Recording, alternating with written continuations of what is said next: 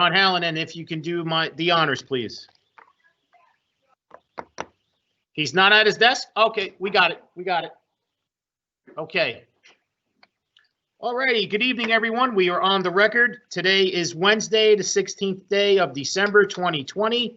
This is a regular meeting of the Jersey City Municipal Council. In effort to adhere to social distancing protocols and best practices imposed by the city and state authorities, the City of Jersey City has canceled all public meetings and closed non-essential services as of March 16th, 2020 until further notice.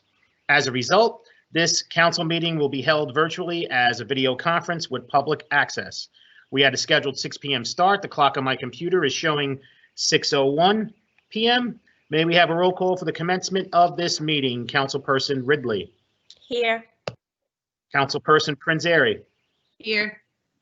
Councilperson Baggiano. Here. Thank you. Councilperson Saleh. Here. Councilperson Solomon. Here. Councilperson Robinson. Here. Thank you. Councilperson Lavaro. Not here yet? Okay. And Council President Pro Temp Rivera. Here. So, council members, President Waterman will not be in attendance for the entire meeting because she now has a grandson. Ooh, exciting. Good for her. A grandson was born at 120, well, around 127. His name is David James Moore. So congratulations to the council president on the birth of her grandchild, David James Moore. And I'm going to nickname him Stormy because he was born in a stormy day. Forever. Yeah. Stormy. Yes. He's down in the history books. He's down on the City of Jersey City history books, and now he has a nickname to prove it. Stormy. Stormy. All right. So she will not be in attendance for the entire meeting, so let the members of the public know that as well because of that. And if Councilperson Lavaro comes in, I will mark him present as soon as he comes into the meeting. Alrighty. So, council members, do I have, is there a motion that's going to be made before we move on to our regular order of business? Are we going to do the flag? Sorry, you know what? I'm moving way too fast. You know why? Because I was so excited about Council President's grandson. So before we do that, so we have 7 council members in attendance at 6:01 p.m. Thank you so much, Council President. Hey, Sean, I have a grandson too.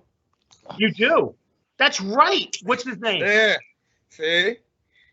No. I think you only care about the council president. It's No, okay. No. It's only because she's not here. That's the only reason. See, you're here. Your grandson wasn't born in this, and he doesn't have the nickname Stormy. He has the nickname Early. Right. Congratulations. Congratulations to you also, Councilman. Thank you. I apologize for that. I seen that on Facebook too. Shame on me. Are we going to do the moment of silence? Yes, but see, I keep getting interrupted, so I just, I'm going to try my best. All right, so we have 7 council members in attendance at 6:01 p.m. Can we kindly rise for a moment of silence, please?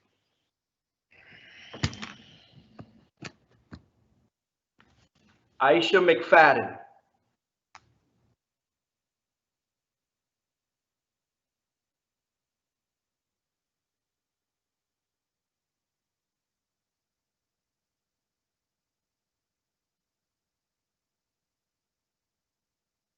Thank you so much. Kindly remain standing as we salute the flag. I pledge allegiance to the flag of the United States of America and to the republic for which it stands, one nation, under God, indivisible, with liberty and justice for all.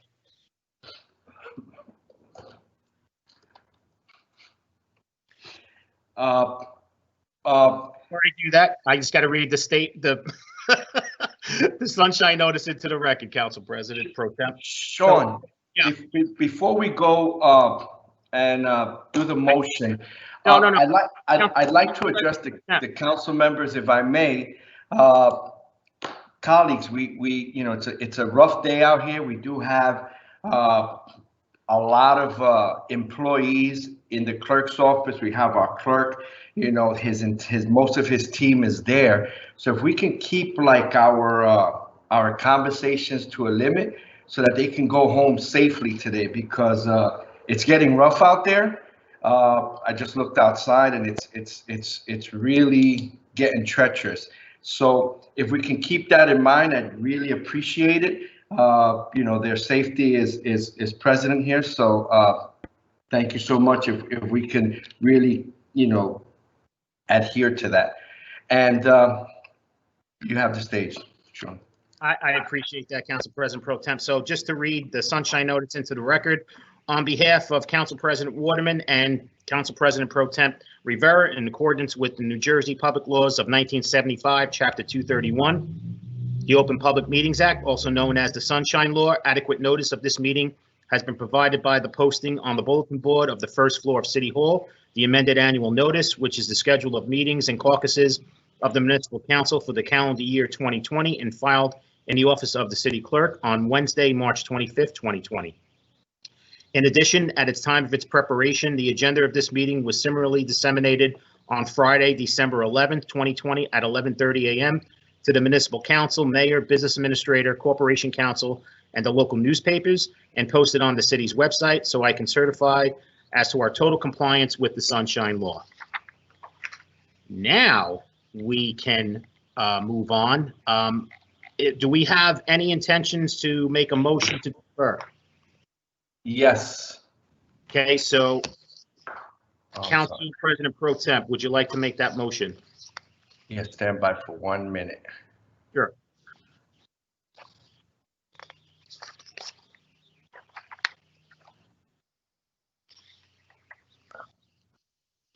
Oh my God. Let me look at I just completed, I just wanted to make the motion to defer to item 4.3. 4.3. That's it. City Ordinance 20-103, which is the ordinance adopting amendments to the Morris Canal redevelopment plan regarding the creation of the Berry Lane Park North Zone, also known as 417 Communipore Avenue. The motion was made by Council President Pro Temp Rivera. May I have a second? Second. Second made by by Councilperson Saleh. On a motion to defer to City Ordinance 20-103, Councilperson Ridley. Aye. Councilperson Prinzary. Aye. Councilperson Baggiano. Aye. Councilperson Saleh. Aye. Councilperson Solomon. Aye. Councilperson Robinson. Aye. Councilperson Navarro. Is he here? Not here yet. Okay. Councilperson Rivera. Aye. And I'm not going to call Council President Waterman anymore because she will not be here. So motion carries 7-0 with Council members Lavaro and Council President absent to defer to Ordinance 20-103. So I will read it into the record again. Item 4.3, City Ordinance 20-103, an ordinance adopting amendments to the Morris Canal redevelopment plan regarding the creation of the Berry Lane Park North Zone, also known as 417 Communipore Avenue. Members of the public, this is now a public hearing on this ordinance. Any members of the public wishing to be heard, please contact me through the live event Q&A and provide me with your name and full name and telephone number, and we will patch you through the meeting. Members of the public and council members, we do have a list of speakers, so we're going to be calling them in the order that they listed their names. So just bear with us and we'll get our first speaker on the line. I do see Councilperson Lavaro is in attendance. I will mark him present at 6:10 p.m. So now we have members in attendance at 6:10 p.m. So Councilperson Lavaro, just to catch you up, we made a motion to defer to Ordinance 20-103, and we are now conducting the public hearing on Ordinance 20-103. Very slick. Very good. Okay. Now we're just trying to get our first speaker on the line. Just bear with us. And just for the council, for Councilperson Lavarro and any other members of the public that just joined us, Council President Waterman will not be in attendance for this council meeting. She welcomed in her new grandson, who was born earlier today, and she's comforting her daughter and her first grandchild. So she will not be in attendance for the entire meeting. With that being said, I'm hoping we have our first speaker on the line. I believe we do. If you can identify yourself for the record, please. Hi, my name is Katya Altman. Okay, Katya, your time is going to start on my countdown. Your time will go in 3, 2, 1, go. Hi, I just wanted to call in to speak quickly about the plan to amend the Morris Canal redevelopment plan. I really want to praise June Jordan's advocacy for this issue as the head of the Morris Canal Development Corporation. She's been really great in making clear the problems with these projects and how the community's really been ignored with this project. So yeah, I just want to echo my opposition to the 17-story building. Unfortunately, the community benefits are not really what they seem. The rec center doesn't seem like it has the funding to really make it worthwhile to the community. And also, there can't really be any compromise on housing. If this like 17-story building was affordable housing, I think it would be way different, and that would be a real boon to the community. But this, I mean, people in Jersey City won't be able to afford these units, and it'll just further gentrification. Thank you, and I yield the remainder of my time. Thank you very much. This is still a public hearing on ordinance 20-103. If you wish to speak, after we call the list of speakers that we have, please provide me with your full name and telephone number, and we will patch you through the meeting.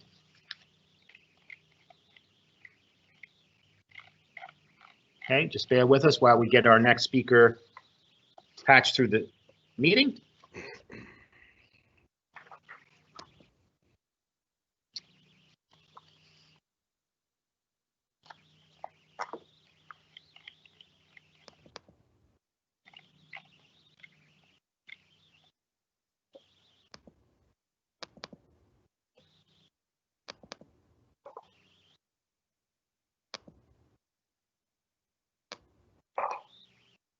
Okay, just a reminder, this is the public hearing on ordinance 20-103.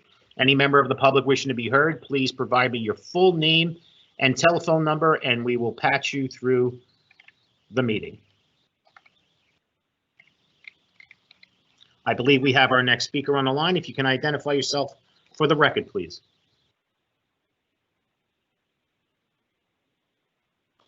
My Hello? name is Dana Patton. Okay, Hello? Dana. Yes, I hear you now. I'm sorry about that. Okay, Dana, your time is going to start on my countdown. You're going in 3, 2, 1, go. Thank you. My name is Dana Patton. I'm a resident of Lafayette, where this redevelopment plan was created. Our neighborhood has been very disrespected throughout this entire process. We now have provided proof after being told that this lot was never supposed to be part of Berry Lane Park, that in 2018, the mayor and this council agreed to millions of dollars to acquire this parcel of land to be part of Berry Lane Park. Lifelong residents of our neighborhood worked very hard to have their voices heard in the planning of the park, the cleanup of the contaminated sites, and they envisioned a list of things, including indoor recreation, hydroponics, business incubators, and things that the community gets input into, not controlled by a developer. There's only one neighborhood group in Lafayette that has been around for decades and meets monthly, and that's Morris Canal. There's a Friends of Berry Lane Park group. Neither of these groups were included in these plans or negotiations. This project would represent a 17-story building in the middle of 1- and 2-family homes and small businesses, where we have a median income of less than $50,000. It's going to bring more than 300 market rate apartments, while newly built apartments in our area are starting at $1,600 for a studio and can go up to $3,000 for a 2-bedroom. It would essentially make this project just to serve new residents then, since more existing residents will be displaced. I'm asking you to table this to stay true to the vision of making this lot part of the park. Get funding set up for a rec center to actually have programming and built out, not just an empty building with a basketball court, because despite what we've been told about a STEM and all these other things, the only thing that it says in this agreement with the developer is an empty building with a basketball court in it. You could have everyone calling to object in this project and the people who are supporting it saying it's because they want a rec center all together on your side to push the city to buy this and fully fund indoor recreation there. And you don't even have to sell out the community. We would all be together in that. We can have things for kids who live in the neighborhood now and people who have lived here since the beginning of this project, whose families were affected by contamination and neglect. This amendment is not the way. And once you approve this, you're giving up power and community vision to this developer. I'm asking you please to table this and not to approve this amendment. Thank you. Thank you very much. This is still a public hearing on this ordinance. Any member of the public wishing to be heard, please contact me through the live event Q&A. Provide me with your full name and your telephone number, and you'll be patched through the meeting. I believe we have our next speaker on the line. If you can identify yourself for the record, please. How you doing? My name is Frank Education from Gilmore. Can you guys hear me? Yes, sir. Frank, your time is going to start on my countdown. You're going in 3, 2, 1, go. Oh, good evening, ladies and gentlemen of the council. Happy holidays. Happy holidays to everyone that's tuned in. I'm just urging the council to really take a hard look at this ordinance, seeing that one, there have been new information that just surfaced, and in my hopes, I'm hoping that this information is false, because the information that is being disseminated as of late is that the city have received some funds as it relates to acquiring this property and making it part of the Berry Lane Park. And I used to work for recreation. I believe when Ryan Scruthers was there and we were touring the park before it opened up, I vividly recall having that conversation with Ben that the area in question would be designated for indoor recreation for the park.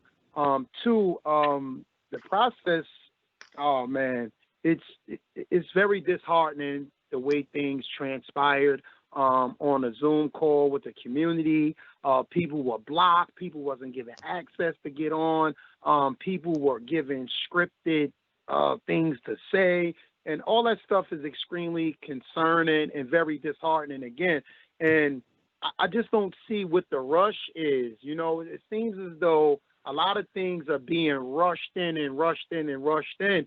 And I don't think we need to rush. I think we need to really look at the recent set of allegations that's coming out as it relates to funds being raised and collected for this to be part of Berry Lane Park. And I get it. Like, everybody want a rec. We all want a rec center. I don't think anyone is anti-rec center. I don't even think that's even an argument. What the community is essentially saying, like, is hold on. Let's take a deep breath. Let's, one, make sure we're doing this the right way. Everyone's voice is heard. And two, make sure that we're receiving all of the information that's coming in. So I'm just, again, urging the council to really take a look at this to ensure, you know, that we're making the right decision. At the end of the day, the council is there to represent the voice of its constituency and the voice of the people. And if the majority of the people that's on this call is advocating that we don't have this tower essentially in the middle of this communal strip, then I think the council really need to take a hard look at all of these people coming in here, all of these emails coming in, and hear our voice for once. For once, can you hear the voices of the people and let us be a part of what development go on in our community? Again, we don't have the financial stability to compete with these developers and all this other stuff, but at the end of the day, we have a right to what goes up in our community, and we're asking that you stand with us by tabling this ordinance. Thank you. Have a nice day. Thank you, Mr. Gilmore. Okay. This is still a public hearing on this ordinance. Any member of the public wishing to be heard, please contact me through the live event Q&A and provide me with your full name and telephone number, and you'll be patched through the meeting. I believe we have our next speaker online. If you can please identify yourself for the record. Hi, my name is Gary Spingarn. Can you hear me? Yes, Gary. Okay, your time is going to start on my countdown. You're going in 3, 2, 1, go. Thank you so much for giving me the time to speak. I want to echo so much of what the prior callers are saying. I want to take a quote that was provided to NJ.com by Jersey City spokesperson. If we could afford it without hurting the taxpayers. Instead, we worked on a plan with the private sector and with Ward F Councilman Jermaine Robinson provide 22,000 square foot rec center, parking spots, incubator space, and 5% affordable housing for the site. We did this without adding any burden to the taxpayer. I gotta laugh at statements like this. Reminds me when Joe Kennedy III said something along the lines of, no one should go through medical bankruptcy without a lawyer by their side. World-class mental gymnastics completely gloss over the actual issue. Spoiler alert, medical bankruptcy shouldn't exist. 5% does not impress anyone. It's a drop in the bucket. Is this what we have been reduced to? Literal groveling to the, quote, private sector. And also, let's be honest, there is nothing stopping from this 5% to going to 0. We know this, and we've seen it before. This is going to continue to forge the path of displacement and gentrification in the city, the continuance of, quote, private sector handouts.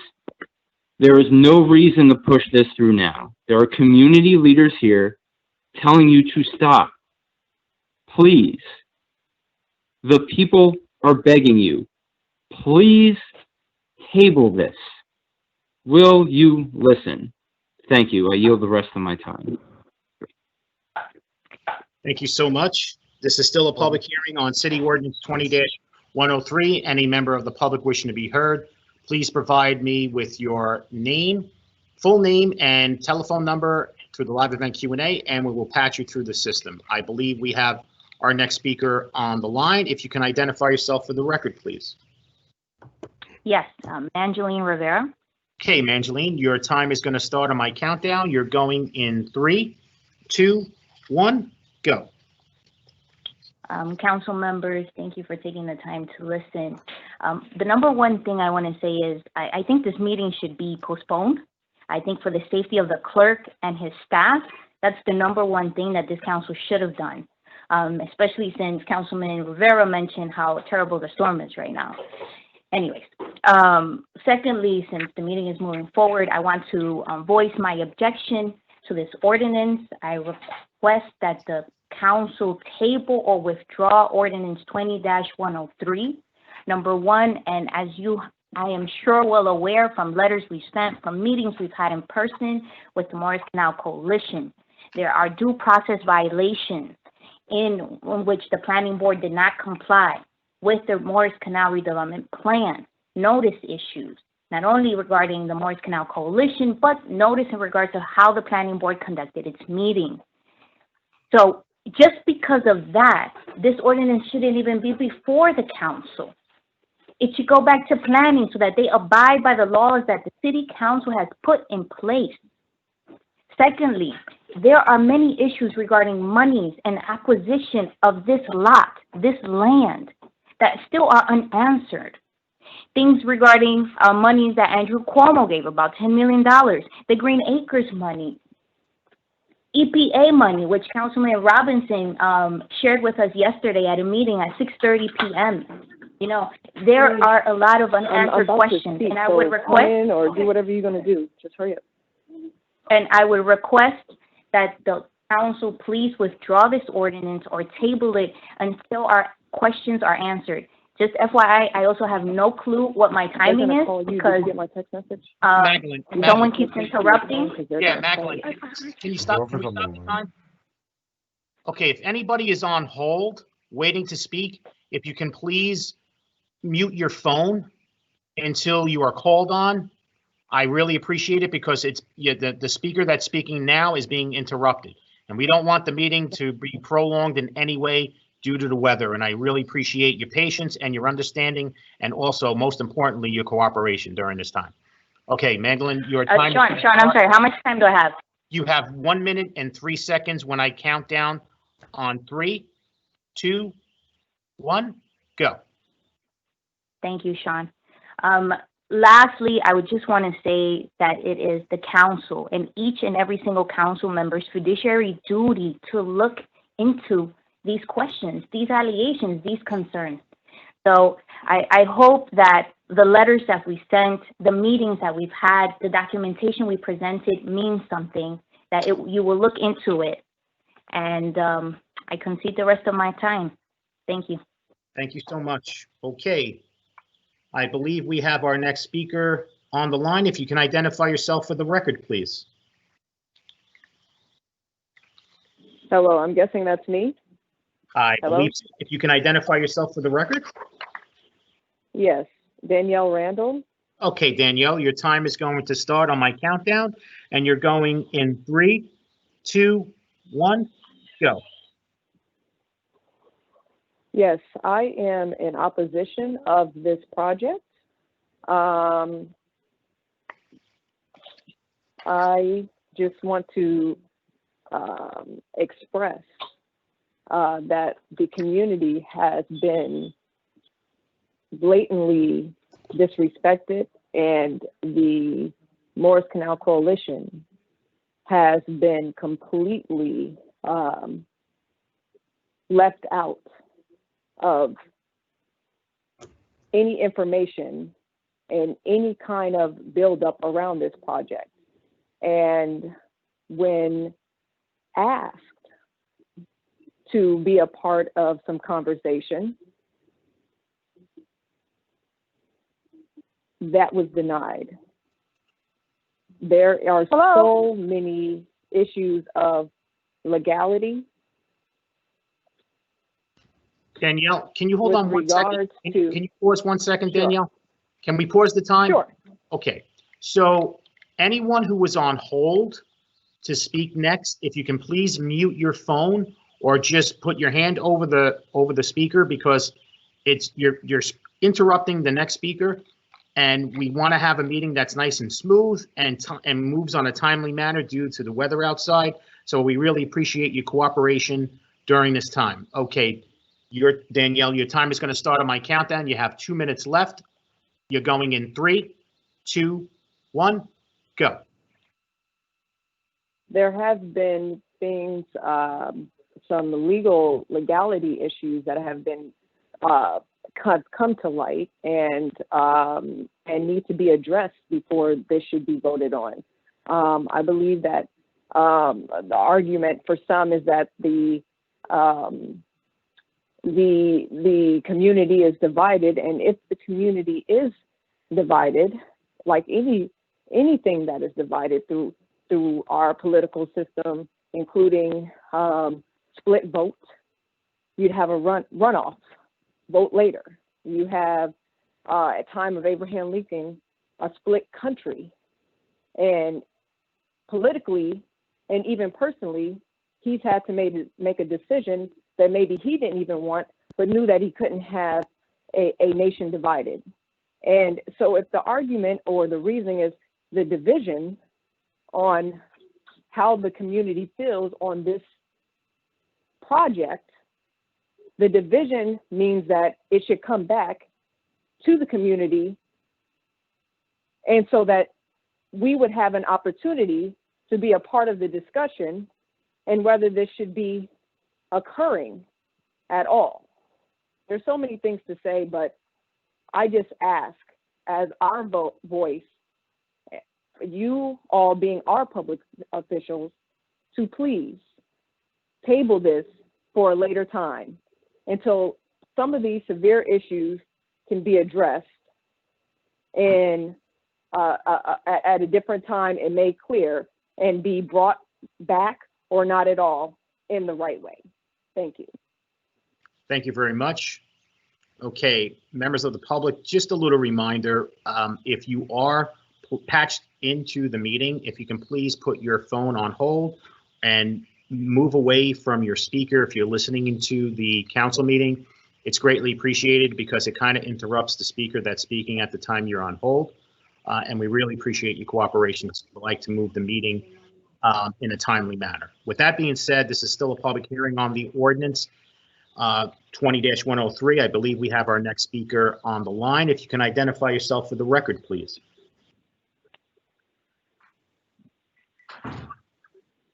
Do we have our next speaker on the line? Hello? Hello? Yes, can you identify yourself for the record, please?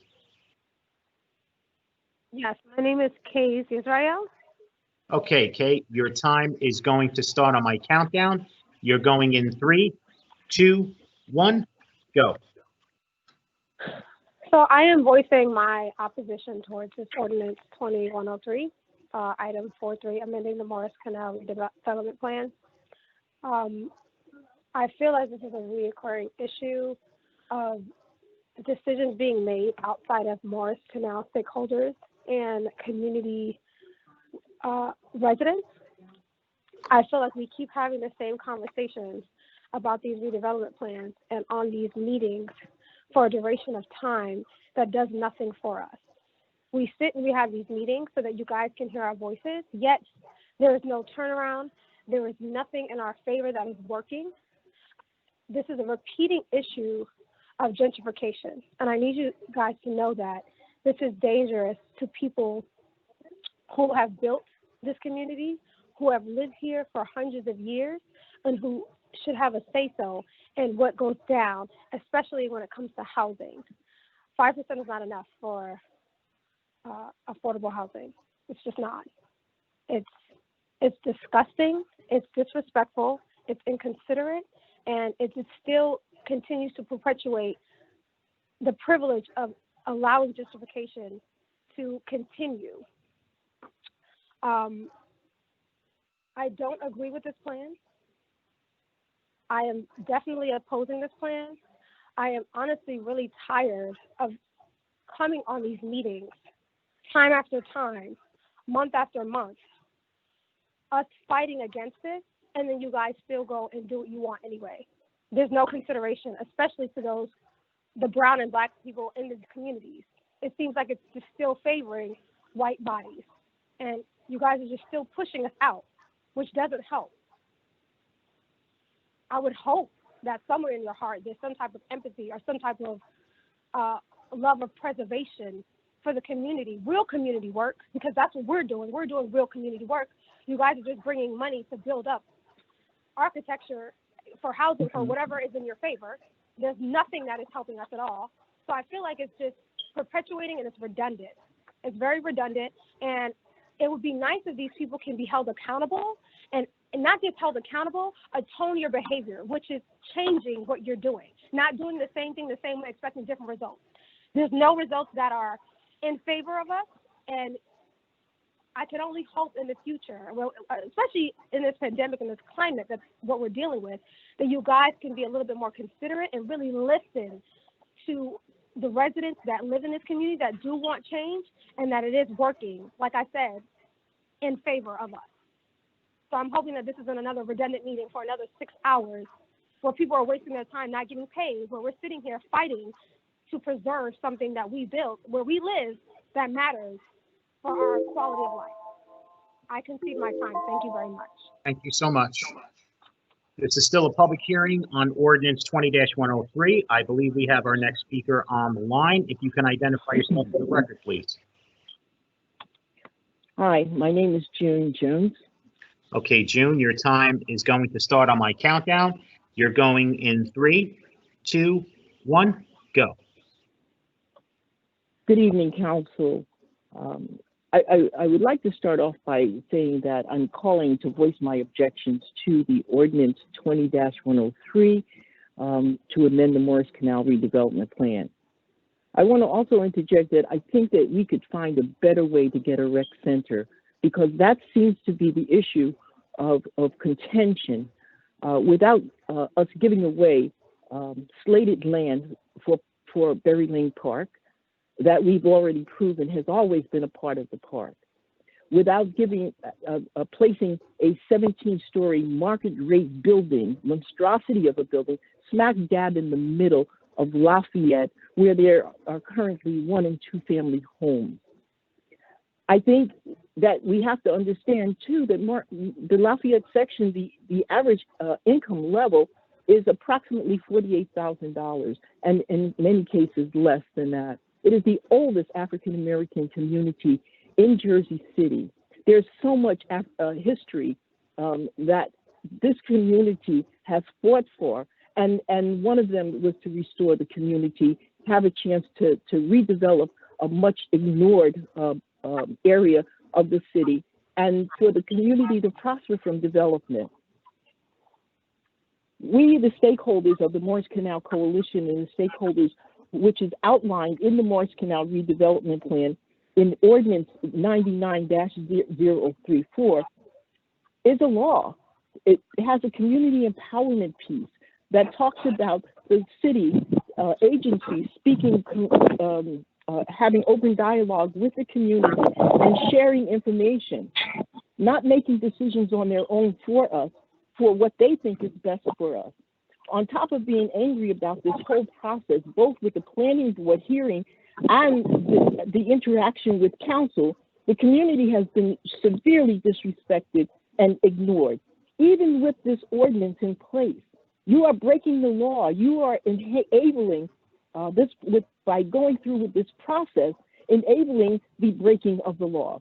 The city would have us believe that the Steel Technologies parcel was never part of Berry Lane Park, but there in recent information and documentation certainly disputes that.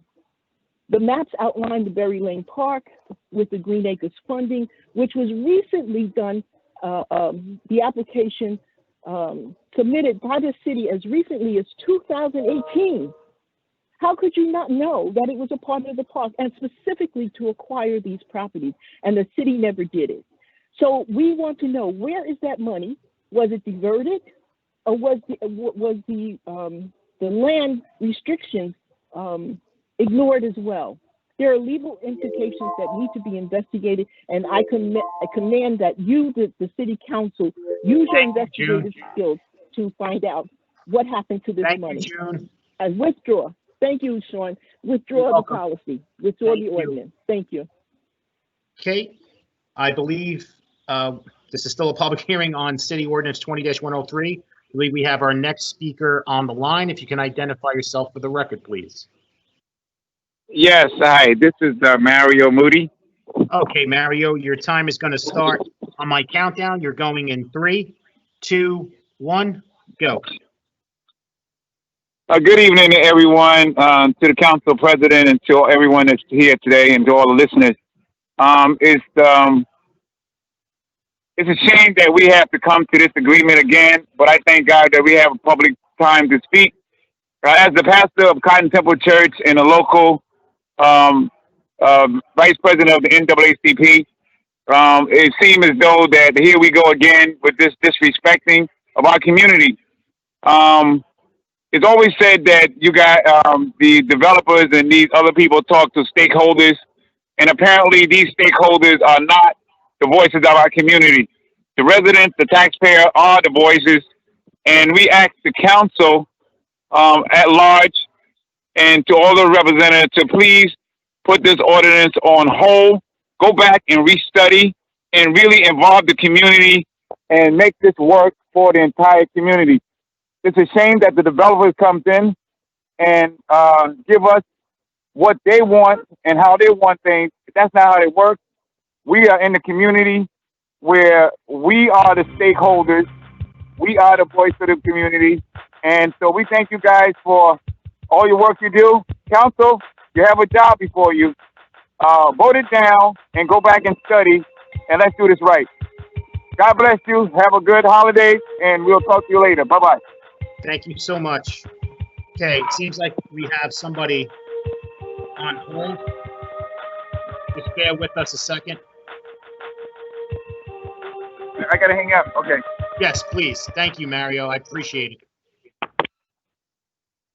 Okay. All right, this is still a public hearing on City Ordinance 20-103. If you would like to speak on this ordinance, please provide me with your full name in the live event Q&A and your telephone number, and we will patch you through the system. We are trying to get speakers who have already been listed with our office on the line. Just bear with us, and we will patch them through the meeting.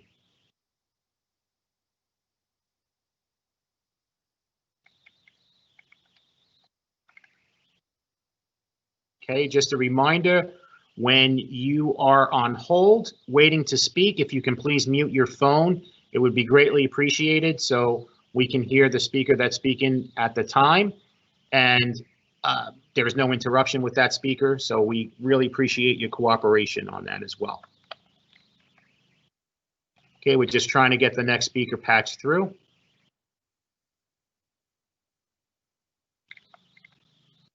Just bear with us.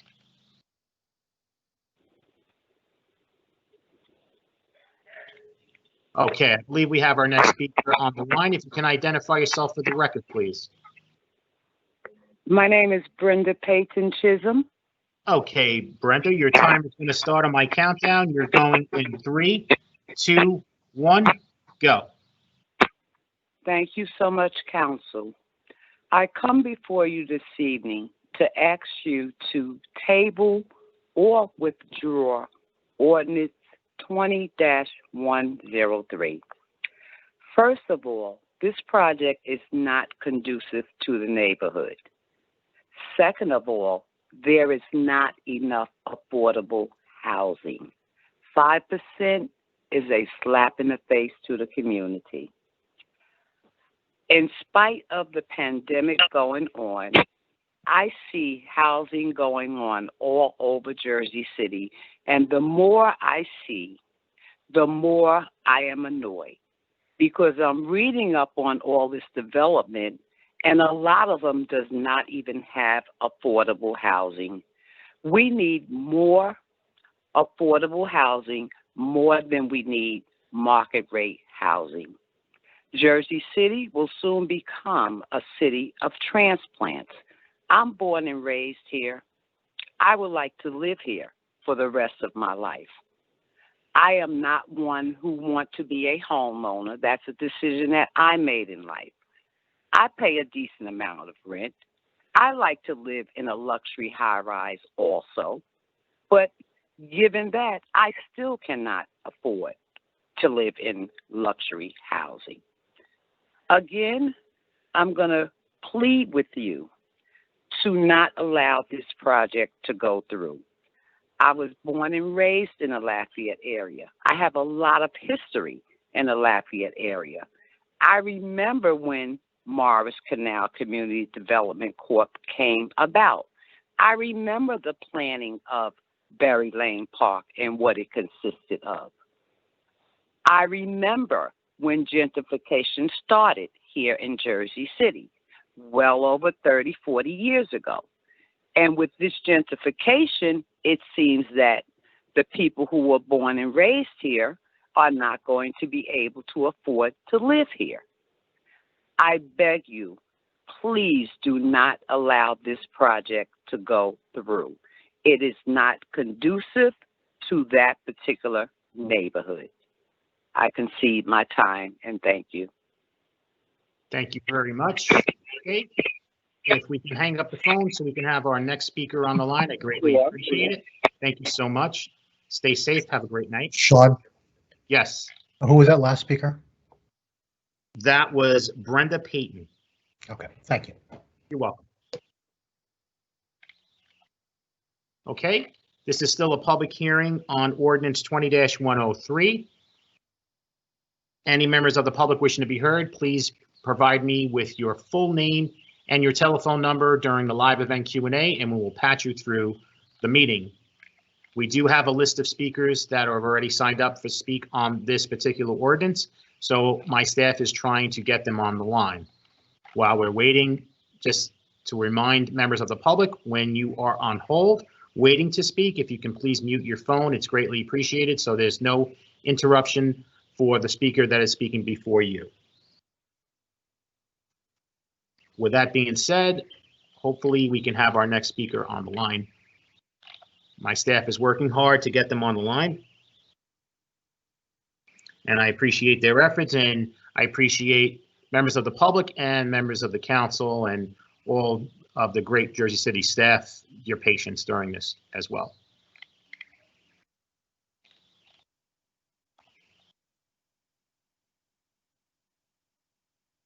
And I also appreciate, the comments that were made by certain speakers about caring about myself and my staff. I really appreciate that too. It's not just me, it's not just my staff. We also have some of the council members that are in their offices as well. So we do worry about them too. But we are virtual and we try to move the city forward. So there's a lot of items that are on this agenda that needs to be approved in order to comply with the CARES Act as well. So this meeting definitely had to happen regardless of the weather, unfortunately. So, but I do appreciate your concern for our well-being, and we're going to be okay as long as we have that nice, smooth meeting. Okay, with that being said, I believe we have our next speaker on the line. If you can identify yourself for the record, please. Hello? Do we have our next speaker on the line? Hello? Hi, can you identify yourself for the Hi. record, please? Yes, my name is Carol Tyler, Tyler. Thank you, Carol. Okay, your time is going to start on my countdown. You're going in 3, 2, 1, go. Yes, I'm speaking on the ordinance 20-103, and I am going to state that I am in opposition of this ordinance. This building, as all the past speakers, and I don't want to repeat what they've said because I feel the exact same way that they do. The community has been disrespected in this regard. And in addition to the fact that this building really represents everything that our community is not. This building is marketed as a luxury high-rise. And that area of Lafayette and the entire Lafayette area is a working class area. We cannot afford the apartments that are in there, and the city itself cannot afford to keep building these large luxury apartments with 5% or less affordable housing in them. Because, and I say they cannot afford to do it because when we get affected by any socioeconomic downfall, a lot of the working class people that go into those buildings are also affected, and they end up being monstrosities that are just sitting there half vacant. So to say that in regard to you guys, not you all, the developers disrespecting the community and moving forward with this project, it doesn't help us at all in the Lafayette area. We are totally against this. The majority of us are totally against it. I, for one, am definitely against it.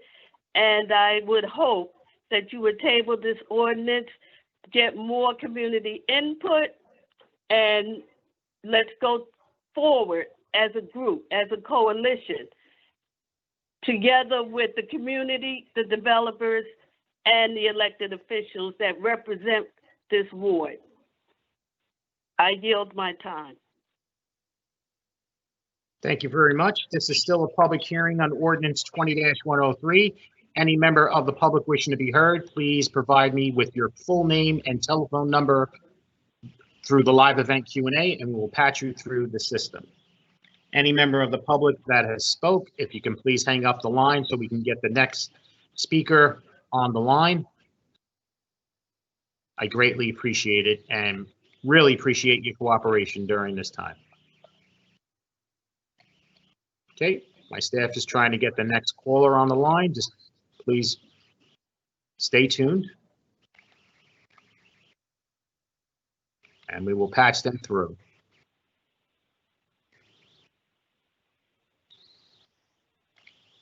Okay, I believe we have our next speaker on the line. If you can identify yourself for the record, please.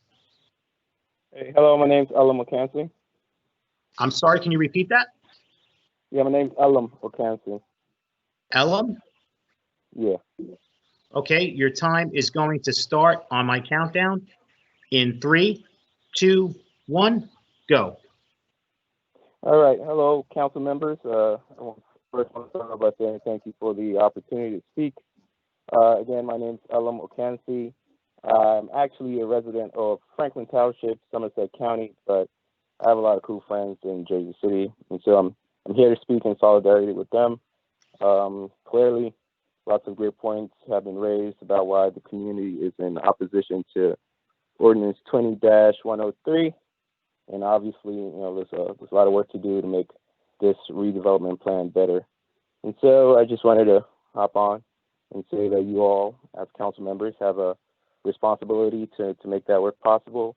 And I hope you take up the community's opposition and do what's right. So, yeah, that's it. And I will defer the rest of my time to the next speaker. All right, thank you. Thank you so much. Kate, if we can hang up the phone so then we can move on to our next speaker. This is still a public hearing on Ordinance 20-103. Any member of the public wishing to be heard, please provide me with your full name and telephone number through the live event Q&A, and we will patch you through our meeting. We are trying to get the next speaker on the line. Just bear with us. I appreciate everyone's patience.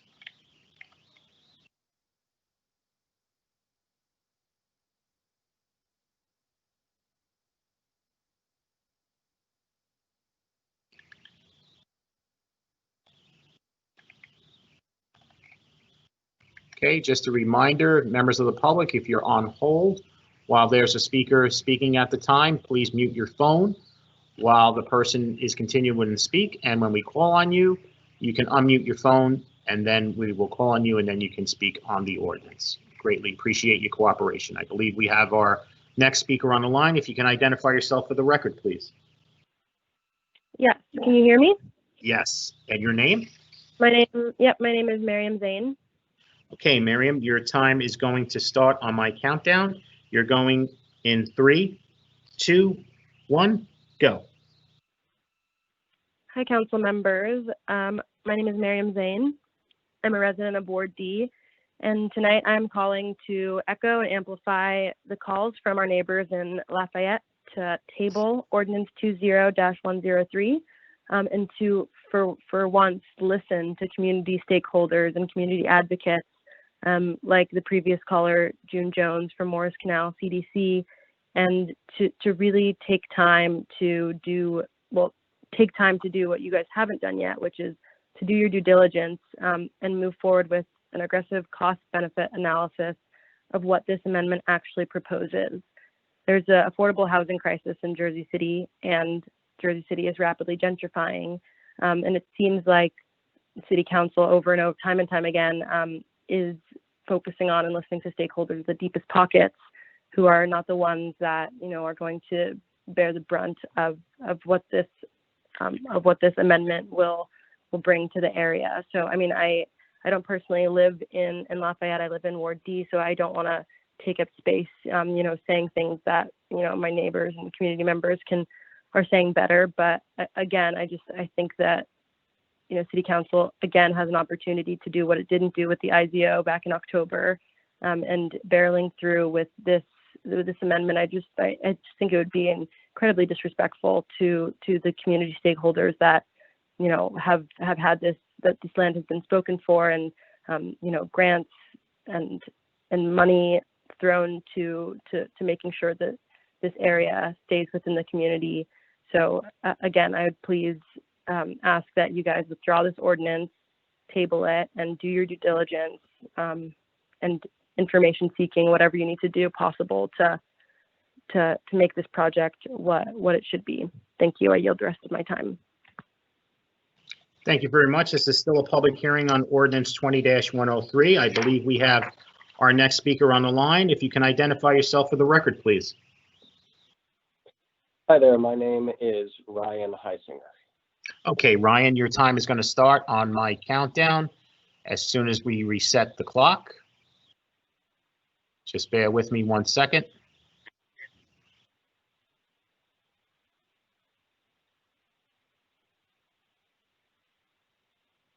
Amanda, if you can reset the clock, thank you.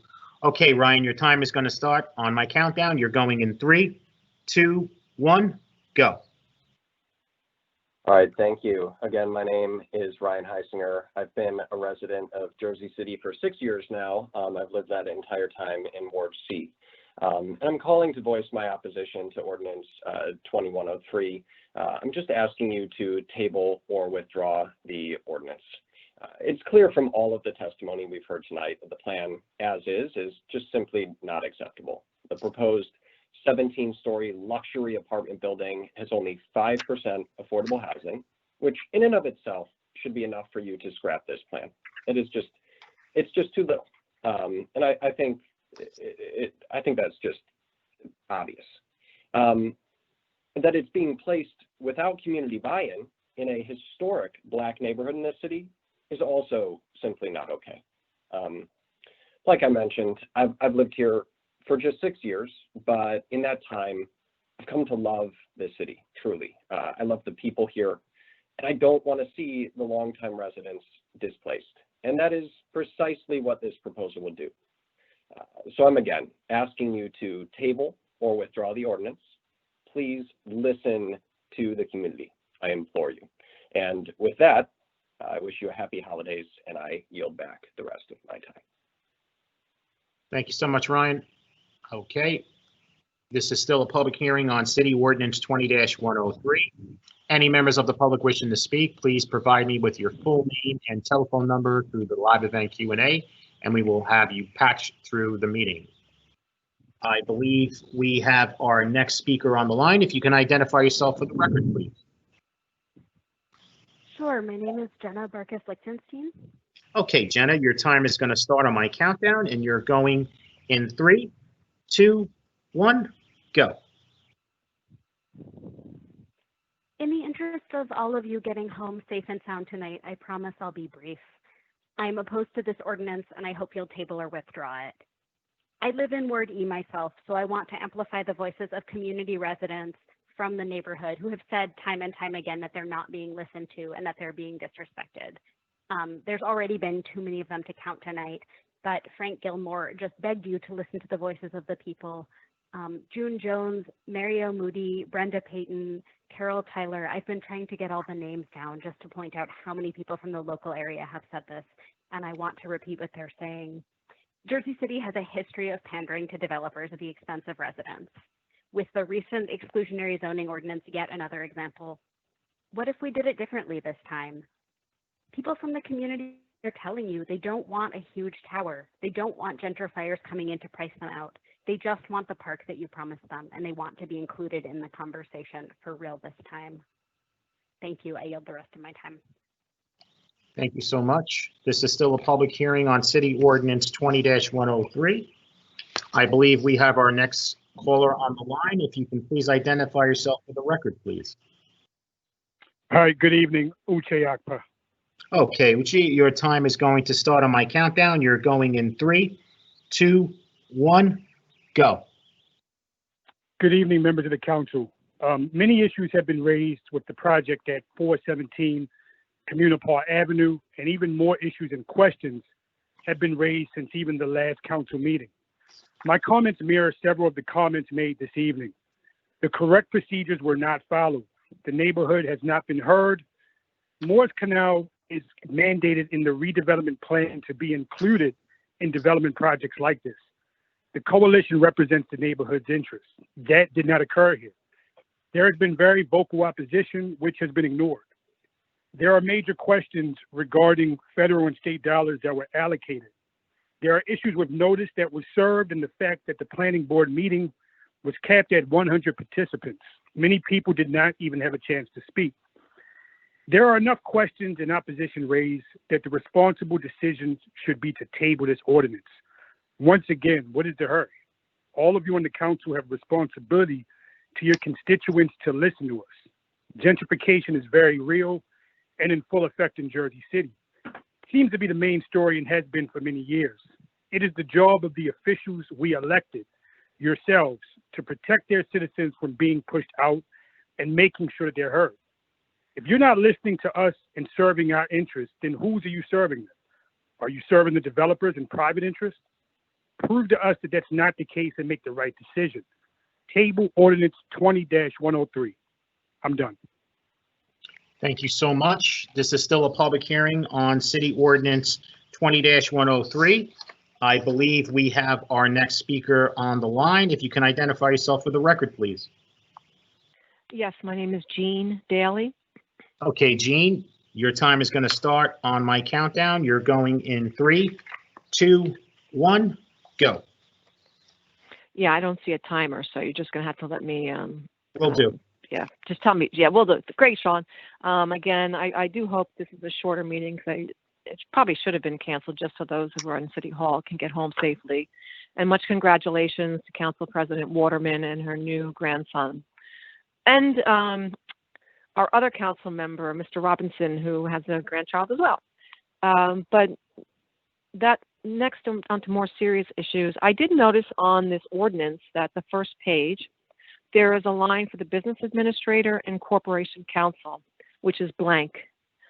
Typically, these things are filled in, and I'm just curious why they're not. Specifically, the business administration, when that person signs their name, they authenticate that all the information, and they actually certify that all facts are true and correct in this ordinance. And I don't see that. This is very concerning because, therefore, there's no point person to ask questions of. And it reminds me very similarly of this typical behavior in Jersey City where the stakeholders, namely the residents, are completely left out of the picture. Completely. Council people do not inform their residents what is going on or has been going on. For example, Mr. Platt signed a certification on a recent ordinance for the Exchange Place Plaza. Yet when I wanted to get the documents for that Exchange Place Plaza, I was denied by City Hall saying they're interdepartmental. So once again, you have a situation where no person is listed as who's certifying all this information, and therefore you have no way to get it. And when you approach the city, you're often told that this is interdepartmental and you can't have it. This is not what transparency is about. I find it very troubling.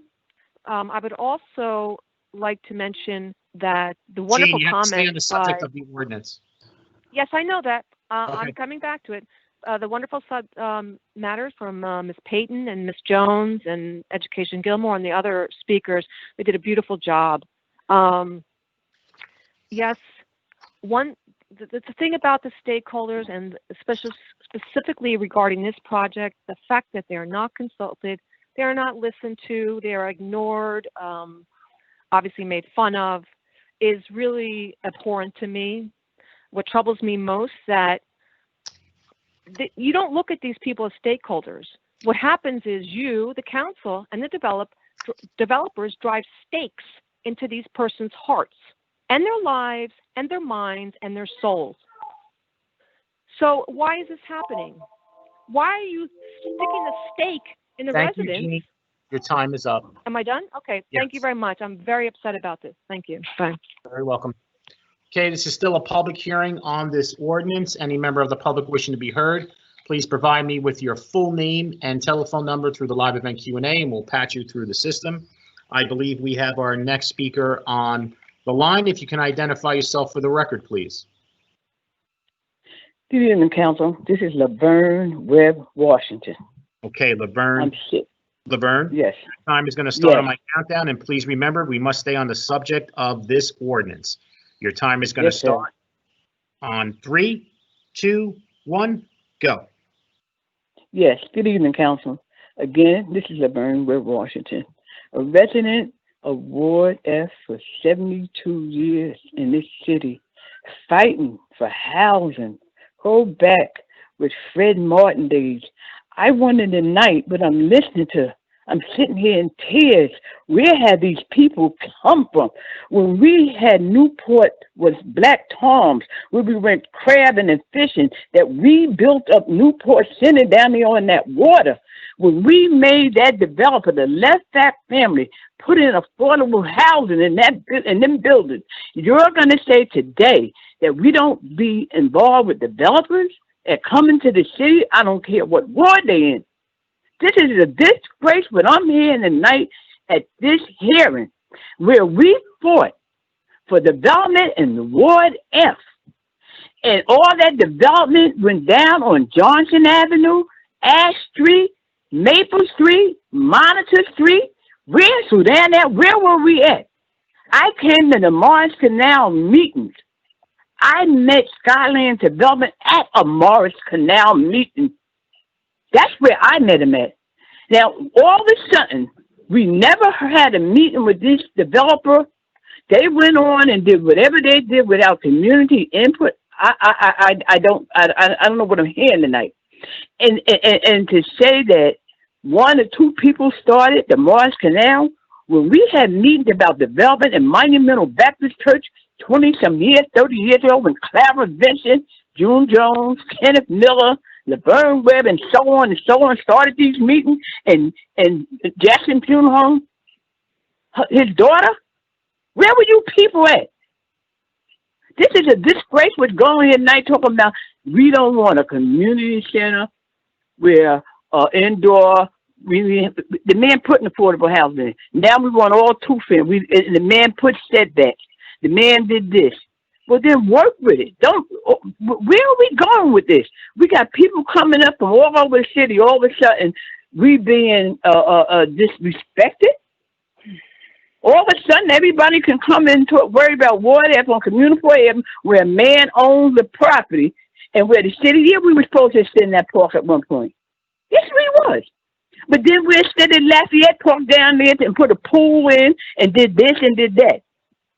Why not we not working with this man? If you want more affordable housing, what I build in this community to building, why don't we sit down and say, well, instead of indoor recreation can put 20% affordable housing? What's going on with us? You know, you guys be blessed, work this out, and stop the madness. And no, don't table it. Work with him. Tell the man you want to work with. My time is running out, you guys. Thank you. Get Laverne. home safe. Have a blessed holiday. I love you. God bless you. Take care, Laverne. Okay, this is still a public hearing on City Ordinance 20-103. I believe we have our next caller on the line. If you can please identify yourself for the record. Hi, this is Chris Perez. Okay, Chris, your time is going to start on my countdown. You're going in 3, 2, 1, go. Hey, good evening, everybody. My name is Chris Perez. I represent the community on the Hill, on the other side of Berry Lane Park. We have no affiliation with Morris Canal. I just wanted to make that clear before I start speaking. As a member of the Jersey City Parks Coalition, we facilitated a handful of community meetings for residents on the Hill about Berry Lane Park. One of the first meetings was on May 6, 2015, where Ben Delisle presented to the community all the exciting things that were going to unfold at Berry Lane Park. One of them was the eventual acquisition of the site that the proposed development we're talking about tonight is slated for, and how the park would expand into that area. I've worked and talked with Ben on many occasions. Ben was a representative of the Jersey City Redevelopment Agency at the time, and we had many conversations about the park, the history of the park, educating the JCRA about Peter Henderson, who was from Scotland, who came here in the 1850s and was the pioneer of American flower gardening, and how his greenhouses were on Garfield Avenue, which you'll now see there's a historic plaque on the Morris Canal Greenway because of that.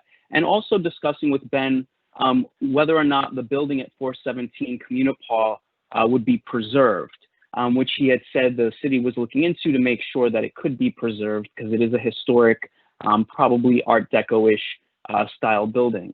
So the expansion of Berry Lane into this site is very real.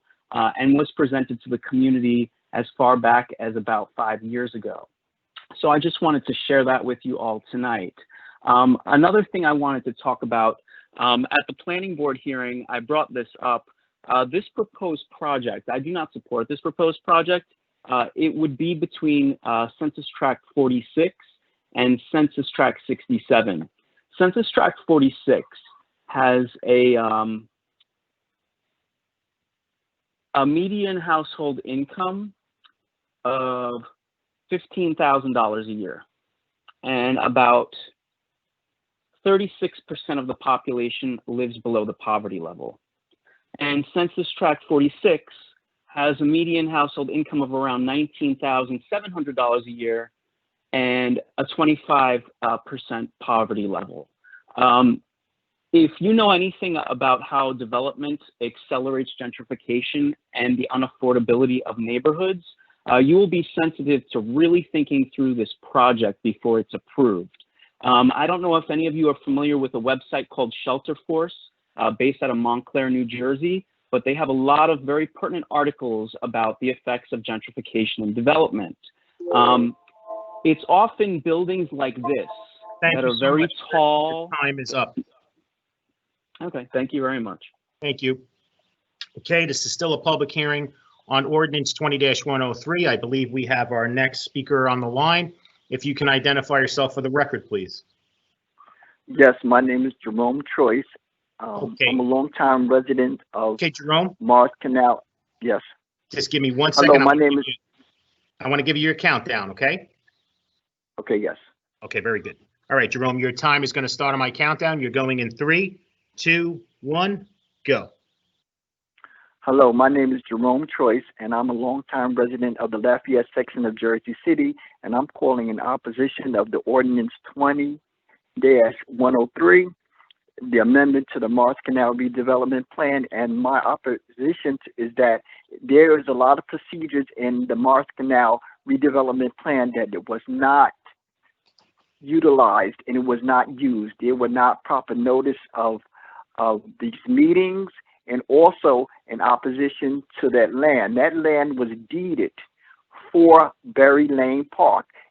Berry Lane Park was a community-driven park, and part of that was that land was set aside for that. In fact, according to an ordinance, it was also deeded toward that land if it became available. But not only that, is that there were Green Acres monies that was supposedly allocated for that particular purchase of that land. We, as a stakeholder and community, needs to have some more transparency from the agency that was supposed to take care of that. There has been no paperwork that we know that was given to us to show, in fact, what happens to that monies concerning that park and the process of what was going on with the Brownfield program. I'm hoping that the City Council will table this ordinance so that we can get down to the bottom of the facts of what's happening with that particular land. We are not against development, but what we are against is not being transparent to our community and the redevelopment plan that we have into place. And with that, I concede my time to the next speaker. Thank you so much. Greatly You're appreciate welcome. it. Bye-bye. Hey, this is still a public hearing on City Ordinance 20-103. I believe we have our next speaker on the line. If you can identify yourself for the record, please. Allison Trimble. I'm sorry, I didn't get the name. Allison Trimble. Allison? Okay, Allison, your time is going to start on my countdown. You're going in 3, 2, 1, go.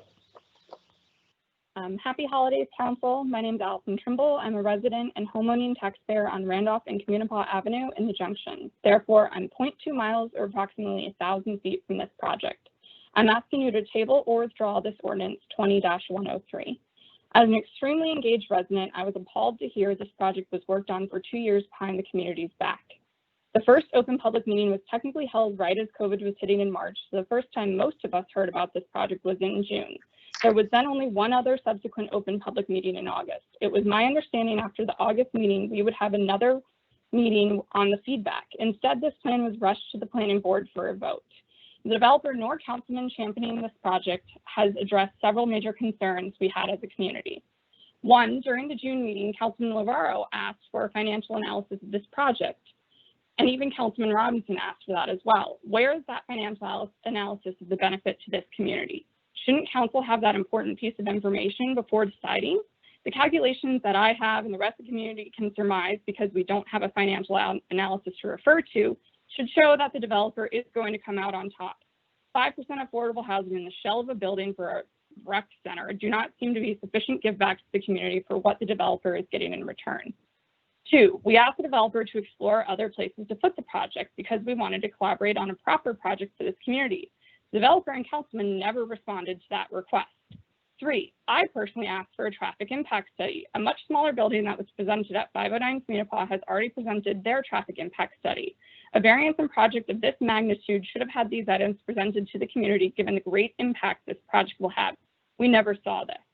Four, we asked for more details on funding of this rec center. We have yet to hear them beyond, we will find a way. As a taxpayer, I want a more fleshed out answer than, we will find a way. This all is here to demonstrate and show to you that we as a community and stakeholders were not involved, were not consulted, were not a part of the process. Finally, to hear as recently as 2018, we were receiving grants for this land to fulfill the original vision of and expansion of Berryland Park is appalling, but I'm just hearing this via a news article today. We really need to table or withdraw this ordinance.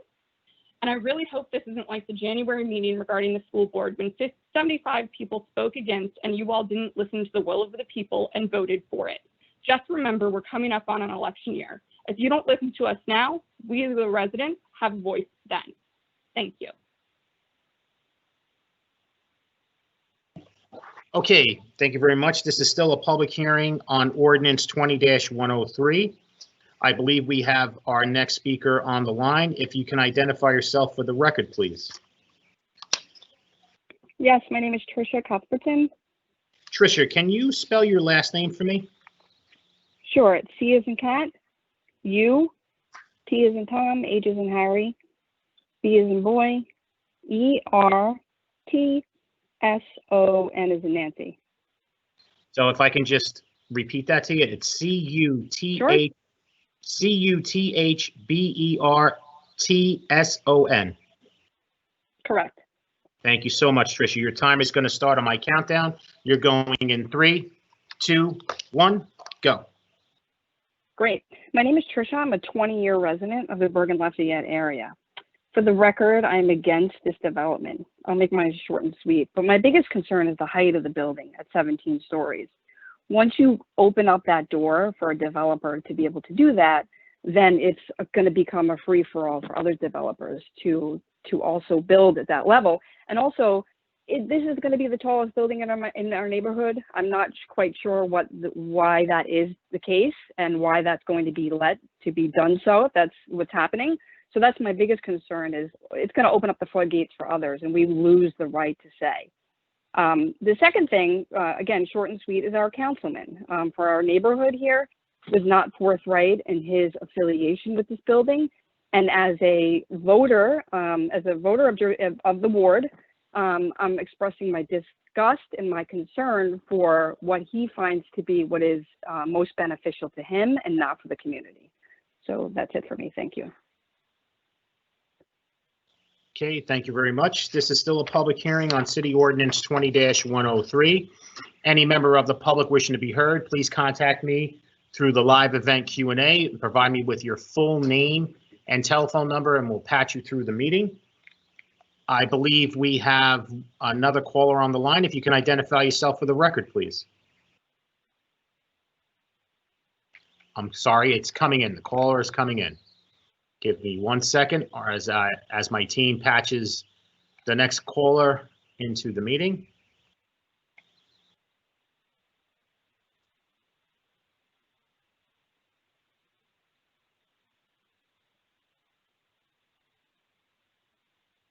Okay, I believe we have our next caller on the line. If you can identify yourself for the record, please. Hello?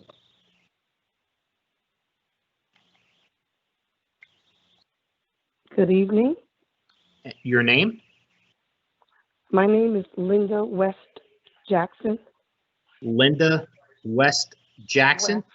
Jackson. Yes. Okay, Linda, your time is going to start. On my countdown, you're going in 3, 2, 1, go. Good evening, everyone, and God bless you. I'm calling because I'm speaking on behalf of, yes, Linda West Jackson. I'm sorry. Can you stop the time, Amanda? Okay, Linda, if you would be kind enough to step away from whatever you're watching the meeting on, or just mute the speaker on the computer or TV, whatever you're watching the meeting on, we're getting like that feedback. And there's a little bit of a delay that you're going to hear. Okay, is this better? If you can, yeah, maybe if you can mute it or just move a little more away from that speaker, that's much better. Okay, one moment. Okay, is this better? That sounds better. Okay, we're going to start. We're going to start your time at 2 minutes and 44 seconds. In 3, 2, 1, go. I'll be brief. My name is Linda West Jackson. I was born, raised, educated in Ward F.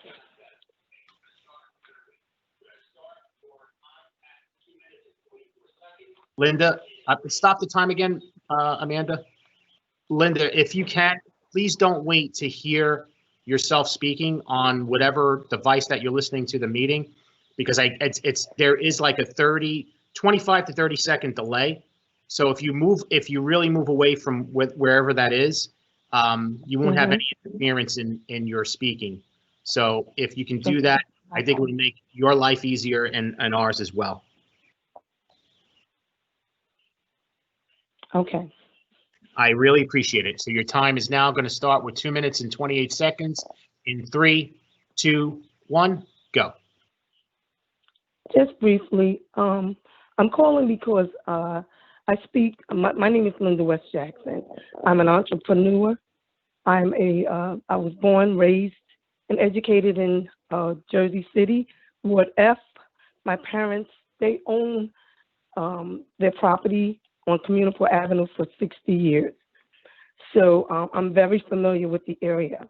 Currently, I have a business that I developed during the pandemic, and I speak to hundreds of people in that community who are very excited and very much for this new ordinance that is at hand. So those people that spoke earlier, I'm not sure exactly who they are and how long they've been in the community, but I want to speak on behalf of those people who are still in the community, and we look forward to this new plan that should take place.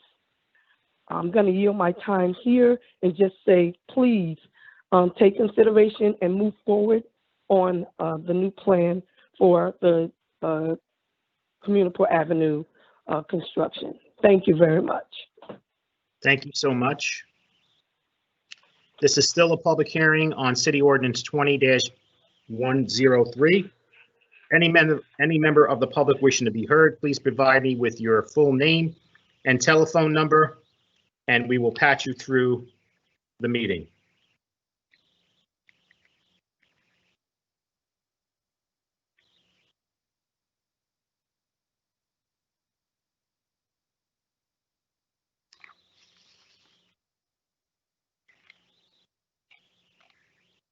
Okay.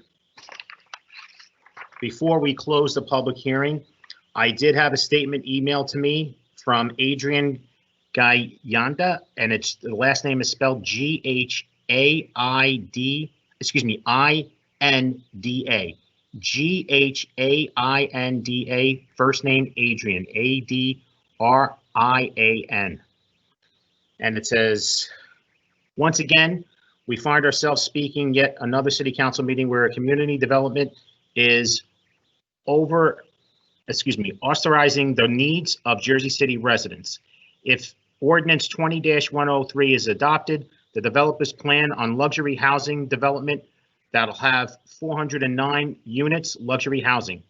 Given the current mandates of a measly 5% affordable housing that our city allows, only 20 units will be affordable.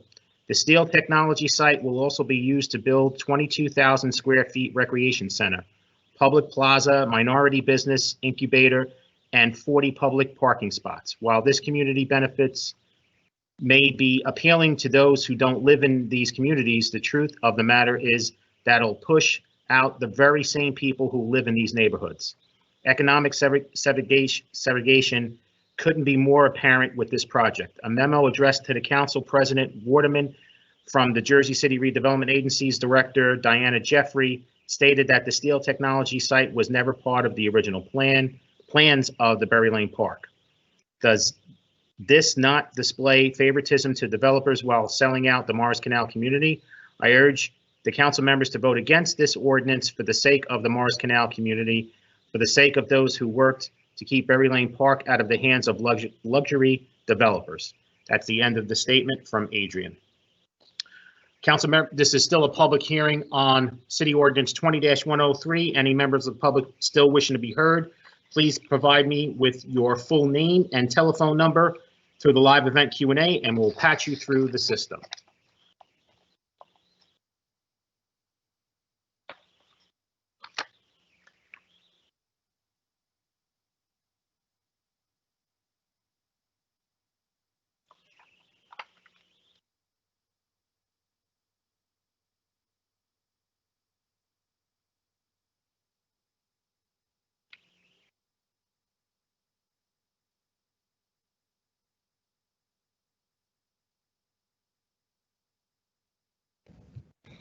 Okay, give me 1 second, council members. All right, no one has contacted me anymore through the live event Q&A. May I have a motion to close the public hearing on City Ordinance 20-103? Motion. Motion made by Council President Pro Temp Rivera. May I have a second? Second. Second by Councilperson Prinzary. On the motion to close the public hearing on City Ordinance 20-103, Councilperson Ridley. Aye. Councilperson Prinzary. Aye. Councilperson Baggiano.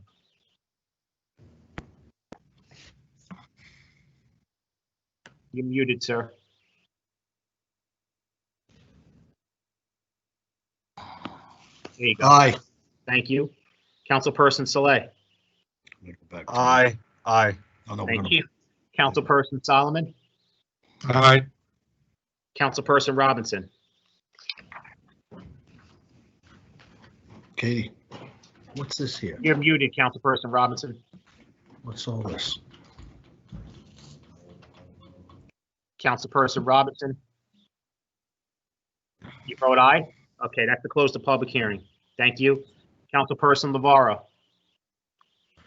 Aye. And Council President Pro Temp Rivera. Aye. Motion carries 8-0 with Council President Waterman absent. For final consideration and Before adoption. Council President Pro Tem, I have some questions, still open questions that I'd like to direct to the business administrator and Corporation Council. Absolutely. Then I'm after you, I guess, Councilman Jermaine Robinson is going to say a couple of words as well. And I believe Diana Jeffries, the director of JCRA, is on the phone as well as Matt Ward. So go ahead, Councilman Lavaro. Right. To the business administrator, Corporation Council, or any of the people who might be on the phone.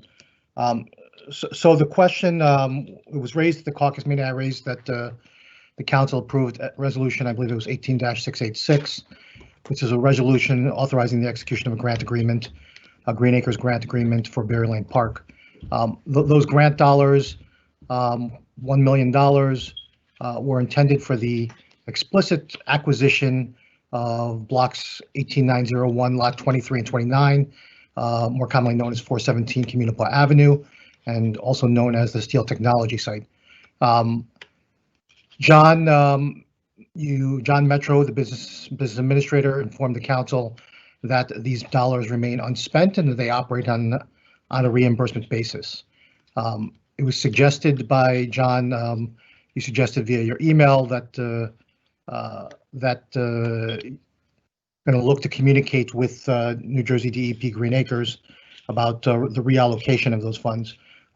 But my question that I posed was, as the administration and the Councilman Robinson engaged in discussions with the developer for whatever time that period was, after July 24th, 2018, which was the date that the mayor signed the agreement, that grant agreement, and decided to change and start opening discussions or conversations with the developer and entertain their offers or entreaties or inquiries to acquire this property and to seek the zoning changes. Have there been any communications with New Jersey DEP to this date, letting them know or informing them or notifying them of the intention or the pursuit of looking at this other direction with regard to seeking to relinquish our opportunity to obtain this property via eminent domain? Thank you, Councilman. I'm sure Diana could provide a little bit more color on this, but you're correct. The Green Acres dollars are reimbursable, and they were deemed for acquisition purposes. So if the city were to engage in a transaction, we would forward the money, if you will, and then be reimbursed on that basis. The current outstanding award letters are still attached to the purpose of land acquisition. So if this were to be approved, or if the city were to not continue to proceed in looking to acquire the property, which is deemed at from my understanding, a price tag that far exceeds the grant award amount, we'll work with Green Acres to repurpose those dollars. And the way Green Acres works is when we go and approach them for reprogramming these dollars, they give us a little bit more clarity if they want it to be on the same site, or if they like it to be a like project or a similar piece. So those conversations go back and forth with the state as we proceed from here. So that didn't quite answer my question, which is, have there been any conversations with Green Acres to date since the time that we signed the Green Acres grant agreement on July 24th, 2018 to present date, notifying them of the negotiations with the developer and the intention to essentially relinquish our claim to being able to, or interest in obtaining this property via eminent domain? Not to my knowledge, Councilperson. These dollars are still allocated for land acquisition. Okay. And you suggest that it's just as a simple, have an inquiry with them. To your knowledge, have there been, let me rephrase this actually. It's my understanding that in the past that there was attempts with other Green Acres not related to this project, attempts to repurpose dollars, and that didn't prove fruitful. Have you already had experiences or familiar with opportunities to repurpose Green Acres grants? And if so, can you give us a specific example? And I will just share for my purposes that I was the director of the grants office at New Jersey State University, worked there for 7 years, and it's not so easy to just say, I want to repurpose your grant dollars that you gave me for a specific purpose that was applied for and acquired for a specific purpose, and then just turn around and say, I'd like to use it for a different purpose. Can I keep the money? So if you could speak to that and just let me know what the past history of that has been with regard to the city being able to repurpose Green Acres grants or any other grants for that matter that are related to open space. Sure. So the process would be that we, go back to the state and discuss some of the either ongoing projects that we have or future projects that we would like to entertain, and they'll give us the guidance and the purview around if the dollars would be applicable to those projects. If not, we'll continue to do a search on future projects or like projects that these dollars would be used for, or land acquisition to further the parks program in Jersey City. And I appreciate that response, but my question again is, has there been past experience, at least under your, in your time with the city, and whether it be as director of finance or within the finance office, or in your capacity as acting business administrator, in which you're aware of the city reaching out to Green Acres for that purpose? And I would turn that question over. Happy to hear from planning or the JCRA. In terms of repurposing it. And if you can give the specific example of where Green Acres has actually done that, because what there is currently, putting it on the line, is there's $1 million that the city's been awarded, and there's the possibility, I don't know what the likelihood is, of losing those dollars with this action, right? So if anybody can guarantee otherwise, if you have a guarantee currently, I'd like to know that, and if you don't, then please let us know what, besides saying that we're going to give it our best effort, what the likelihood of something like that has been, and if you've had success in the past in doing that. Okay. These are legitimate questions. Councilman, I don't have a guarantee, but what I can tell you is that the state has been partners in our land management and parks program, and if we could prove the need and the use for those dollars on similar projects in the local partnership, we'd be happy to. I'm not sure if Diane has anything else to say. Let me see if I can do this. Hi. Can you see me? I'm trying to. There we go. We can see you and hear you, Diana. Oh, good. Well, the JCRA doesn't handle issues like that. We don't do grants coordination with Green Acres, but I guess I'm wondering, do you have a specific project in mind that you would like to obtain dollars for? I mean, that's something that we might be able to help you with. I'm not inquiring about anything of interest to myself. The project I would have an interest in is Berry Lane Park and the continued acquisition of Steel Technologies for the continued expansion and the original vision of that was laid out for Berry Lane Park in that regard. So is your concern that that if we ask Green Acres to repurpose the money, it might also extinguish any chance of acquiring Steel Tech? Well, with this action today, we will extinguish any chance of acquiring Steel Tech, right? We're relinquishing our opportunity to do that because we're basically giving the green light to the developer to say you can acquire it. We are, through our actions, providing him the zoning so that the property owner will then be able to acquire this property for, be able to sell the property for $11 million. Although we weren't provided the exact sale price, I was able to back into those numbers based on the imputed land value for the recreation center, which was a little over $2 million for 22,000 square feet.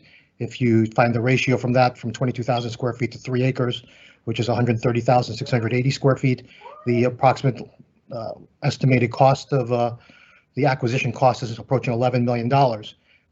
And we haven't even really discussed that. And I just share this with the rest of the council, is that literally with this action, we're going to give this property owner the opportunity to sell his property for $11 million. This is a dilapidated property that's been sitting out there that we were looking to acquire via eminent domain to be able to expand a park. And instead, we're going to enrich somebody who for decades left it fallow, dilapidated, and an eyesore, and essentially disrespected and insulted the community with their neglect of this property, instead of doing something productive with it over that time. And so they've basically held out, as has been noted in publications. Their asking price was to increase their asking price, their sales price for this property, and we essentially helped them acquire that. And the question is why? Why are we doing favors for them or the developer, but why are we doing favors for a property owner who's done no favors for Jersey City? and we're basically enriching them. So, yeah, I would like to see us acquire that property. I would like to see us take it back, take it and make it a public land and make it a public asset for Jersey City, and make sure that that property, which people have been surrounded by for decades now, to bring it to fruition to something that they would like to see as the vision for the community that they always wanted to see, that they envisioned back in 2008 when they did their charrettes, and going back to 1999 when this redevelopment plan was first written. Councilman Navarro, Diana, you can answer that, and then let's give Councilman Jermaine Robinson some ample time to speak and get his points across as well. So if you want to answer that, Diana, it's up to you, and then we'll just go ahead and speak with Councilman Jermaine Robinson. Okay, well, I didn't really hear a question. Councilman Navarro made a lot of interesting statements, and very passionate about this, obviously, but I didn't hear a question. I'm happy to answer it if there is one. Okay, no worries. We'll just go ahead and jump on to Councilman Jermaine Robinson if he has some questions and concerns, so we can just move on with the. So I think my only question is, the first statement. I've been living in this neighborhood for 40 years, right around the corner. So I've been a part of the conversations with Berry Lane Park. I hold it dear to my heart. That's one of the things that I really wanted to make sure get done when I was a part of the council. But one of the questions, I guess the only question I have for you, Director, is can you give us a timeline of the negotiations of, I guess, when we got the first dollars and when we talked to the developer, when we talked to the landowner to buy the land, and like how much it was listed for, or what was those negotiations over, I guess, the course of, I guess, from 2010 to today? Sure, I'll see what I can do. So, and of course I wasn't there. I got to the agency in 2015, but I did read through the records that we had. The first time there was, well, let me start by saying this. A lot has been made about whether or not Steel Tech was ever part of the park. So I just want to clarify that Steel Technologies site was always privately owned. It was never owned by the city, and it was never owned by the JCRA. It was always privately owned. It's still privately owned.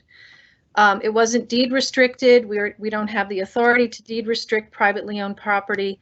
It was never, restricted in any way. There was an attempt to, there was a grant application made in 2010 to, I think it was open space. So two sources of money: open space, Hudson County Open Space, and the state DEP Green Acres. I didn't see anything in the records that I could find that anything happened between the grant award in 2011 and then in 2015. I do know that in 2015, attempts were made to acquire Steel Technologies. This was after the park had already been completed and was opened or about to be opened. So when I said that Steel Tech was never part of the original plans, that's what I said. There was always, it was aspirational to get Steel Tech as part of Berry Lane Park, but the original plans for the park did not include Steel Tech as an integral part of the park. So in 2015, with some grant money, negotiations were commenced. I don't remember what the JCRA's opening offer was, but we did get an appraisal. We offered some number, I think maybe 2.9 million, and the developer came back and said, no, I want 4.5. And I think at that point, when was that? What year? That was 2015. So at that point, we knew that even though the underlying zoning was only zoned for industrial, that the area was beginning to change and property values were going up. So we kept negotiating with the owner. We only had a limited amount of funds on hand. Already 4.5 million was more than we had on hand. But every time we started to say, okay, well, perhaps we can take care of the environmental remediation. We might be able to get a grant for that. Every time we went back to him and said, okay, what about 4 million? He would then say, no, how about 7 million? How about 8 million? He kept moving the number up. And it was really, it did not appear to us to be sincerely negotiating. You don't do that in a negotiation. You don't say, I want X number, and then when the party says, okay, I accept, you move the number up. We did discuss condemnation. Condemnation is a very expensive process because it involves litigation. And so what I hope everyone can take away from this about condemnation is that the JCRA or the city, we don't set the value. It's not as though we can go to court and say, we want to acquire this property for a public purpose and we're going to give you $3 million. The condemnation commissioners and the court sets the value. And we don't know going in what that number is going to be.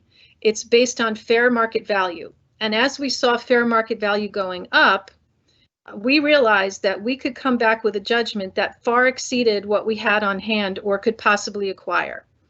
And so by the end of 2017, we realized that we had been priced out of the market, that fair market value at that point was probably in the neighborhood of $6 million. So really what this all comes down to— What year was that? 6 million? Yeah. Which year? Like the end of 2017. So what this comes down to is two things. One is policy. What is the policy here? What does the city want to do vis-a-vis Steel Tech? And the other is money. If there's a decision that, no, we want to go out and acquire it, then someone has to come up with the money. We had gone through a few iterations about what could be done with the land. I think one of them was a parking lot. This was before my time. Another was affordable housing. But at the end of 2017, it became apparent to us that without significant financial support, we were not going to be able to acquire this property through condemnation. It would have been infeasible and really kind of reckless. Once condemnation is instituted, by the way, we are obligated to pay whatever the judgment is. So we do not have the ability at the end of the process to say to the court, oh, sorry, we don't have that much money, we're not going to do it. The judgment is entered and we will have to pay it regardless of our ability to pay, regardless of whether we thought it was fair. And so the agency doesn't undertake condemnation lightly, and because of that, because there's a lot of risk involved. Do we have I'm sorry, Council President. I just got one more question for you. I seen you moving. Do we have an appraisal for today? Like no. What the value for today? Is there anyone? I don't know if the owner or the seller's owner or someone has today's value, because you said 6 million in 2017, which is, you know, weeks away from 2021, which is 4 years from now. So I guess from 2015 at 4 million to 2021, like, do we have a number? Did we do an appraisal? No, we didn't do an appraisal. I mean, and our appraisal was based on industrial use. So we haven't done a recent appraisal, no. So industrial use was 6 million in 2017 with an 8-story building or a 5-story building. It would, I mean, I've been doing real estate in this area for 20 years. I would assume that it's drastically higher. Yeah, I mean, is industrial, in your opinion, like more expensive than residential, or vice versa? I'm not. No. Residential is usually valued by the number of units, so a number is assigned per unit. So, you know, we've seen in, you know, could range from anything from 10,000 a unit to 40,000 a unit, depending on the area and the building and what the market can support. Okay, thank you. I have a question for the BA, acting BA. In terms of the grant dollars, is there any possible way to keep those grant dollars going towards Berry Lane Park to finish it out? I know we just did the pavilion. I know we did the skate park. I know we did where we still have some dollars. Is it possible to go towards Berry Lane Park, or is it possible to move it to another, location in Ward F? Yeah, Councilman. That's something that we'll be discussing with the state.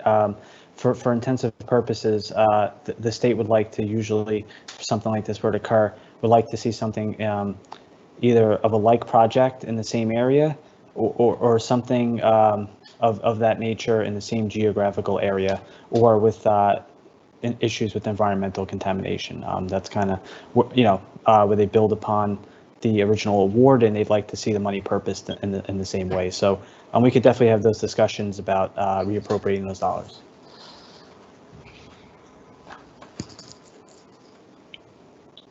Okay, do any other council members have any other questions? I have follow-up questions. Rolando, Councilman Lavar, let's see if other council person have it, then we'll come back to you. And like I said, we'll keep it we'll keep it limited. Councilman Solomon? Yeah, thank you, Council President Pro Tem. Just a question for Director Jeffrey on the timeline she just walked through. We received an appraisal from March 2017, indicating two values. One was just under 3 million, and the other was, I think, 3,350,000 for the property. And I know we applied for the grant through, I think, Green Acres in the summer of 2018. And so I'm just trying to understand, when the JSRA sort of felt like the appraised value had gotten so high that they couldn't take the risk of going to court via eminent domain to try to acquire the property, and how that March 17 $3 million-ish appraisal sort of changed over time. Well, I'm really glad you asked that question. And this is kind of this shows me that you really looked at this very carefully.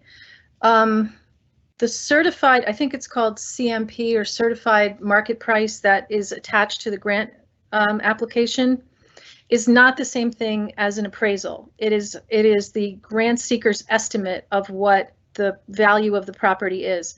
So that would not be evidentiary in a condemnation action. In a condemnation action, the JCRA would hire a professional appraiser to go out and do an appraisal based on what those regulations require, and so would the owner of the property. And then the condemnation commissioners would get to make a determination as to what constituted fair market value. So those are two different documents, and unfortunately the one that was submitted with the grant, which is valid, is just our assessment of what we thought the property was worth at the time, but not what the professional appraisers or a court would say. I hope that makes sense. Okay, sure. Thank you. Okay. Any other council members? Councilman Navarro? Ms. Jeffrey, again, when was the appraised value that you suggested was, what was the number you came with, 6 million? When I said that, let me just be clear. I'm not saying that we did an appraisal and it came back saying it was worth $6 million. What I'm saying is that as we saw the fair market value begin to creep up, it was our assessment that it could be worth as much as $6 million at that point. We did have an appraisal done earlier that it came back, I believe, at 4.5 or $5 million. And when was that offer? Oh, when was that appraisal? I don't remember. I'll have to look. But these negotiations were taking place sometime between 2015 and 2017. Okay. I do remember this because it was a draft appraisal, and it concerned us at the time because it was more than we had on hand. And what's the name of the property owner? Oh gosh, I don't remember. I think is it J.C. McElroy Company? Yes, McElroy. Okay. Okay. That may not be the owner though, but McElroy is also one of the names. I'd like to share a document and ask if you're familiar with this. So I have a document from the JCRA on February of 2017.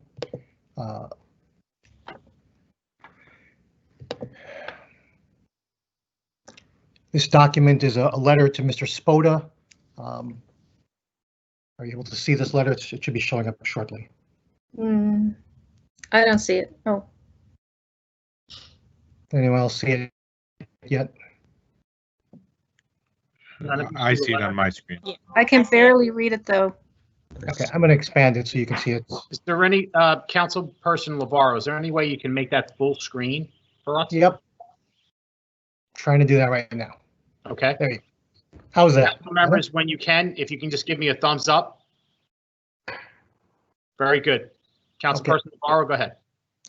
So this is dated February 10th, 2017. It's a letter to Mr. Spoda from the JCRA. Let me just go scroll back up to the top of the letterhead.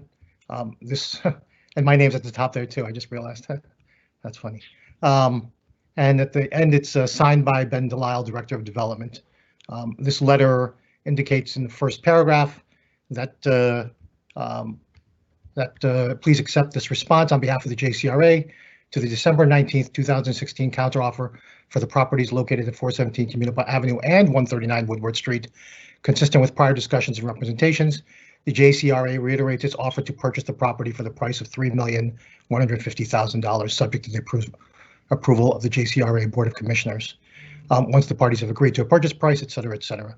So the dollar established at that point was 3.15 million. At least that was the formal offer presented by the JCRA to Mr. Spoda and the property owner at that time.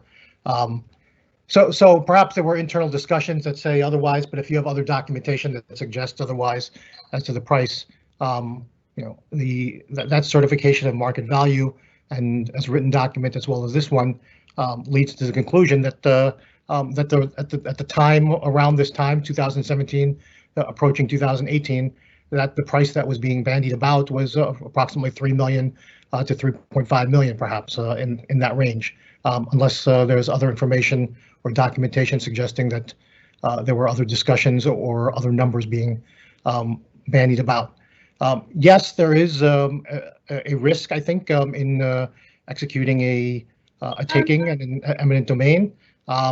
Did you have any numbers drawn up as to estimates of the cost for such action and what something like that would look like? And did you was there any sort of efforts to assess the risk of taking on that action? Because I would argue that again, the differences between 3 acres of land of 130,600 square feet of public land for the city of Jersey City and for the people of Jersey City versus 22,000 square foot shell of a recreation center and 7,000 square feet of public parking space for the Jersey City. Councilman, let's give her a chance to answer Yeah, that so we can let move me forward. unpack that a little. So first of all, you appear to be conflating our offer price with fair market value. And we wouldn't be very good at our jobs if we were offering fair market value to acquire property. So we offered what we thought was a fair price based on the amount of money that we had. And then they rejected that offer, as you remember, because you were on the board at that time. So it's not, I mean, the fact that we offered 3.1 million is not indicative of what the property was worth. It's indicative of what we felt we could, we wanted to acquire it for and what we thought we could afford to acquire it for. But that offer was rejected. You can also see in that letter that there's a paragraph about us saying to the owner that they would still be responsible for the environmental. That was also, I remember subsequent conversation, we offered they came back to us and said, well, if you would take that off the table, would you take that off the table? So there was more back and forth, but the 3.1 million is not indicative of fair market value. As to your other question, well, yes, we did do an analysis. I mean, we always, as you remember, we would always do an analysis about whether or not a condemnation action was something that was worth the risk. Typically, when we engage in condemnation, we get the developer to front all the costs, including the cost of litigation. But in this case, there was no developer. The developer was the city. And so the JCRA would have been on the hook for those costs. Sometimes condemnation can take the initial process where we file a notice of taking and then we deposit the money in the court, and that's the acquisition part of it is relatively quick. It's only a few months. The valuation part can take several years, and if it goes up on appeal, it can take several more years. So we would had to have planned for that investment as well. And as I said, we didn't have more than what was in the offer price. We just felt like it wasn't something that we could responsibly take on. Silly question, but is the valuation determined at the time that you commence the taking, or is it at the time, like let's say you go through all the litigation and you go through appeal and then the court says, you know, like it's the valuation at this point in time after years of litigation? Yeah, that's a great question. So the condemnation proceedings are split into two phases, and the first is acquisition. And acquisition, like I said, is relatively quick. We file our notice of taking. First, we're required under the statute to make an offer and try to negotiate a sale through an arm's length transaction. And then once that, if that fails, we then file our notice of taking. And at the time, as soon as we file our notice of taking, technically ownership transfers. And then we go into the valuation phase where we actually hold a trial on what the value is, and witnesses testify and the appraisers testify, and then the condemnation commissioners can make a decision. That can take a lot longer. That can take 9 months. And then once they come back with a decision, the parties have the right to appeal that decision to Superior Court, and then they have the right to appeal it to the appellate division. So the evaluation stage can take sometimes years. Often the parties will settle, and they'll settle for more than what the JCRA and the developer thought was a reasonable, was fair market value, but it's easier to settle and pay more than to go through lengthy litigation and lengthy appeals. I hope that answers your question. So we don't know going in what the valuation is going to be in the end, so it is kind of risky. Oh, and you asked how do they value it? Is that at the time of like if we're in the process for 2 years? No, they don't like backdate it. They backdate it to when the action was filed. They don't like, you don't like say, well, what is it now that we've been through the appellate process, because that would give an incentive to the owner to file an appeal because they know at the end they might get a better value. So it's not, it doesn't work that way. Okay. Okay, council members. I have another document I need to present and ask. Okay, Councilman Navarro. Yeah, we'll allow that one, and then we're just going to go ahead and ask Sean to call the votes, and then once you vote, you can speak on your when you're voting on the ordinance. Go ahead. So Ms. Jeffrey, I have another document here dated January 15th, 2018. I'm going to expand it so you can view this as well. This is from the New Jersey Realty Advisory Group, LLC. Are you familiar with this? No. Well, that's 139 Woodward. It says block 18. I think there might be a mistake there because it says block 18901, lots 23 and 29.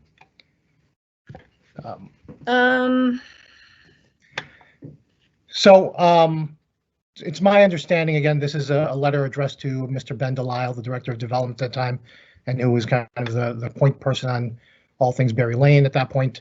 This is dated January 15th, 2018. And at that time, it looks like he requested that New Jersey Realty Advisory Group review the appraisal prepared by Theodore Lamicella Jr. of Associated Appraisal Group.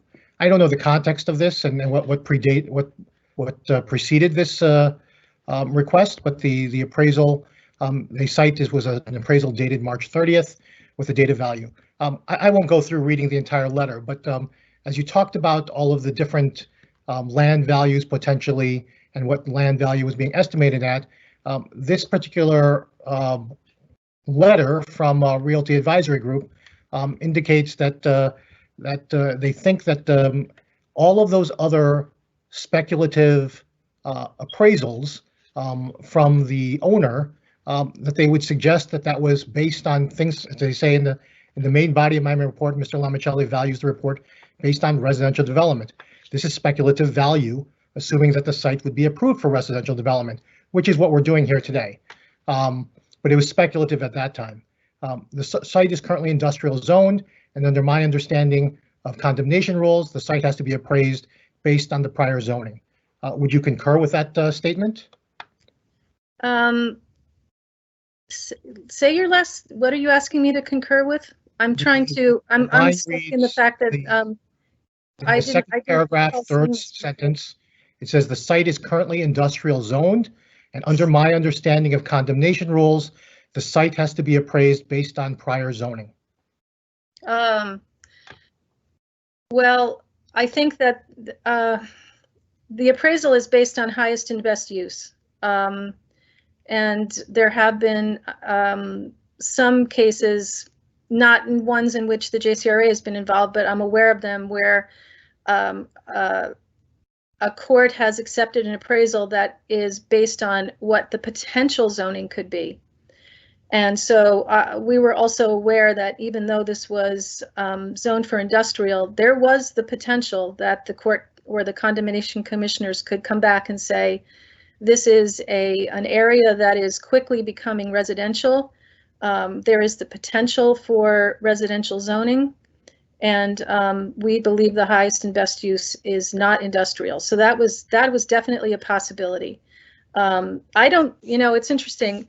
I don't know if you remember seeing this back in 2017, but I don't remember seeing this. I don't think that I was aware. I was general counsel at the time, and I'm not sure I was aware that Ben sought this opinion, but that being said, it doesn't change. I mean, this is a realty group that does appraisals, I assume. I actually didn't do my research on the group, so I don't know exactly. But the way it reads, it seems to be providing a professional opinion about appraisals, and then they conclude by saying, it is my opinion that these values, meaning the values being purported by the owner, are not supported, and the only value considered is a value based on an industrial use and financially feasible for the site, given the location and access to major roadways. And that's how that letter concludes. Well, okay. Do you remember seeing this letter in 2017? Because I don't remember seeing it, but do you remember what your opinion was at the time? I didn't have access to this letter at that time, but I do have access to it now. And I mean, with all of that being said, there has been representations that this property was not originally part of the vision or the plan for Berry Lane Park. I think that's been debunked at this point and disputed for sure. And then there are questions still that remain. And I would put it to the council that it would be irresponsible for us, and given everything that's at stake, and as you heard from tonight from all of the members of the public, that it would be disrespectful and dishonoring of the history of one of the oldest communities in Jersey City to not take the time to table this ordinance. And I would ask the councilman for Ward F, representing the area, to do the due diligence here and to ensure that that we are honoring whatever the original vision was here, and whatever efforts may have been made. If there were efforts, again, the opportunity there is to build an expansion of the park, and if we were able to acquire it, and it seems feasible and realistic to be able to do it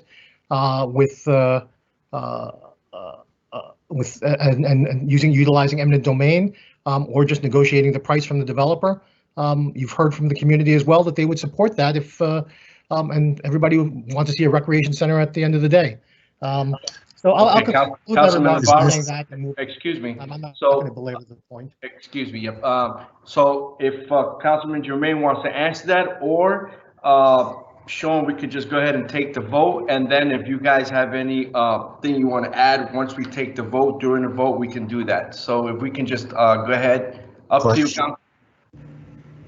I just have one question. Would we have the ability to use eminent domain today and buy it at the price it is right now? Because it sounds like before we didn't have the money. Do we have the money today if we were to go through this process? If we were to, No, we don't. That comes back to my question before. If the will of this body and the administration is to acquire this property, then the answer to that is money. Although at this point you have a contract purchaser who I'm sure would litigate and seek damages from the JCRA and the city. But you know, it's definitely, condemnation is all about funding. How much would Any more questions, Councilman Salim? how much more money would it take to, like, if we were to do it today, what would the price be in your opinion? I haven't done that analysis, but it's definitely not less than it was 4 years ago. Okay, thank you. Okay, Mr. Gallagher. Okay, before I take the vote, there was a gentleman who emailed me right as we were closing the public hearing, but we did close the public hearing, but he does have a statement. If you would allow me to read it into the record before we take the vote, Council President Pro Temp, if you don't mind. I'll allow it. Thank you. Okay, it's this gentleman, his name is Tahim Zafar. First name is spelled Tehmim, as in Mary. Last name Zafar. And he says, "Hi, my name is Tahim Zafar. I am a Jersey City resident and would like to express my opinion regarding the ordinance being voted on tonight. I'm going on the record to say that I'm completely against the Skyline Development acquiring the property at 417 Communiport Avenue to build a building composed of luxury housing units, out of which was only 20 units will be affordable. I do not see how this will be I do not see how this will benefit the community surrounding the building. This benefits no one else but the people who want to build these luxury units for personal gain. We cannot let these, I'm not going to repeat what he actually said. I'm not going to let these individuals come in to do the injustice to our people. If the council has any empathy for the locals of our community, they will not side with these greedy developers who only have the intention of making their pockets bigger. The people of Jersey City do not want luxury development that pushes out residents and not only benefits those who already have more money than they can count. Please side with the people of Jersey City today. You are here to serve them, not screw them over. That's all I have to say. Thank you for letting me express my opinion." That completes his statement. I apologize. Okay. So thank you very much. So for final consideration and adoption of City Ordinance 20-103, Councilperson Ridley. Okay, first I just want to say thank you to Ms. Rivera, Mrs. Patton, and Mr. Choice for meeting with me on Friday. We had a good conversation. They sent me more information and I did review that information. And I totally understand wanting to be involved in development in your area. And I know that, you know, each ward operates differently. From the comments tonight, it says that it seems that some meetings were had, or maybe residents feel like there weren't sufficient meetings, but there seems to be some communication, but more was requested. A lot of the things that I was going to point out, I think the director at JCRA did a good job of covering in regards to condemnation and acquiring this land and us not having the money to do so. But one of the other things that I wanted to point out is that when Berry Lane was in the process of being developed and funds were being allocated, there was money taken away from other park projects in the city to build Berry Lane. So to now come back and say that now we need to put out more money than money that we don't even have to add more to Berry Lane when there are other areas of this city, other wards looking for money for park projects, not even other wards, just other areas of Ward F. Prime example of one of the parks that lost its funding was Fulton Avenue. We're just circling back around to that. And that money was used for Berry Lane. I think that that was unfair. And if we're going to get more money, I would like to see that spread a little more evenly throughout the city. And that's no offense to any Ward F or Bergen Lafayette residents, but I think we really have to look at the way that we're spending money. So I certainly wouldn't want the city to stretch itself in order to expand Berry Lane Park if it wasn't originally allocated. I think that's the majority of what I have to say, because like I said, Diana addressed some of the things that I was going to ask and some of the points that I was going to make. So with that, I am going to vote aye. Thank you. Councilperson Prinzary. So thank you for the people, everyone that called in tonight that wrote to my office, to the members of the Morris Canal Coalition. We had a nice meeting the other week. I appreciate the documentation that you'd sent over this week that I had also reviewed. And I've spoken with our planning department. I've asked for information on when notices were sent out to better understand the timeliness of these notifications, and from what I understand, they were sent out, and they were sent out in a timely fashion. As it relates to the community meetings, I know that there were a number of meetings, and under COVID, it can be very challenging. We have the same challenges with community meetings in my ward, and sometimes, older residents can't get on, people don't have access to the internet, but a number of meetings were had and there was opportunity for people to participate and chime in. As the director pointed out, our options are, as it relates to condemnation, are, can be very expensive and can also be very time consuming. So this could be a process that would go on for another couple of years without any real clear outcome of what the cost might be and what this would mean to the taxpayers. Now, as it relates to the grant funding, I'd also done some research with that, with our business administrator, the finance department, and understanding what was brought in, what was allocated for acquisition versus programming, and what we may or may not be able to do with funding afterwards. Full disclosure, I was on the board of the Parks Coalition when they were doing the programming for the original plans for the park, and as Councilwoman Ridley pointed out, that was a big bone of contention with the coalition because there were a number of projects with the parks across the city. In my ward, I know in the Heights, in Ward F and Ward A, that basically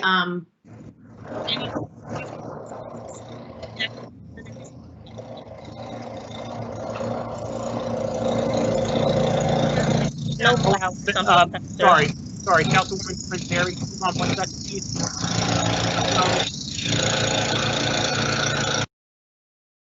Okay, I had a mute. Okay, go right ahead. I apologize for that. That's all right. I'll take it as a cue that I should wrap up because clearly we need to be getting our streets clean. And so with this, also knowing that there is a little bit of home rule with projects in people's wards, I'm going to vote aye. Thank you, Councilperson Baggiano. I had to mute you. You have to unmute yourself, sir. Thank you. Nope, go ahead. There you go. I'm unmuted, right? There you go. You're good. We can hear you. Okay. I've had several conversations with Jermaine on this issue. I agree with what Mira just said and what Denise just said. And, right now with the financial conditions and everything, I think something for the neighborhood that'll be good. If Jermaine, what he's told me about all these meetings he's had with these people, I don't understand this. So I'm going to vote aye. Thank you. Councilperson Saleh. Thank you. And thank you to everyone that spoke today. I appreciate everything you've said. And I understand your consternation that this might have been part of a vision to expand Berry Lane Park. And from what I gather from the facts, this is a privately owned piece of property, and something that the government can do is eminent domain, but it's a very extraordinary tool for the government to take away the property that is privately owned. So if we were to use that tool, we would need to have the funds to pay for it. And if you know anything about the property values in Jersey City or even in the Heights, like the property value in 2016 might have been $200,000 for a two-family house. Now it's about $800,000, $900,000. And we're not talking about a property as big as the parcel that's being discussed here today. And do I think that the developer was unscrupulous here, that They dragged their feet, you know, to knowing that the property value would increase over time. I think that the owner, the developer, was probably knew that was going to happen and that we wouldn't be able to pay for it. And I really, you know, take great umbrage over that fact. And from what I've discussed with Jermaine, he told me that this was going to be 30 stories and it was going to have no affordable housing. And he has fought to decrease the size to 17 stories. And at the last council meeting, or 2 council meetings ago, we voted for something downtown that was 50+ stories, and they had a school at the bottom. So Jermaine has been asking for a recreational center in his ward, and, you know, to stem the tide of violence, to keep the kids occupied there, to give them an outlet in that community, you know. And Berry Lane Park, in all honesty, has gotten funding from all across the city, funding that was supposed to be allocated to other parks in the city, as you heard from Denise. Some of it was supposed to go to Ward D, you know, and other areas of the city. And we just had to bond in the last council meeting or 2 council meetings ago for, you know, these kinds of improvements for the parks.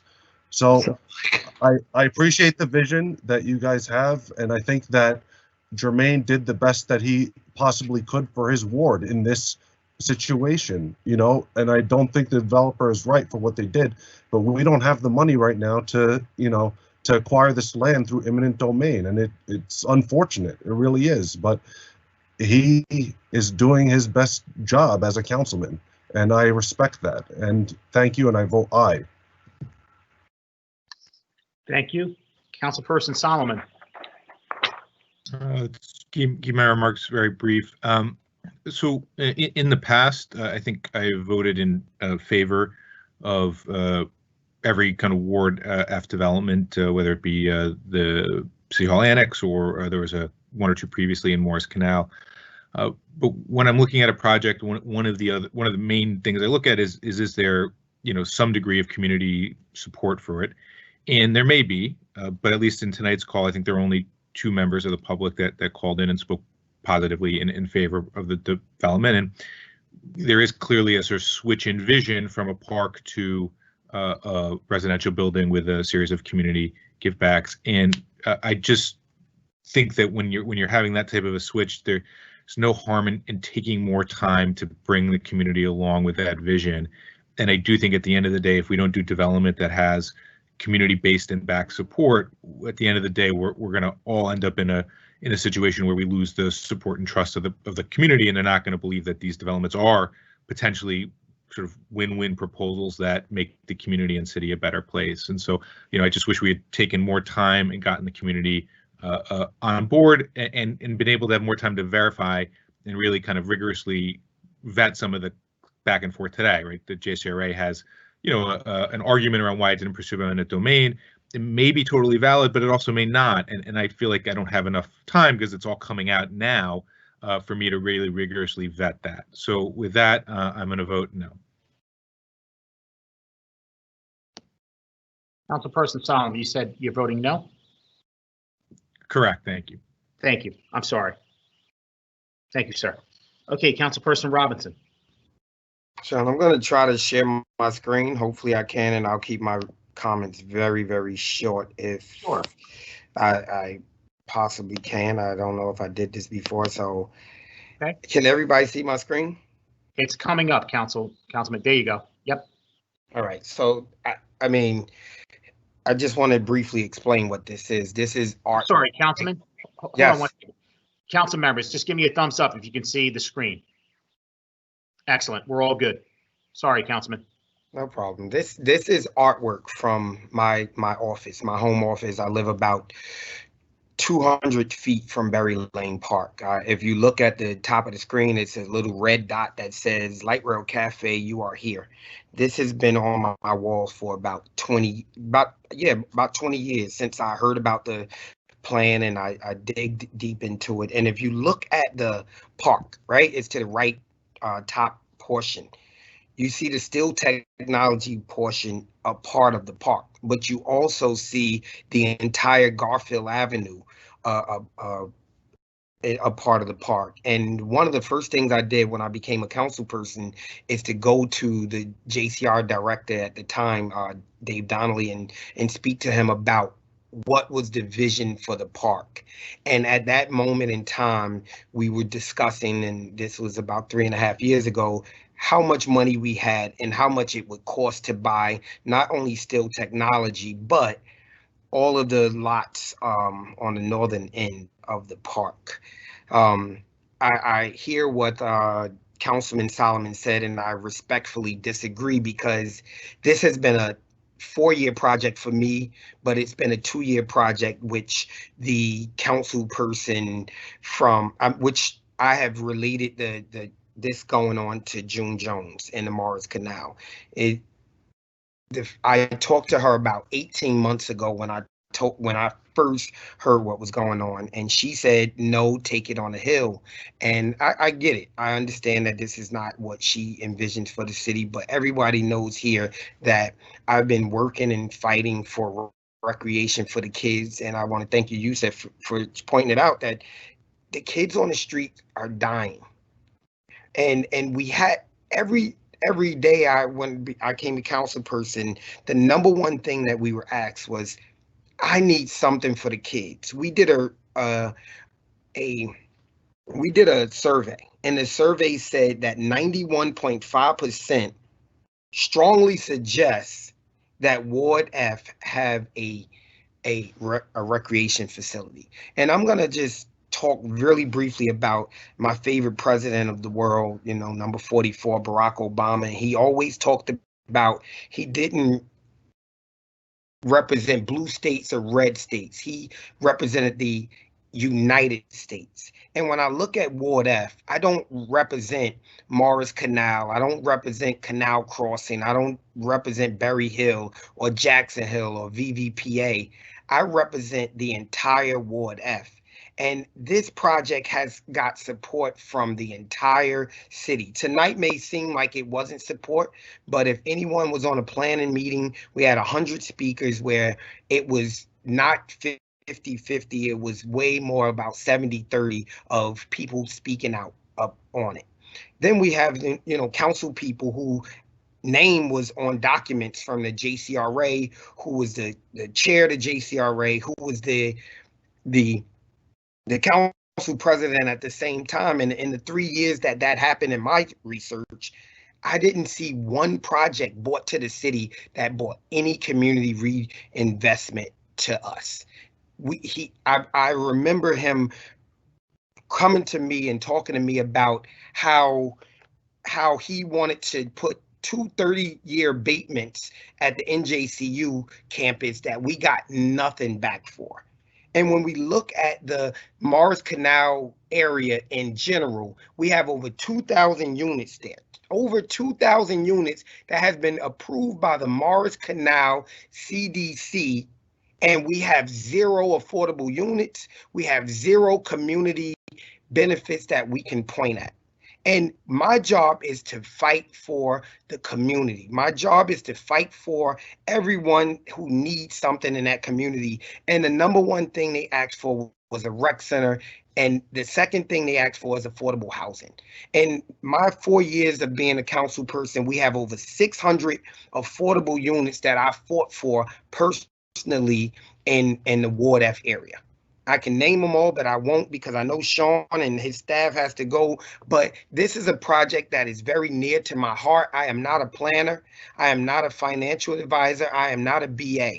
My job is to fight for what the community asked me for. And what the community asked me for was recreation, so they can have something for the kids to do. I drove past Berry Lane yesterday, and kids were outside in 30-degree weather playing in the park. This will allot them something to do when there's nothing to do in the community. And I want to thank all of the council people who supported this, and really look out for the kids. Whoever didn't support this, you don't care about the kids in Ward F. There was no kids on the phone tonight. There were grown people who have great grandkids saying that this is not a project for them.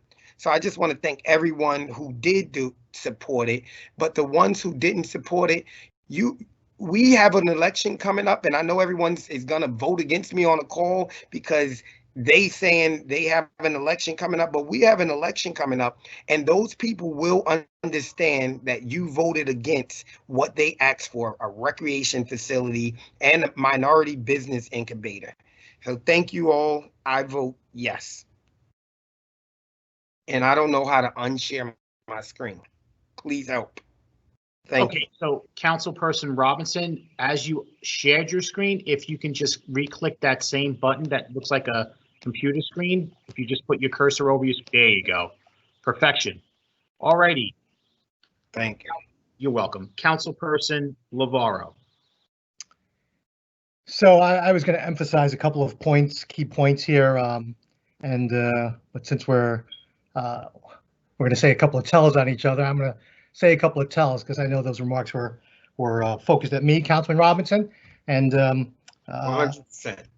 I'm going to be happy to share a few tells about the councilman from Ward F, who's representing the people in Ward F.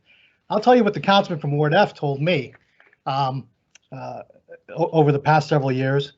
He confided in me at one time that his aspiration is to be Peter Mocco. I want to be Peter Mocco, who was the North Bergen mayor at one time, and he learned so much about development. And when he finished up as a North Bergen mayor, he was able to make a ton of money like that. And he let me know that that's what he really wanted to do. And he said, "Well, Councilman Navarro, I'm going to finish what I got to say." You are, and I'm not saying you're not, but let's not make a mockery out of this council. Yeah, I'm going to say the truth. But I'm just saying other people think that they can impede my character. Councilman Rivera, this is my time. I don't care what your title may say you are, but I get to have an opportunity to say what I have to say on the record, and I'm going to say what I have to say on the record. The rest of you can go ahead and rubber stamp things the way you want to. I'm going to continue to say what I need to say. So let me finish You're going to have your time. We just need to. I'm not saying you're not going to have your time. You need to take a breather and relax. I'm just telling you, don't make a mockery. Thanks for your concern. Thanks for your concern, Councilman Rivera, but I got it handled. No worries. So Councilman Robinson told me I want to be like Peter Mocco. I'm going to learn all I can about development, make all the relationships, and when I'm done here, I'm going to make a ton of money. Well, you are on your way to that outcome, Councilman. That goal is certainly going to be achieved in your time here on City Council, because it's clear which trajectory you're on right now, whether it be the Liberty State Park and the things that you pushed around that to try to enrich a developer there and to build your relationships there, or whether it's with this project over here.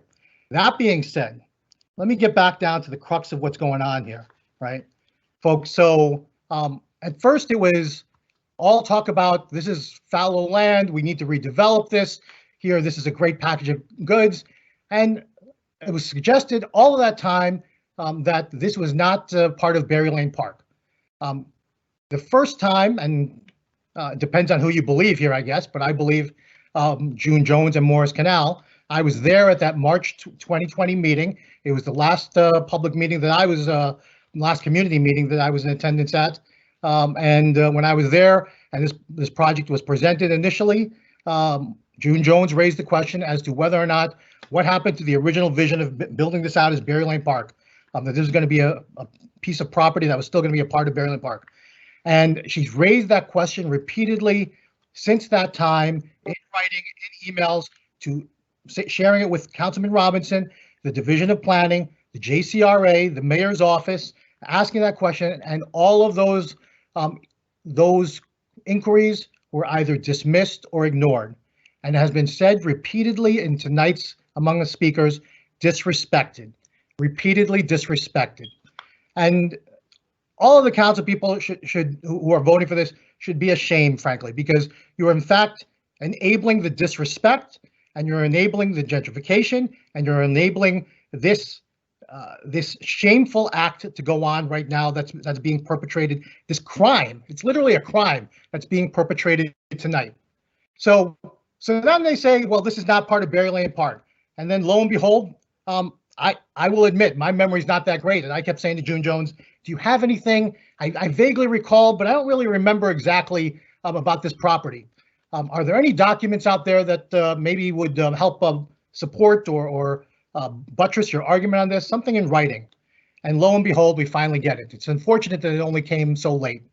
And we get the documents that show not only that it's been envisioned, this specific property has been envisioned since 2010, and there's a Hudson County open space grant that has still an open balance on it for this property.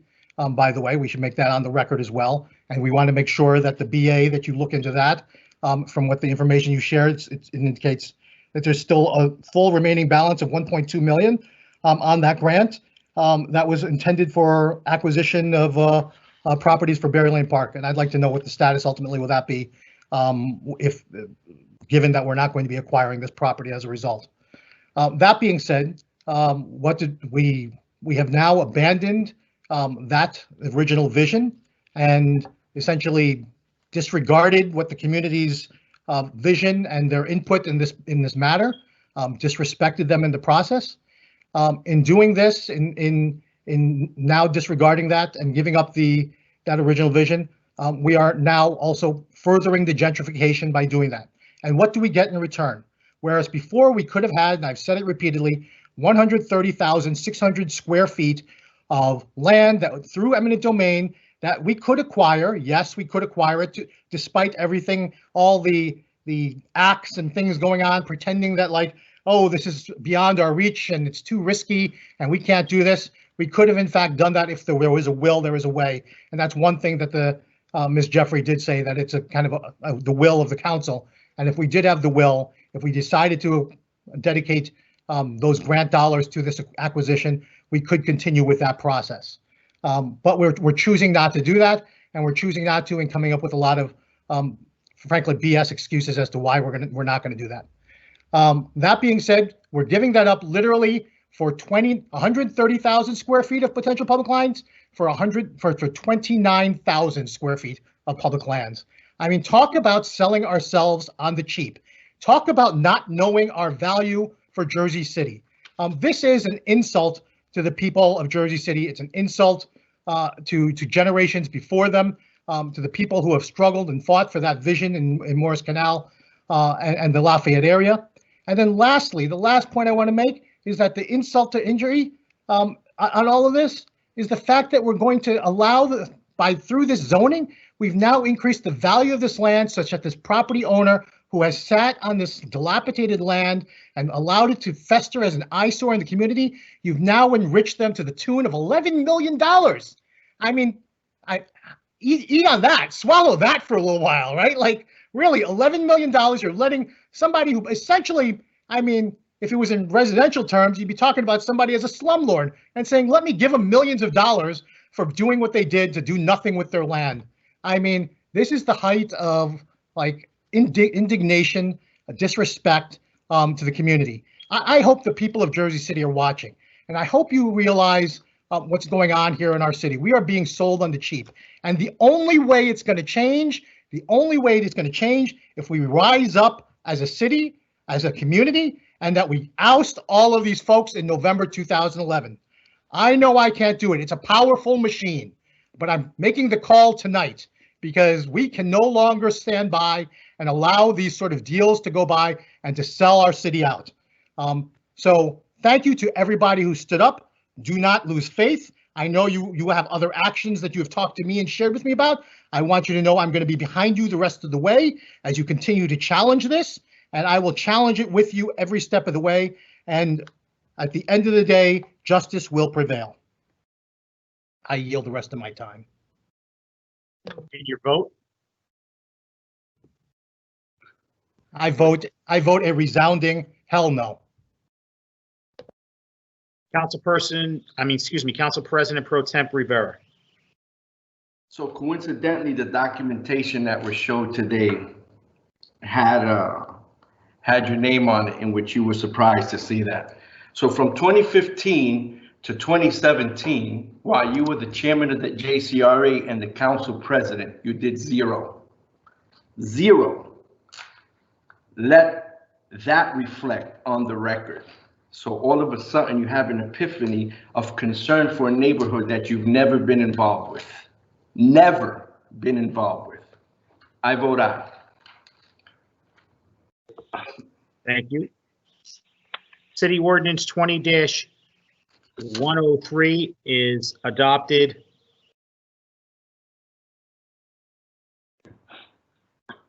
6-2, with Councilperson Solomon and LeVar voting no, and Council President Waterman absent. Okay, on to our regular scheduled business.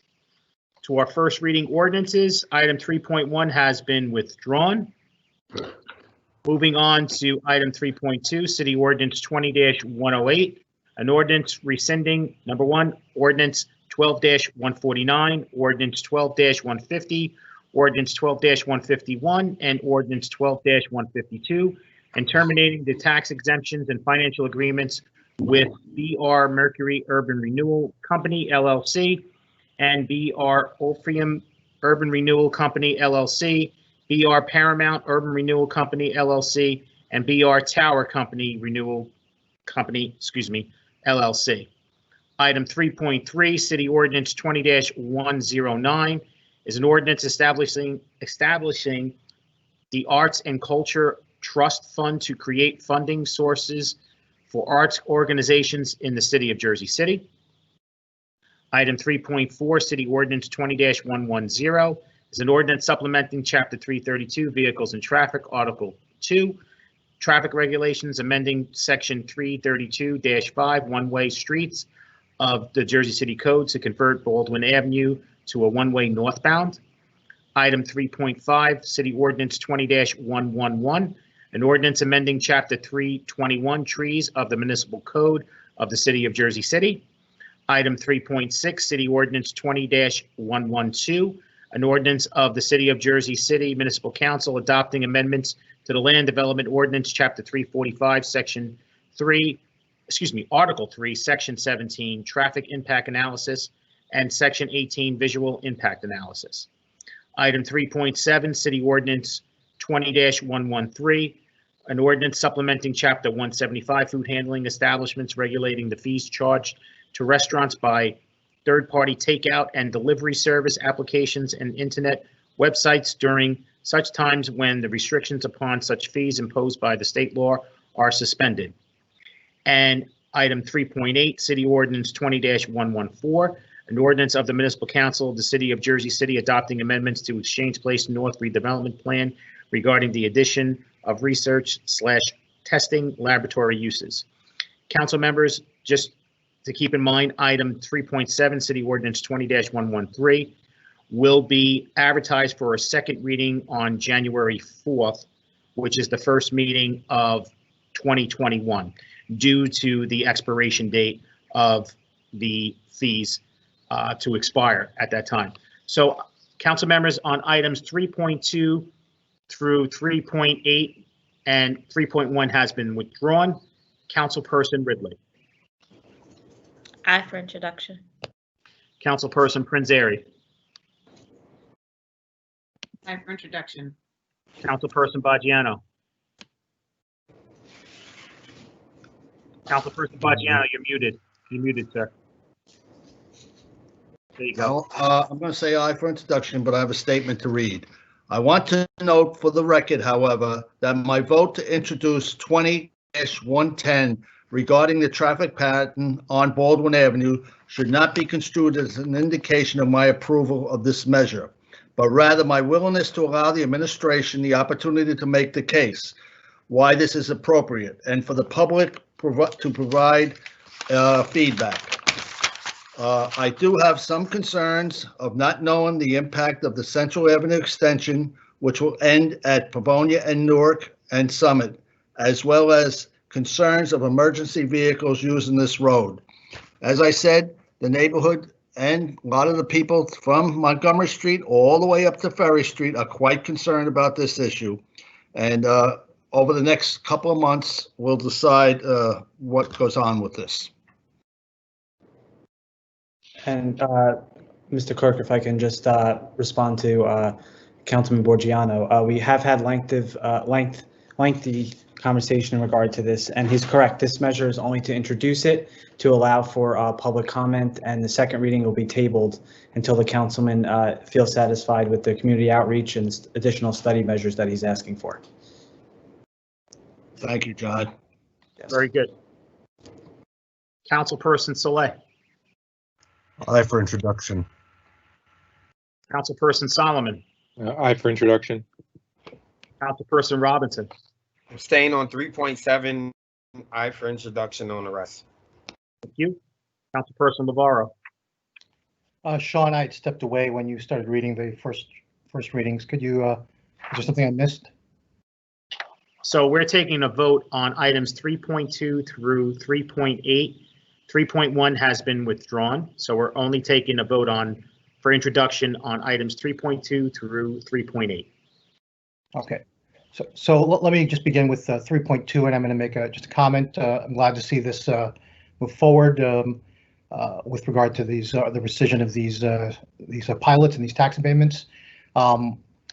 I do have just a comment to make to the business administrator. I had met with your audit team on staff, I should say, the staff for the city who are working on the audit of the tax abatements.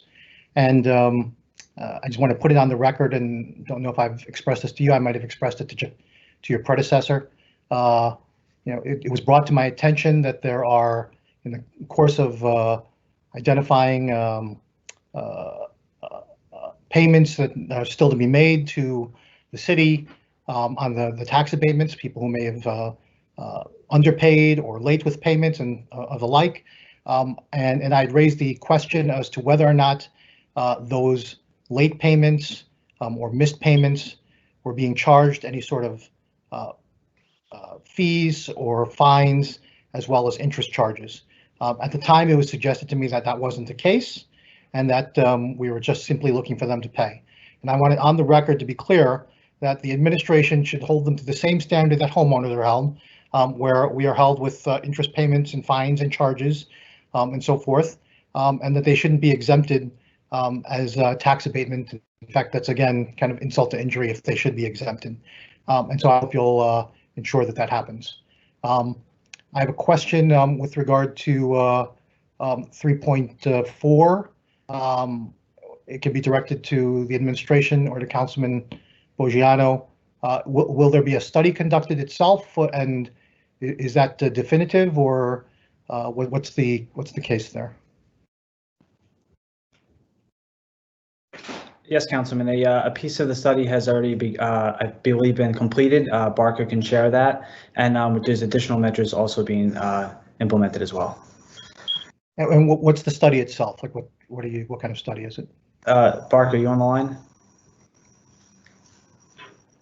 Yes. Hi, council members. Andrew's on the line as well to give insight into the specifics of the traffic impacts, but the study will be related to the traffic impacts of a possible one-way conversion of Baldwin Avenue and Summit Avenue in the future if there's interest in that. And in addition to the one-way conversion and any mitigation that would have to happen as a result of that, it would also be studying a redesign of the street and what uses can be integrated into the redesign, protected bike lanes, improvements for transit, and pedestrian improvements overall along the corridor. So a traffic impact study has been done for Baldwin Avenue, and we have some preliminary understandings of the impact there. We'll be starting on Summit Avenue, but there will be more comprehensive studies and analysis next year, which will be presented, and we'll go through a public process to, present the impacts as we understand them and make a decision after that. So is that the study of Baldwin Avenue, is it also a study of Summit Avenue? As far as, are we looking at Summit Avenue as a one-way directional traffic as well? The study that has been completed so far is just for Baldwin Avenue, but it does look at the impacts at intersections on other streets. The study that has begun is for Summit Avenue, and as we continue this process, it will be for how one-way conversions on both streets will impact each other and the other parallel streets and cross streets for the length of the project. Okay. Part of the reason I bring this up is I brought this up, myself, Councilman Bogiano, and Councilperson Prinzari had a community meeting at Hudson Catholic regarding the Bergen Avenue bike lanes. That's right. Some time ago. And I believe a number of council people showed up there as well. Council President Waterman, and forgive me, I don't recall who else might have been there. Council President Ridley might have been there as well. I'm not sure. But that being said, I'd raised the issue of conversions of one-way streets, in particular talking about Bergen and Summit at the time. Are you contemplating other parallel streets there beyond Bergen and Summit?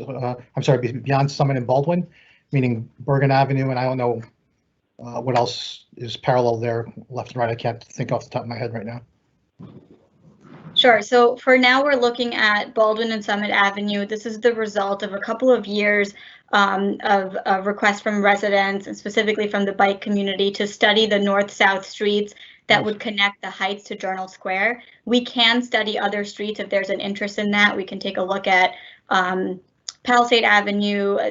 The difficult thing is that there is a very small collection of north-south continuous streets in this part of the city as it is, so we're kind of limited to those, but we can expand the scope and study other streets if there's an interest in that within the council, or just limit it to Baldwin and Summit. Bakra, I have a question. How long has this study been going on? I'm not sure. Andrew would have the details. Yeah, well, I just found out about it recently, and I'm going to tell you something. There are many people concerned about this, and there's going to be a long way before this is done. Yes, absolutely. I think we're on the same page there, and it's going to be quite a comprehensive process in both studying it and presenting it to you all, the council, and the public, as we're understanding how this would actually play out, what the redesign would involve, how it would impact pedestrians, vehicular traffic, transit, the state highway, all of that. Okay. Yeah. Also, Bakra, when things like this are done, not only Ward C, but every ward, the council person should be advised and the council people at large should be advised, so we know what's going on. And thank you for saying that, Rich. Yeah. So things like this, I've been around a long time, and I don't particularly care for a lot of things that, we're left out of the loop, like Bergen Avenue. All right. I'm not opposed to it, but it's going to be studied by the people of Jersey City, and they are the ones that are going to make the decision. Understood. We'll do our best to continue being in communication with you and follow the BA's lead on what the best way is to do that. Okay, I have one final question on this, and then I'll cast my vote yes on all. But we did something similar here for the Western Slope for a whole bunch of streets. Were you involved with that, Bark? I forget. I wasn't, Councilman. Yeah. Is Andrew on the call? Was he involved in that? Yes, I was involved in that. Okay. So we did that entire study. We went through a number of different configurations, presented to the community. Thought that we were going to accomplish that in terms of, I think there were 3 streets involved. I can't remember which streets were there, Liberty Avenue and the other parallel streets over there. And then ultimately we did nothing. Nothing was adopted. So I just want to ask, like, how are we going to avoid that? Because if we're going to spend a lot of money, and I'm very much open to this, so I want to put that clear on the record. So for the folks who are watching, I think in terms of the pedestrian safety options there and possibilities, that it definitely want to explore that and make sure that do a good job there. But certainly don't want to be able to learn from the mistakes of the past and making sure that if we're going to move forward in this direction, that we actually see some final results. Can you just advise as to how that might look to avoid this? Yeah, I certainly can't guarantee that we're going to do the study and then implement the project right way. Conducting the study and then not deciding to go forward with it is certainly an option. I wouldn't really change any of the procedures that we used when conducting the Western Slope study. We essentially gave the public everything that they needed to make a decision. We took a look at traffic, snow operations, emergency vehicle routing, and at that point we left it to the public to make the decision. So we'll strive to do the same thing here with this study and look at every angle and try to do our best to give the council enough information to make a decision. Okay, that's fair. I vote aye. Thank you both. Thank you.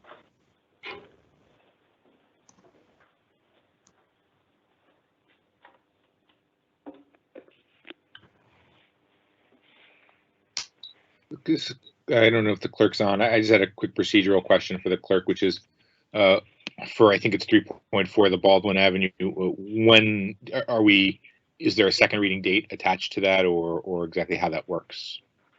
Okay, the clerk just stepped out to go to the restroom, so I'll be stepping in for a moment here. It's my understanding that this will be heard for second reading at the next opportunity, which will be in January. It won't be at the reorganization meeting. Let me just take a look at my schedule. January 14th. Yeah, January. Yeah, correct. It's going to be. So at that point, the council is free to table it, and I believe that is the intention after gathering public input on this proposal. Yes, Councilman. Councilman Borgiano will motion to table that. Not speaking for him, but that was the conversation that we had at the January meeting. Got it. And is that before or after public hearing? Before. Before. Got it. Yes. Thank you. Oh, we're going to get people to call. Okay, and Councilman LaVara, you did vote to approve the first reading, all the items on this agenda first reading, Yes. is that correct? Yes, for introduction. Okay. Council President Pro Tem Rivera? Aye. All right. And Council President Waterman is absent today. Oh, I think Sean is back. Okay. I am. I apologize. So if you can just recap me, John, Councilperson LaVaro voted. Okay. I don't know where that was. Councilman LaVaro voted aye for introduction, as did Council President Pro Tem Rivera. And Council President Waterman absent. Okay, if I can just recap for the record, thank you so much, John. Item 3.1 has been withdrawn. Items 3.2 through 3.6 are introduced 8-0 with Council President Waterman absent. Item 3.7 is introduced 7-0-1 with Councilperson Robinson abstaining and Council President Waterman absent. Item 3.8 is introduced 8-0. Okay. Thank you very much for covering me. I needed to take that bathroom break. All righty. On to our second reading ordinances, members of the public. Before I go into, sorry if I'm embarrassing myself, but that I had to do it. So before we go into the second readings, I just want to put on the record, if you are wanting to speak on the ordinance, please use the live event Q&A and provide me with your full name and telephone number, and we will patch you through the meeting. With that being said, item 4.1, City Ordinance 20-101, an ordinance of the City of Jersey City and the County of Hudson, New Jersey, providing for a special emergency appropriation of $13 million, providing for the payment of contractually required severance liabilities resulting from the layoff or retirement of employees. This is a public hearing on this ordinance. Any members of the public wishing to be heard, please use the live event Q&A and provide me with your full name, telephone number, and we'll patch you through the meeting. I believe we have our first speaker on the line. Sean? Yes. I'm sorry. I'm just going to step out for the restroom myself too. I'll be back in about 2 minutes. I totally understand. If anybody can relate, it's me. So we do have our first speaker on the line. If you can identify yourself for the record, please. Yvonne Walter. Okay, Yvonne, your time is going to start on my countdown. You're going in 3, 2, 1, go. Okay, this is the kind of ordinance that Councilman Phillip used to attack Mayor Healy about. He was totally against using bond money to refinance Terminal E, which is basically what this is. Now, this is the problem I have about all this debt. All this debt, with a new city council down the road, is going to refinance this debt to be turned over again, and it's never getting paid off. And it's going to be a tax increase down the road that you don't see. Not every township or city, municipality, actually refinance, have this. They put the cash on the side, and they ignore this idea of debt. I mean, they do have terminal leave with the employees, so they don't put their citizens into a debt with all of this. I mean, this is why I have a problem with the city, is that we don't, you don't talk about the cost of government. You talk about everything should be affordable. Well, the city is not affordable because of $13 million. And let's not forget the $20 million you decided not to pay off. And what else you're not paying off through the bond? It's not going to be paid off by affordable housing because they are locked into whatever they pay the city. It's not going to be paid off by people under rent control because the city decides how much money they go up. And they've been stuck in a 1% increase, I don't know, since 2009. It's only going to be hit by the people in the 1 to 4 homeowners that are not under rent control. Reason why I'm totally against rent control, because you're marrying the group who pays all these bonds down the road. It is not all the city. It is a small, narrow group. We are basically the slaves to the city to pay for everybody else's wants. Now, I agree. You have a contract with these people. You got to pay them. But I'm so sick and tired of you guys saying, oh, we need affordable housing, when affordable housing does not pay a penny towards this because of the way it is structured. It's the small individual homeowners that is stuck. And I have to say this, there's 5,000 people in tax lien that no one talks about that are losing their homes partially because of the city's bonding debt that's in there. So I want to know, number one, how long are the years? And number two, what's the total debt for the city? Because there's a lot of refinancing of these bonds. I'm really hoping this bond is not refinanced down the road. I'm so sick of tired of all this, oh, we're going to save money by refinancing. When in reality, when you refinance over and over again, you're adding more years. When you add more years, you're basically, you're hitting the taxpayer in the pocketbook with higher debt. And that's the one thing the city, when they do the budget, is excluded from caps, the debt, because the debt must be paid no matter what. So I want to know how many years and what's our total debt, if you can give me the information. Thank you very much. Thank you, Yvonne. This is still a public hearing on City Ordinance 20-101. Any member of the public still wishing to be heard, please provide. I'd like to hear that answer, though. I'm sure you'll get the answer provided to you by email. I'm sure one of the members of the staff will email you the answer to your question. Yvonne, it's John Metro. I'll be sure to email you those two responses. Thank you. Yes. Thank you, DA. This is still a public hearing on City Ordinance 20-101. If any member of the public still wishing to be heard, please provide me with your full name and telephone number through the live event Q&A, and we'll patch you through the meeting.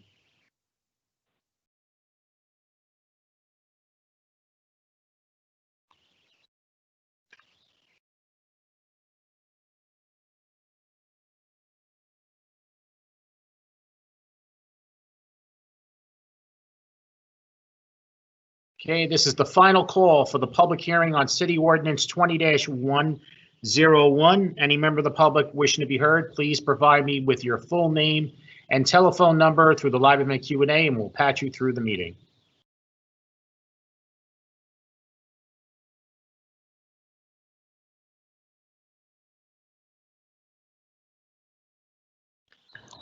Oh,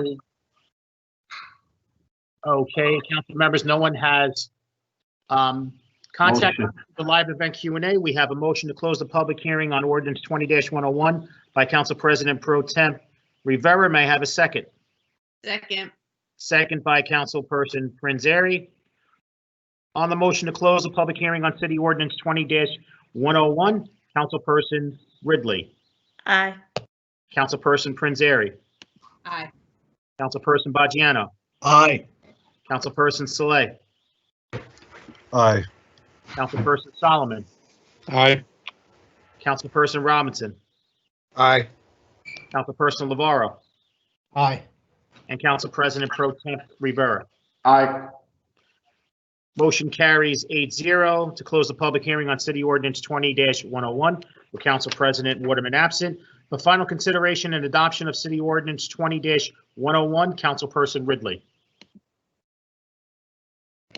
Aye. Councilperson Prinzary. Aye. Councilperson Baggiano. Aye. Councilperson Saleh. Aye. Councilperson Solomon.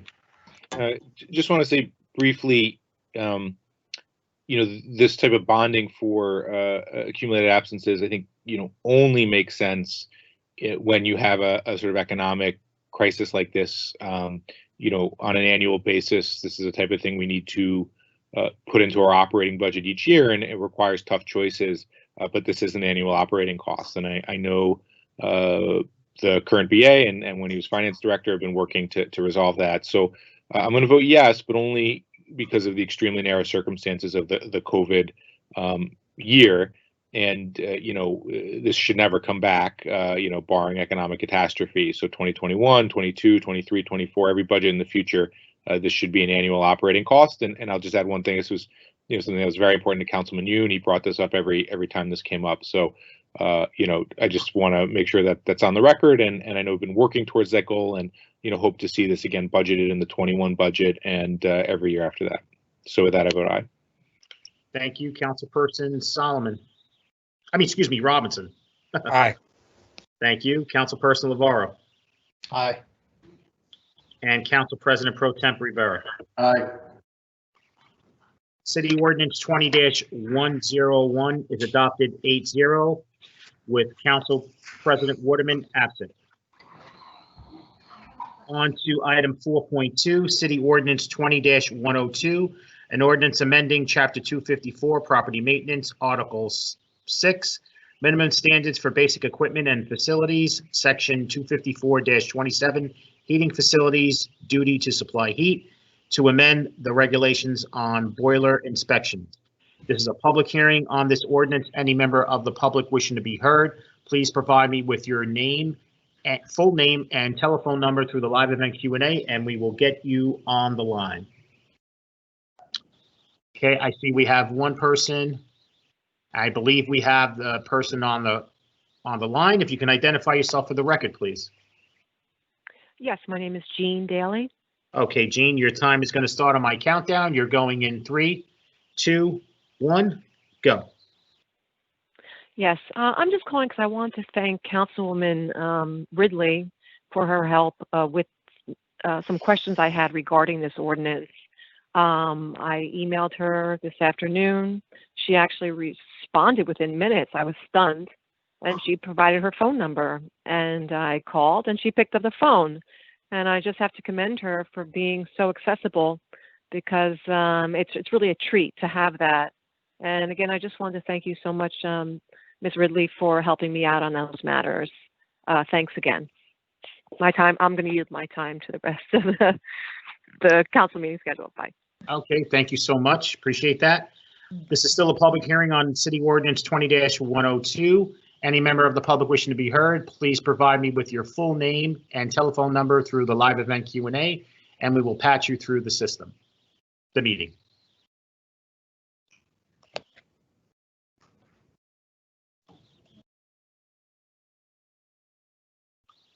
Okay, this is the last call for the public hearing on City Ordinance 20-102. This is still a public hearing. Any member of the public wishing to be heard, please provide me with your full name and telephone number through the live event Q&A, and we'll patch you through the meeting.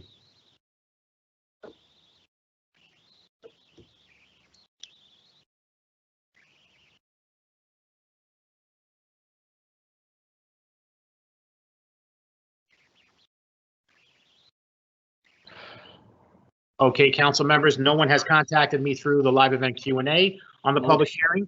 We have a motion made by Council President Pro Temp Rivera to close a public hearing on City Ordinance 20-102 102. May I have a second? Second.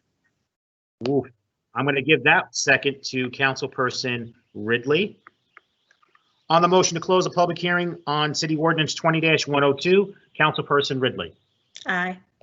Councilperson Prinzary. Aye. Councilperson Baggiano. You're muted, sir. Aye. Thank you. Councilperson Saleh. Aye. Councilperson Solomon. Aye. Councilperson Robinson. Aye. Councilperson Navarro. Aye. And Council President Pro Temp Rivera. Aye. Motion carries 8-0 to close the public hearing on City Ordinance 20-102 with Council President Waterman absent. For final consideration and adoption of City Ordinance 20-102, Councilperson Ridley. First, I just want to say thanks to Jean for those kind words. And also thank you to the residents in Ward A who reached out about the notices they were receiving for this boiler ordinance. I know that I wasn't aware of this rule, and I think most of my council colleagues weren't either, but apparently this law was on the books since 1984, and a lot of residents just started receiving these notices about getting their boiler inspected on a yearly basis and then providing proof of that inspection to the city, and that was for all residential dwellings, whether you were a one-family home on up. So I know that a lot of residents are happy if this passes and we can make this change. And if it does pass, I would just ask, John, are we able to have, I guess, housing code enforcement send letters out to residents that have received this notice, letting them know when this new law, if it passes, takes effect? Because I think that's something that we need to address, because a lot of residents have received this notice, and if we do change this law, they should be aware. Yeah, absolutely, Councilperson. We'll make sure that those notices go out with the citations and the effective dates. Okay. With that, I vote aye. Thank you. Councilperson Prinzary. Aye. Councilperson Baggiano. Aye. Councilperson Saleh. Aye. Councilperson Solomon. Yeah, thank you to Councilwoman Ridley for drafting this. Got a few messages as well, and I appreciate that she took the lead and brought this to a great conclusion. So with that, I vote aye. You, Councilperson Robinson. Thank you, Councilwoman Ridley. Aye. Councilperson Navarro. Aye. And Council President Pro Temp Rivera. Aye. City Ordinance 20-102 is finally adopted 8-0 with Council President Waterman absent. 4.3, Ordinance 20-103 was approved earlier. Going on to item 4.4, City Ordinance 20-105, an ordinance amending Chapter 175, Food Handling Establishments, Article 3, Food Establishments, Chapter 160, Fees and Charges, Section P, Chapter 175, Food Handling Establishments, to allow farmer markets to operate year-round. This is a public hearing on this ordinance. Any member of the public wishing to be heard, please provide me with your full name and telephone number, and we will patch you through the meeting.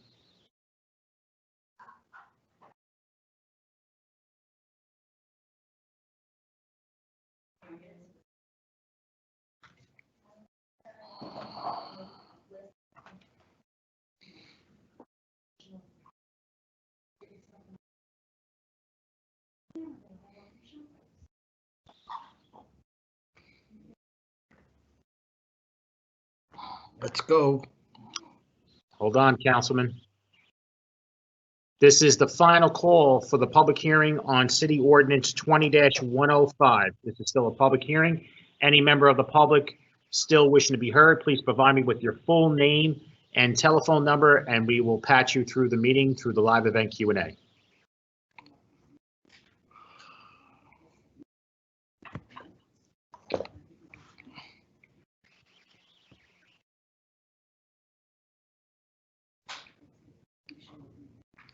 Okay, no one has contacted me through the live event Q&A with regards to Ordinance 20-105. May I have a motion to close the public hearing?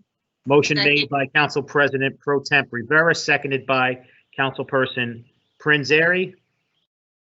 On the motion to close the public hearing on City Ordinance 20-105, Councilperson Ridley.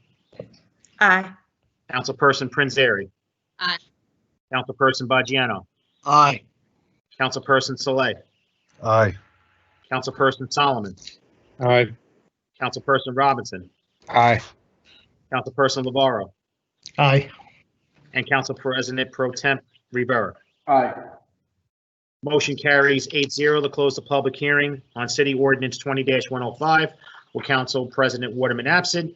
For final consideration and adoption of City Ordinance 20-105, Councilperson Ridley. Aye. Councilperson Prinzary. Aye. Councilperson Baggiano. Aye. Councilperson Saleh. Aye. Councilperson Solomon. Aye. Councilperson Robinson. Aye. Councilperson Navarro. Aye. You say aye? Aye. Sorry. Thank you. And Council President Pro Temp Rivera. Aye. City Ordinance 20-105 is adopted 8-0 with Council President Waterman absent. On to our next second reading and last second reading ordinance. Item 4.5, City Ordinance 20-106, an ordinance supplementing Chapter 332, Vehicles and Traffic, Article 9, Parking for the Disabled of the Jersey City Code, designating a reserved parking space at various locations throughout the city. This is a public hearing on this ordinance. Any member of the public wishing to be heard, please provide me with your full name and telephone number, and we will patch you through the meeting through the live event Q&A. I believe we have our first speaker on the line. If you can identify yourself for the record, please. Assalamualaikum. Good evening. This is Dr. Muslim. Okay, your time is going to start on my countdown. Your time goes in 3, 2, 1, go. Thank you for giving me the opportunity to speak. I hope everyone gets home safely tonight. I'm confused about this ordinance, or just the way the handicap parking is done in this city. We requested a reserved handicap space for residents in 2018, and we were told we can't have one because there's a driveway, even though the driveway is not ADA accessible. Also, the forms to fill out to reserve a handicapped parking space violated HIPAA. There were tons of HIPAA violations as far as the way their data was requested and stored. I raised this to the mayor and the residents' response office in 2018, have not heard anything back. I'm concerned about how this process is being done, as well as all the elderly citizens that may be impacted by this, in addition to my mom, who the space was originally requested for. I don't know if that falls under this particular ordinance. As I read through it and saw that it was related to reserved handicap spaces. I think that whole process needs an audit and/or review as far as confidential information not being stored properly. Thank you. I'll yield my time. Thank you very much. This is still a public hearing on City Ordinance 20-106. Any member of the public still wishing to be heard, please provide me with your full name and telephone number through the live event Q&A, and we will patch you through the meeting.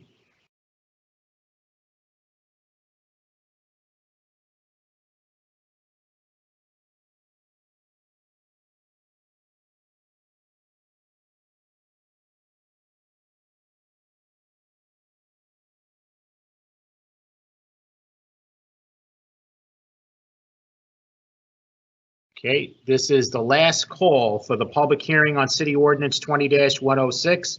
Any member of the public wishing to be heard, please provide me with your full name and telephone number through the live event Q&A, and we will patch you through the meeting.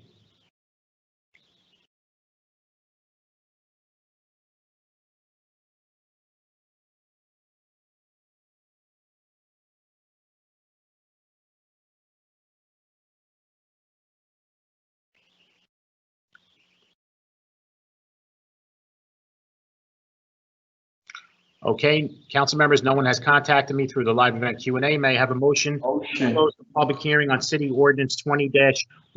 Motion made by Council President Pro Temp Rivera. May I have a second? Second. Second by Councilperson Prinzary. On the motion to close the public hearing on City Ordinance 20-106, Councilperson Ridley. Aye. Councilperson Prinzary. Aye. Councilperson Baggiano. You're muted, sir. Aye. Thank you. Councilperson Saleh. Aye. Councilperson Solomon.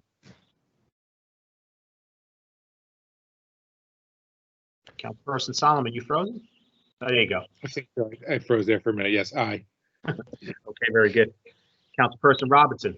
Aye. Councilperson Navarro. Aye. And Council President Pro Temp Rivera. Aye. Motion carries 8-0 to close the public hearing on City Ordinance 20-106 with Council President Waterman absent. For final consideration and adoption of City Ordinance 20-106, Councilperson Ridley. Aye. Councilperson Prinzary. Aye. Councilperson Baggiano. Aye. Councilperson Saleh. Aye. Councilperson Solomon. Aye. Councilperson Robinson. I'm sorry, I missed your vote. Aye. Thank you. Councilperson Navarro. Aye. And Council President Pro Temp Rivera. Aye. City Ordinance 20-106 is adopted 8-0 with Council President Waterman absent. Okay, council members and members of the public, we are going to move on to our public request for a hearing. Members of the public, anyone listed on the request must be by their phones. We are only going to call you once. If you do not pick up and miss the call, we are going to move on to the next speaker and you will not be giving a second phone call back. With that being said, and due to the weather, I appreciate your cooperation. So please stay by your phones. We're moving for our first speaker, which is 5.1. Let's see if we have our first speaker on the line. I believe we do. Can you identify yourself for the record, please? Hello? Do we have our speaker on the line? If you are on the line, please identify yourself for the record.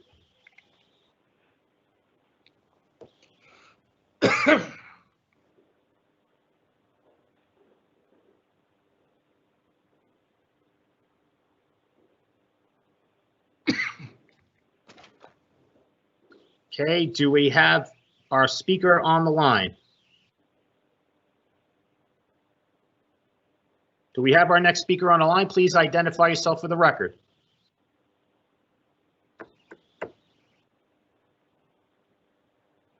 Am I the next speaker or not? I don't know. Yeah, well, I 5.1 and 5.2, I believe, did not answer. So, Yvonne, you are the next speaker. Just your time, Yvonne Balser, your time is going to start on my countdown. You're going in 3, 2, 1, go. Okay. Basically speaking, according to the newspaper article, the mayor is going to give $1,500 to tenants who cannot pay their rent. So I would like to know, first of all, where is this in the budget? Because unless the mayor is using his own money, it's going to come from taxpayers. The second thing I want to know is that where is the relief for the 5,000 people who went in tax lien? In case you didn't see the newspaper, it was advertised December the 2nd, which was basically a couple of weeks ago. It was 50 columns of names.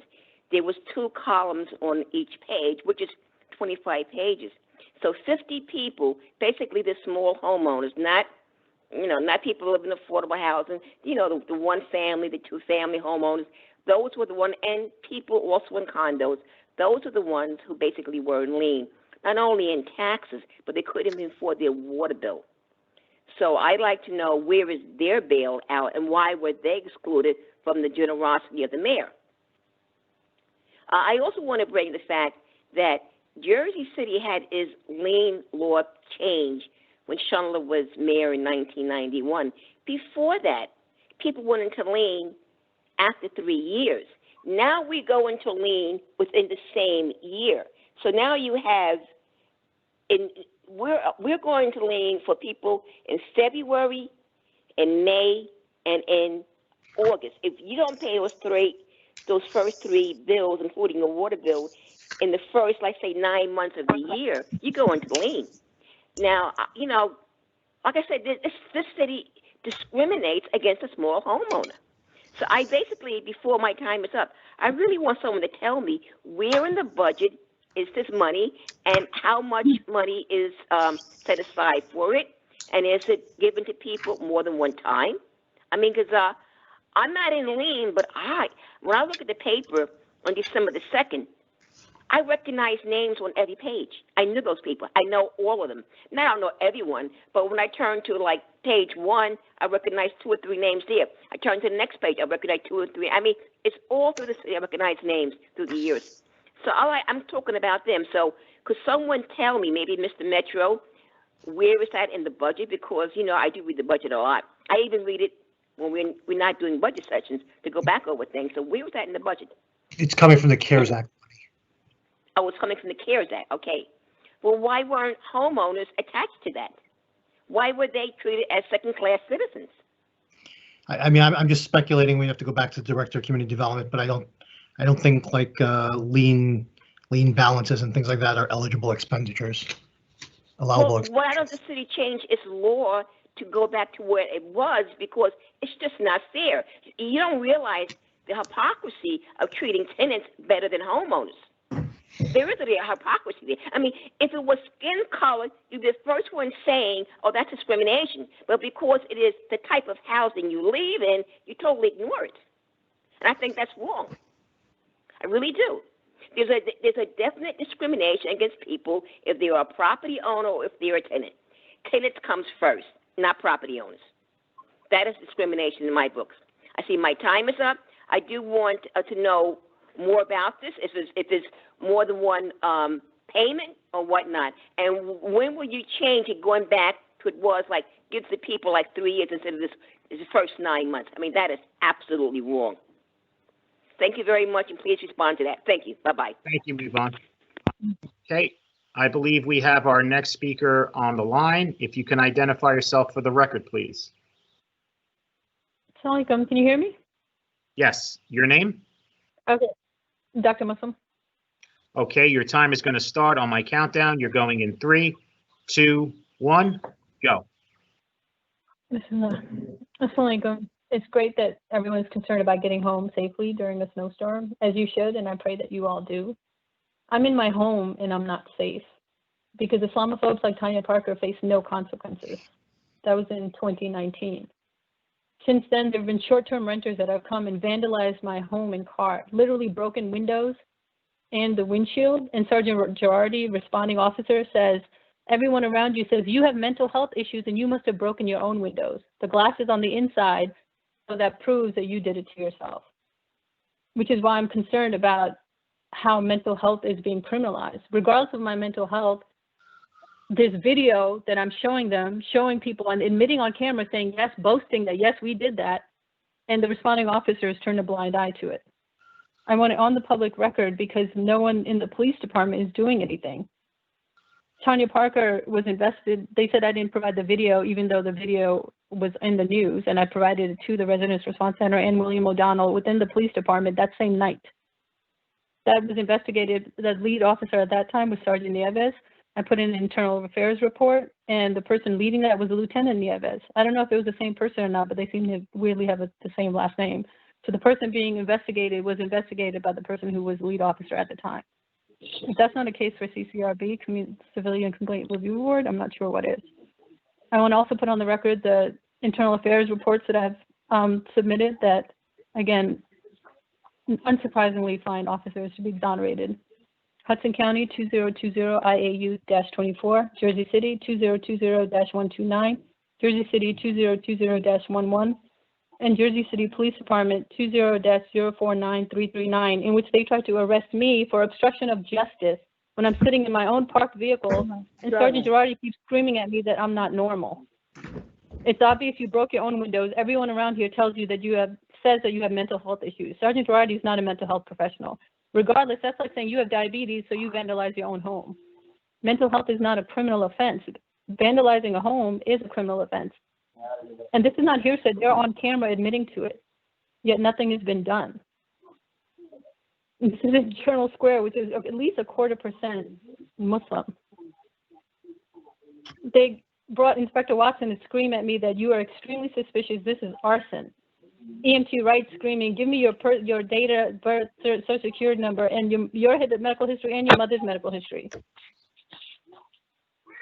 Jersey City Fire screaming, everyone says you are suspicious. Why is your windows boarded up? When I try to explain, they're boarded up because you didn't investigate the crimes committed on 10/21. Sergeant Girardi says, I'm busy, I don't have time to do that. So they're simultaneously asking me why my windows are broken, but not listening to why my windows are broken. It's beyond unbelievable. It's unconstitutional. And I really don't understand why the police are allowed to get away with this and when somebody is going to do something about it. And that's why I wanted it on the public record. Thank you, Dr. Muslim. Your time is up. Thank you. Okay. I believe we have our next speaker on the line. If you can identify yourself for the record, please. Laverne Webb, Washington. Okay, Laverne, New Jersey. Okay, your Hello? time is going to start on my countdown. You're going in 3, 2, 1, go. Good evening, council again. I appreciate you. I love you guys, and I hope you get more and better understanding of my city of Jersey City. Again, we need, yes, a more affordable housing, but we need housing, period. We need better recreation for this city. You don't ride these streets of Jersey City like I do. I deal with young people. I passed out sanitizer. I passed out masks. People said, oh, you crazy. I passed out gloves all up and down MLK Drive, Ocean Avenue, Municipal Avenue, Municipal Avenue. It's a cry out there, and we need to stop this fight that's going on. We need to work together. I don't care who's running for what next year. This ain't about next year. This is about now, taking care of the people of this city. And we got to do better. We have to do better. Work together. Stop fighting. I don't care who want to run for what. It ain't about that. If you just got here 5 years ago, 10 years ago, if you got here 100 years ago, we need to work together better, people. We got an epidemic out there. We got people that's homeless, lost jobs, and we sit and bicker about wrong things. Work with the developers. If you're not satisfied, let's come together on common ground. People need houses. Hello? People, yes. Thank you. And I appreciate you, and I talk enough for tonight. I love you guys, and be blessed, and have a blessed new year. Talk to you next year. God bless. Bye-bye. Thank you. Okay, we have our next speaker on the line, 5.8. If you can identify yourself for the record, please. Yes, hi, my name is Maria Ross. Okay, Maria, your time is going to start on my countdown. You're going in 3, 2, 1, go. Okay, hi. I want to talk about Ordinance 3.3. Well, first I want to thank the City Council and all the City Council staff for staying here past 9:30 while the storm is still growing outside in Jersey City. Okay, so again, I wanted to talk about the Ordinance 3.3 that had its first reading today. This is the ordinance establishing the Arts and Culture Trust Fund in Jersey City. And I want to say that I'm very happy that the referendum passed on this past election day with a yes vote by the majority of Jersey City residents to fund arts in Jersey City. But I do have some concerns about the bill and about the ordinance, and I think that there is, some due diligence to be brought here. There are, if you click on the ordinance PDF, you can see the ordinance as it reads. And if you go to 2A, it says that the municipality may deposit such amounts into the current fund for uses not related to the arts and culture. Well, this is a little troubling because it means that the taxes that Jersey City residents voted to create this fund may actually be used for something else other than the arts. So I think that this bears some looking into. I think that's really important to do that. And I think the Jersey City residents were quite correct in choosing to fund the arts. And so I asked also the council to be very, transparent and clarify that issue that is in 3.3. Okay, that's pretty much it. I really hope that they do. Oh, I'm sorry. The other thing is the annual levy, that it is not to exceed 0.02 cents. That's 2 cents per $100. So on this property tax, it will be 2 cents per $100 of the assessed value of the property owner's home. And the city council will be voting on how much to make this tax. So we should be aware of, how much is this tax going to be?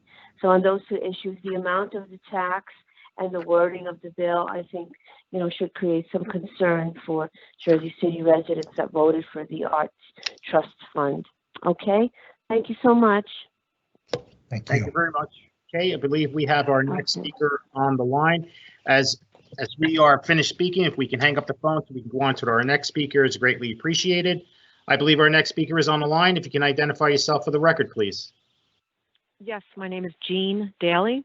Okay, Jean, your time is going to start on my countdown. You're going in 3, 2, 1, go. Okay, I guess I'm going to have to speak quickly. Firstly, I just was backing what Yvonne Balser was saying about this rental relief, because there seems to be nothing for the 5,000 people who are on the lien and are at risk of losing their homes. They are not benefiting from the no eviction ban at the moment and are more likely, in my thought, to become homeless than others. Also, there doesn't seem to be any outlines or criteria for who would be eligible for this $1,500. It's my understanding that if a person gets an eviction notice, again, that's moot at the point, but they can go to the state and get temporary rental assistance. That's my understanding. It could be wrong. So I think there needs to be more definition about this. Aside from that, I'm really disappointed with Councilman Robinson's behavior this evening. It was completely unprofessional. The way he's, insulting fellow council members. This is not the first time he's done this. He did the exact same thing with our beloved and belated Councilman Yoon.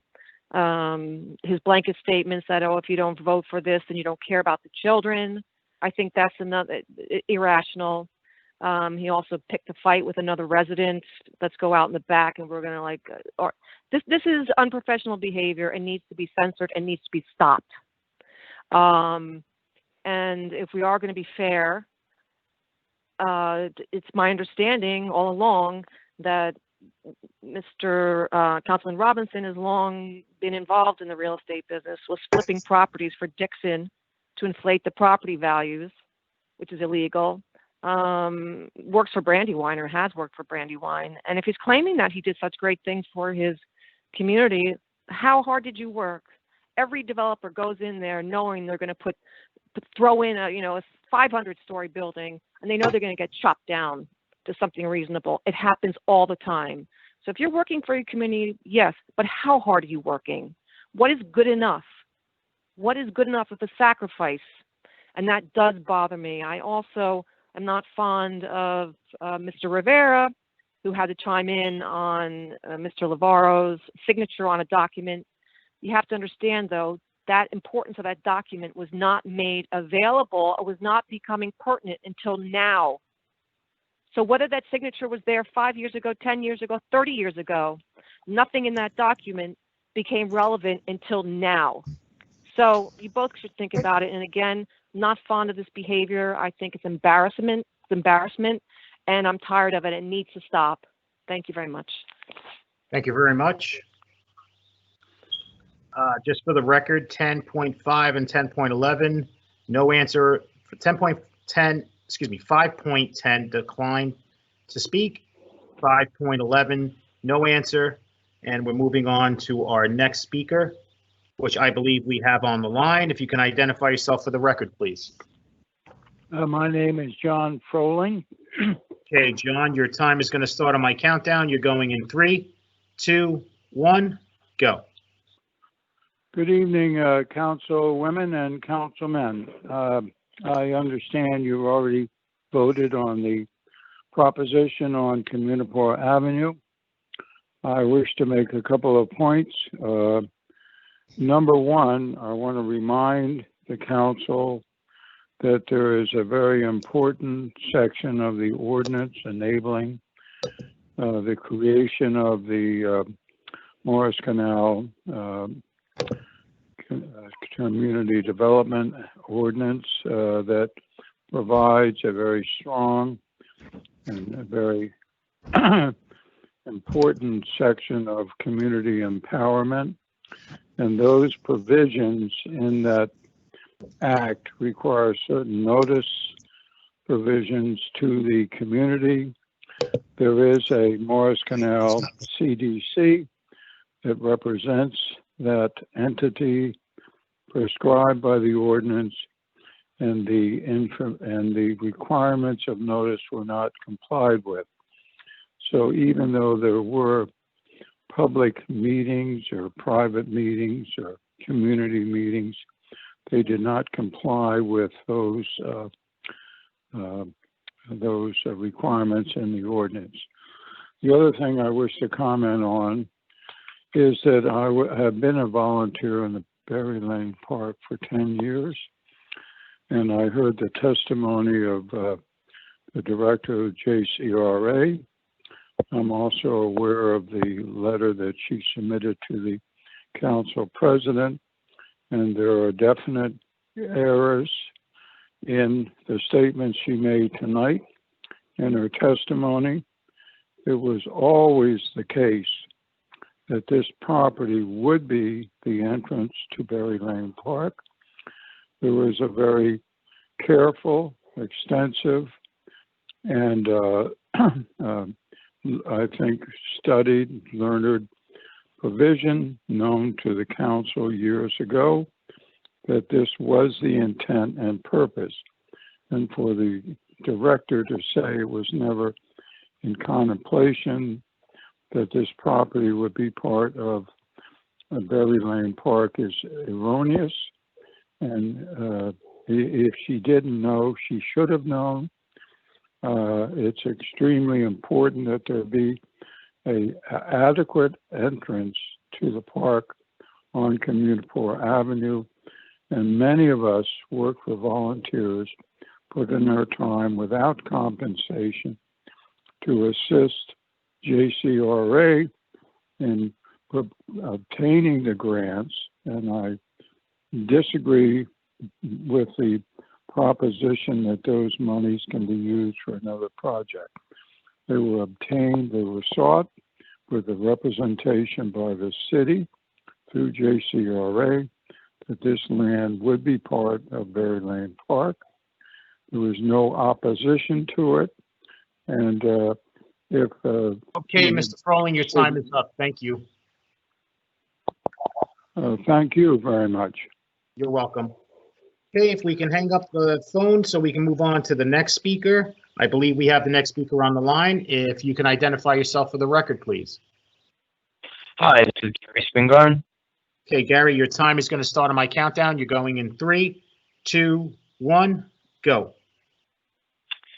I'm honestly going to be a little brash and even sarcastic in some moments. I'm not proud of it, but I'm fed up. I'm emotional. Yeah. The more I find out about what's going on in local politics, the more disgusted I become.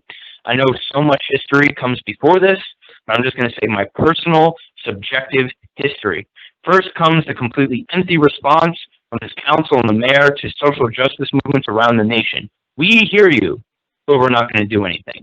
Then comes the city budget, which the council shows complete disregard for the public with hours and hours of testimony from community leaders and activists, and still goes against the grain. No due process, keeping a bloated, unjust police budget, disgusting. And then an absolutely toothless affordable housing bill, empty action, symbolic legislation with rich developers running all the way to the bank. And then Hudson County goes back on its word and goes back in business with ICE. Hudson County welcomes blood money. Here's a big rubber stamp courtesy of the county executive and a bunch of racist freeholders. And who can forget Jersey City police officers chomping at the bit to shield the injustice?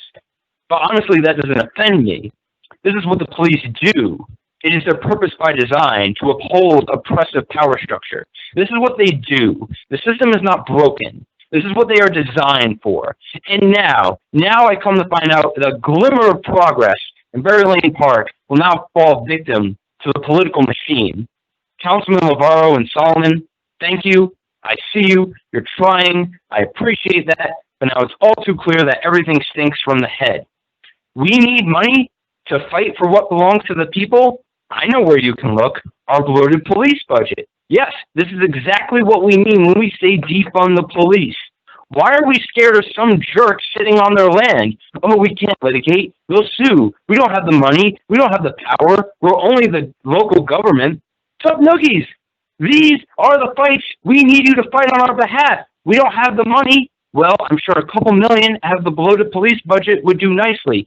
Imagine, we take the money, we take back the land, and have enough to build a real affordable housing unit, not 5%, 100%. That brings down crime, not cops. I have lost complete faith in our electoral politics and our elected officials, and again, I'm fed up. I'd like to end with one thing.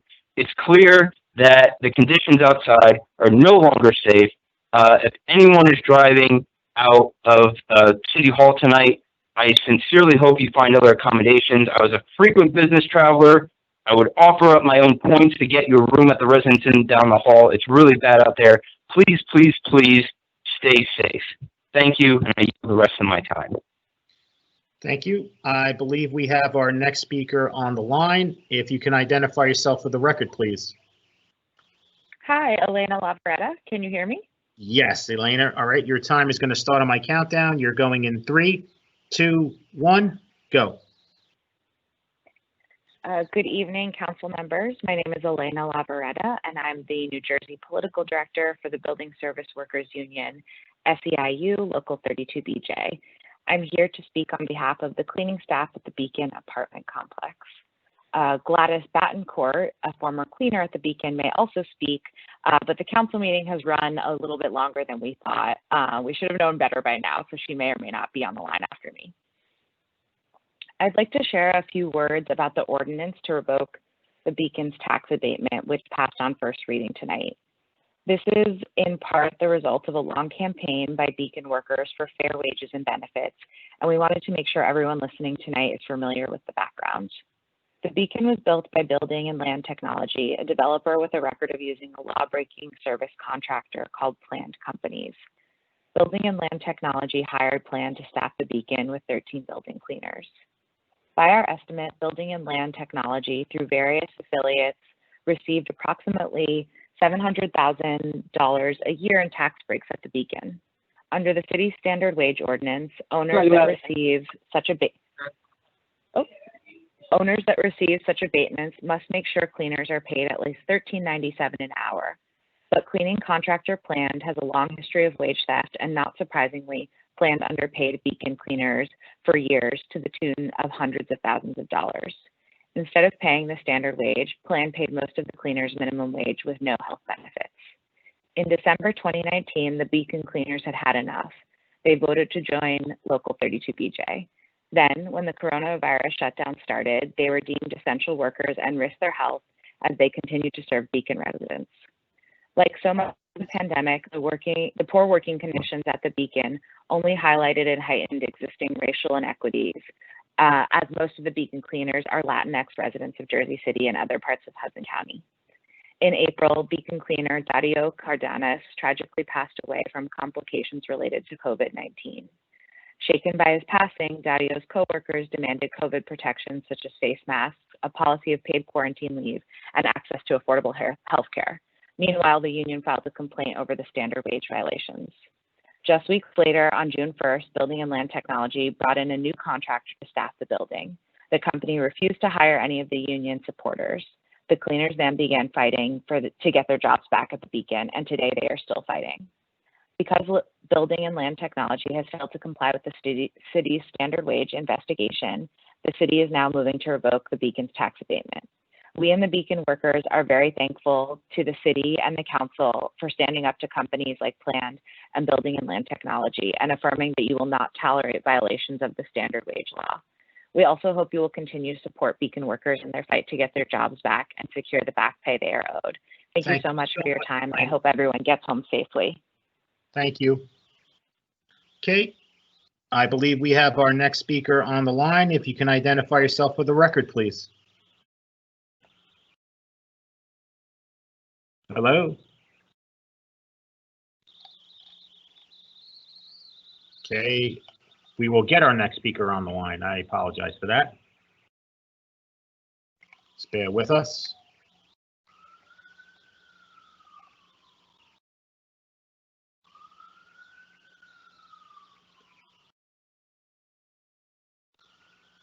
Okay, members of the public, just a little reminder.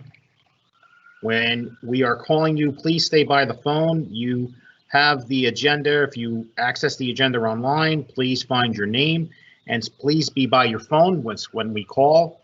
We will be calling you only once and we will move on to the next speaker if you do not answer. We do have some bad weather out there and we would like to get home safely. So please be by your phones. Your cooperation is greatly appreciated.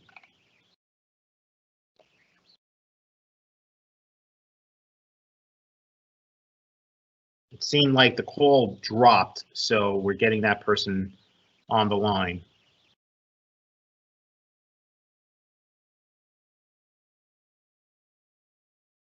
I don't know if it has anything to do with the weather, possibly.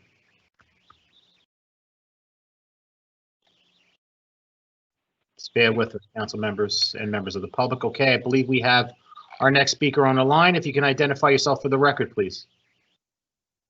Hi, good afternoon. This is Emilio Cano. I am a representative with 32BJ. I will be translating for Gladys Betancourt. She is one of our members.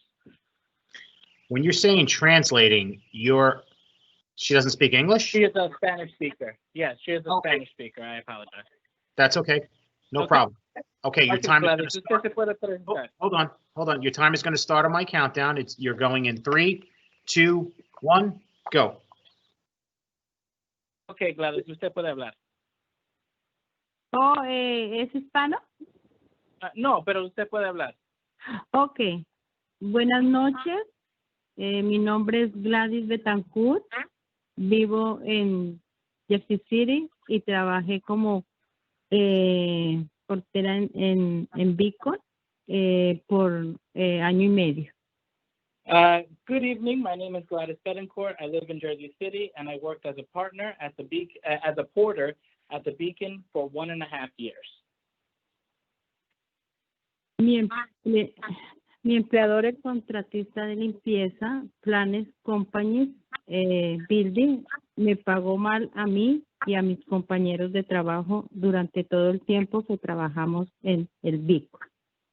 Durante la pandemia, incluso, uno de mis compañeros de trabajo falleció a causa del COVID. Plane continuó pagándonos a la mayoría de nosotros el salario mínimo sin beneficios de salud. My employer, the cleaning contractor, Planned Companies, underpaid me and my coworkers for the whole time we worked at the Beacon. During the pandemic, even after one of my coworkers passed away from COVID, Planned continued to pay most of us minimum wage with no health benefits. Pero cuando escribimos una petición a la empresa y hablamos sobre todos estos temas, todos fuimos despedidos. Eso fue hace meses.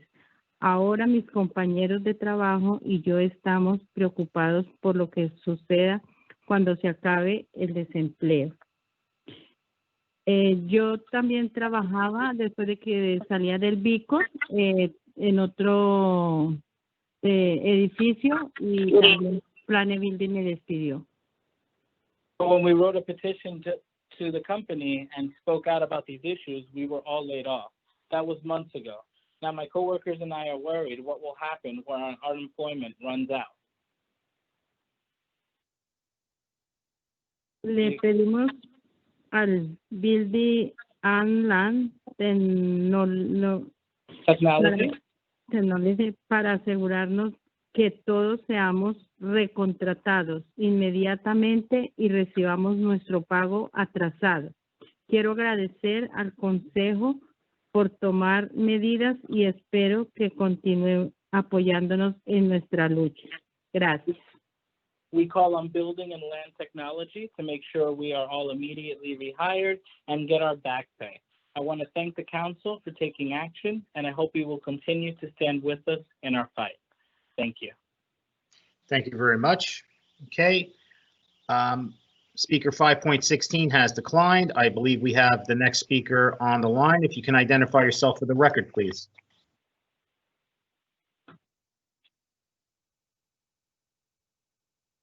Hello? Hello? If you're done speaking, if you can hang up the phone, if you've already spoke, you can hang up the line so we can get the next speaker patched through. Thank you. We are trying to get the next speaker on the line. Just bear with us.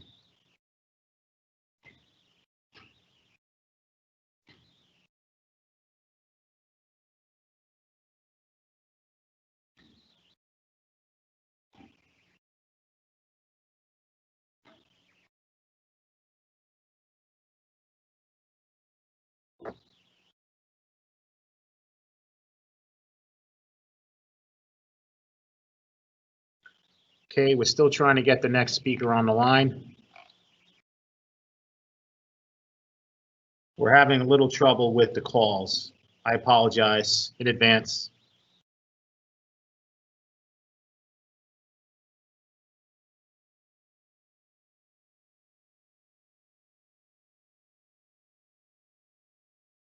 Just bear with us.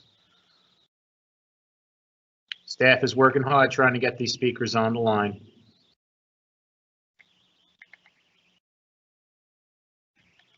And just a gentle reminder to the members of the public still watching and waiting to speak, please be by your phones and please answer the phone as soon as we do call you, because if you don't answer, we're going to move on to the next speaker and you will not be called back. Greatly appreciate your cooperation.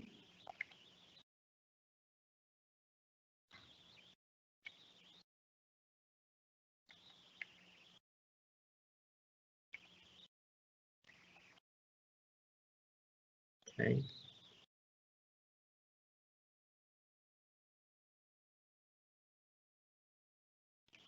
So as I said, speaker 5.16 has declined. We are looking for the next speaker to be put through the meeting.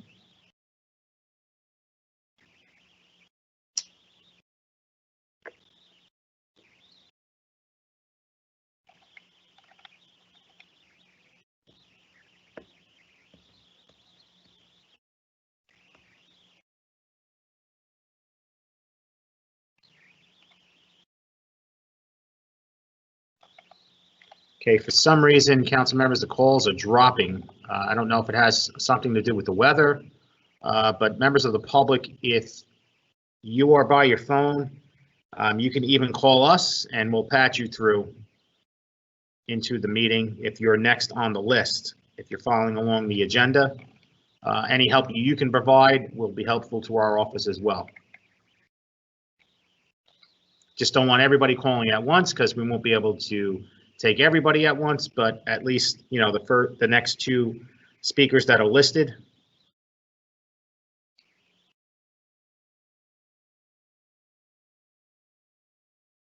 I don't know if it's on our end or on the end user's end.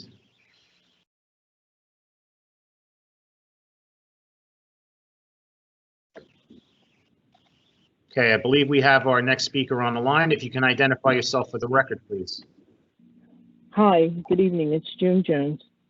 Okay, June, your time is going to start on my countdown. You're going in 3, 2, 1, go.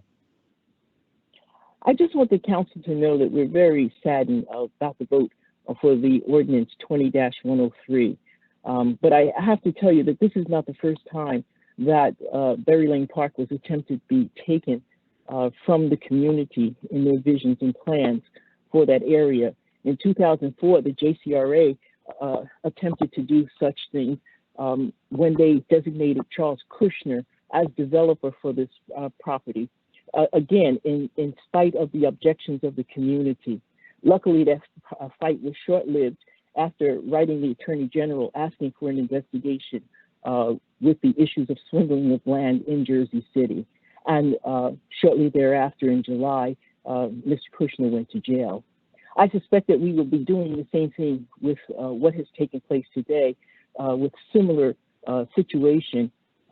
We've tried to present all of the facts and point out all of the illegalities that took place, and with not following proper due process and procedure. And you, the council who voted yes for this, chose not to hear the people's voices, and you chose not to investigate the facts. There would have been nothing wrong with you tabling this ordinance and taking up an investigation if there was a possibility that what we said was true. I want to bring to your attention that one of the statements that was made that the city and the JCRA does not take condemnation very lightly because it is expensive and costly and timely.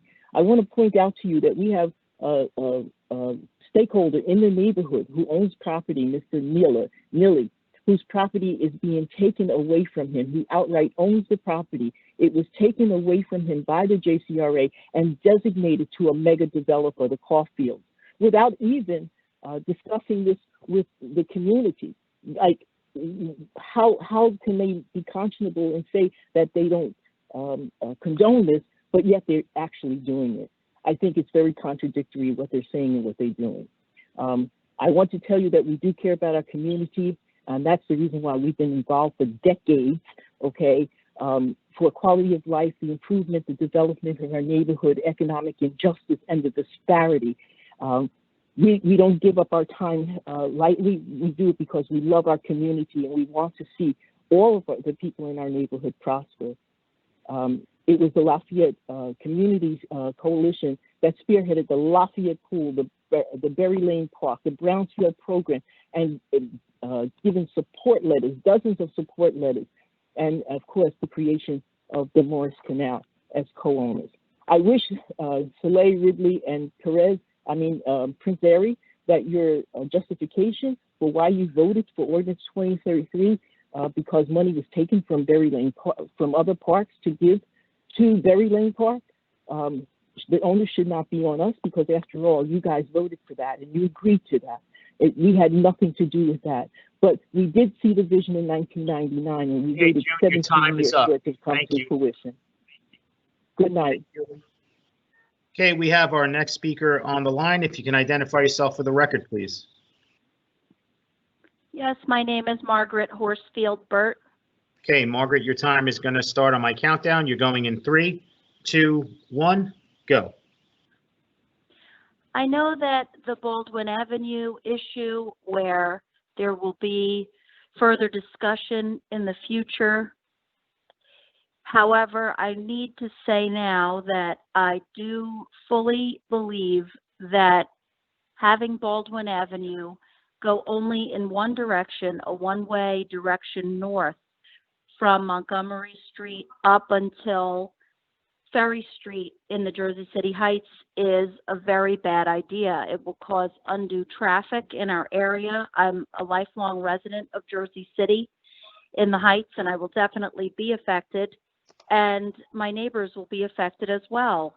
We have a lot of issues and problems as it is with emergency situations, fire trucks, ambulances getting to where they need to go in a good amount of time.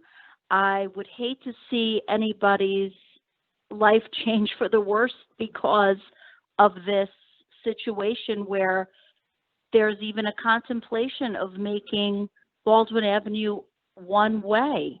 It will have a very devastating effect on our entire neighborhood. And I don't want to see all that extra congestion, as well as any possible problems with an emergency for my family or anyone else of my neighborhood. So thank you for letting me speak this evening, and I wish everyone a very happy holiday.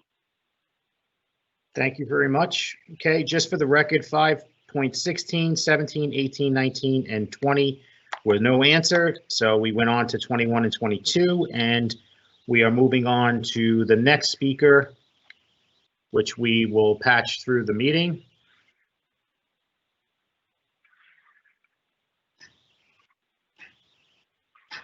Okay, I believe we have our next speaker on the line. If you can identify yourself for the record, please.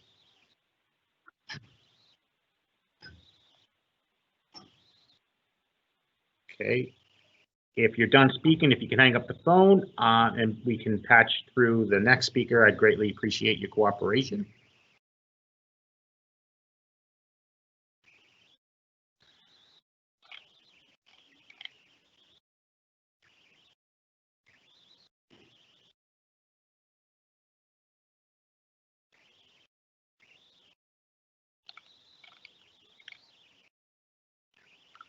Okay, just bear with us, council members. We're trying to get the next speaker patched through.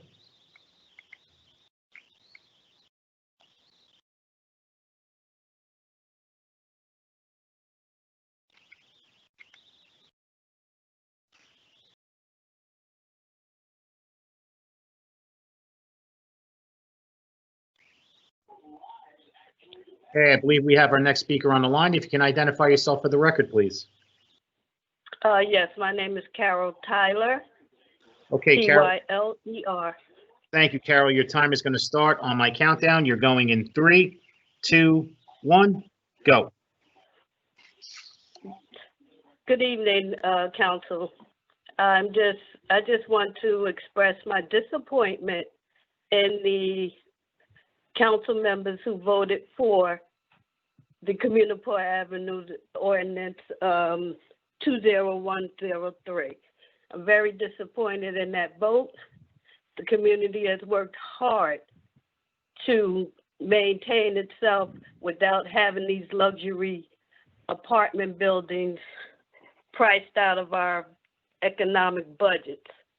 However, since you voted for this, it is your responsibility to ensure that that 5% affordability is enforced for the affordable housing, because as you all know, there's no affordable housing in this city that can cover the number of families that actually need it. I just need to express my disappointment one more time on how you passed this ordinance without regard to the community who expressed over and over the disrespect that they received from these developers. And in addition, just looking at the body language throughout the evening of these council members is shameful. So I'm not really surprised how they disrespect the community when we don't see them. And now that when we see them, and the body language of you guys is just totally disrespectful. You know, we will be looking at, I can only speak for myself, but I will be looking at who I vote for much harder. You got to do better. I will yield my time. Thank you very much. I believe we have our next speaker on the line. If you can identify yourself for the record, please. Hi, my name is Jenna Berkus-Lichtenstein. Okay, Jenna, your time is going to start on my countdown. You're going in 3, 2, 1, go. Hi, good evening. Like several of the last few speakers, I'm deeply disappointed about the vote on 20-103, and also, I have to say, deeply unsurprised. Those of you who voted for it should be ashamed of yourselves. The testimony we heard just now from June Jones about a resident who had their property taken away is nothing short of heartbreaking. If we can't afford to meet residents' needs, I have a few suggestions. Given that many of you talked about cost as a reason to vote for it, here are a few things we could do differently. Gary Spingarn said this earlier, and I'm going to say it again. What if a full third of our budget didn't go to police salaries? We've beat this to death at other meetings, but it's worth mentioning again. We also have a ton of empty luxury housing right now. Fine the developers and the management companies for holding out for higher rents. This would make housing more affordable and it would solve some of our budget problems at the same time. It's a win-win. Look, I don't speak for anyone but myself. I would be thrilled to pay more taxes to improve my community. I know that $11 million sounds like a lot of money, but that's between $40 and $45 a person. I would be very happy to write you a check for $45 tomorrow if that would be what makes the difference. Thanks. I yield the rest of my time. Thank you very much. Just for the record, 5.23 through 5.25, there was no answer, so we moved on to 5.26 and 5.27, which just spoke. So we're moving on to our next speaker. We'll try to patch the next speaker through the meeting. Just bear with us.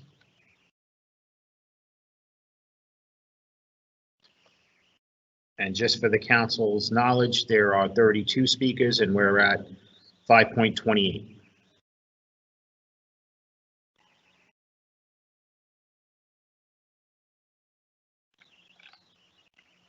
And just a reminder to the members of the public watching at home, if you are following along the agenda and you know where your name is listed, excuse me, please stay by your phone. So when we do call, you can answer it, because if you don't answer, we're going to move on to the next speaker. We are now at the hour of 10:10 p.m.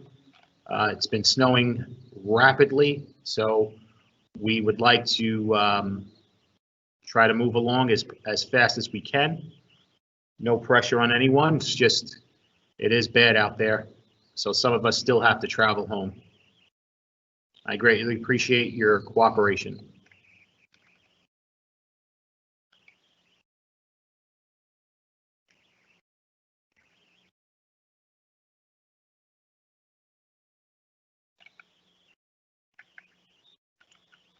Okay, I think we're getting our next speaker patched through. Just bear with us.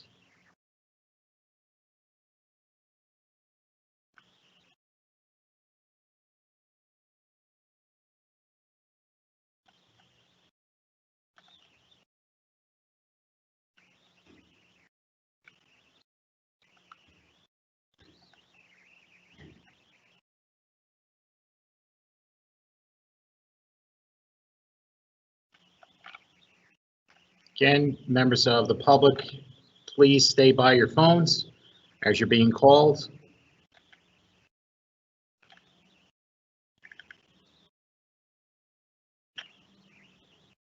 Really greatly appreciate your cooperation. I believe we have our next speaker on the line. If you can identify yourself for the record, please. Hold on, one at a time. I don't know who was first. Oh. So, so the next speaker,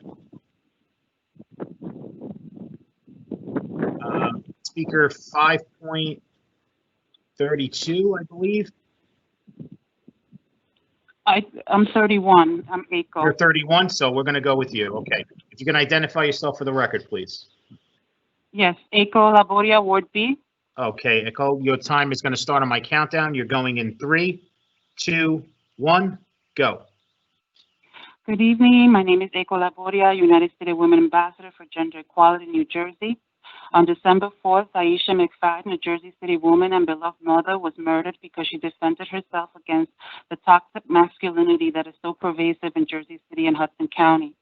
According to published reports, Aisha ignored the catcalls of her killer. He then sexually assaulted her, and when she defended herself, he subsequently murdered her. In the ensuing days, I read a lot of emotional outpouring of grief from many residents, many of them calling out Mayor Fulop and this council for not decrying the events. In many instances, it felt as though people were angrier at Mayor Fulop and the council than they were at the man who took Aisha's life. This serves as a distraction from the real problem, which is so permeated in the cloth of Jersey City that we do not even see it. It's this narrow, repressive manhood that typically relies on violence, sex, status, discrimination, and aggression, and is ingrained in Jersey City culture. Moreover, issues affecting women should be addressed daily, not just when it's trendy, news, a fleeting fancy, or when someone is looking for likes on social media. What girls and women in Jersey City need are ordinances and resolutions that allow the global to go local, like CEDAW, Convention on the Elimination of All Forms of Discrimination Against Women, an international treaty adopted in 1979 by the United Nations General Assembly, which is a Bill of Rights for Women. CEDAW is still active today and is ever evolving in conjunction with the ever evolving issues affecting women. CEDAW discusses violence against women. Specifically, it states the definition of discrimination includes gender-based violence, that is, violence that is directed against a woman because she is a woman or that affects women disproportionately.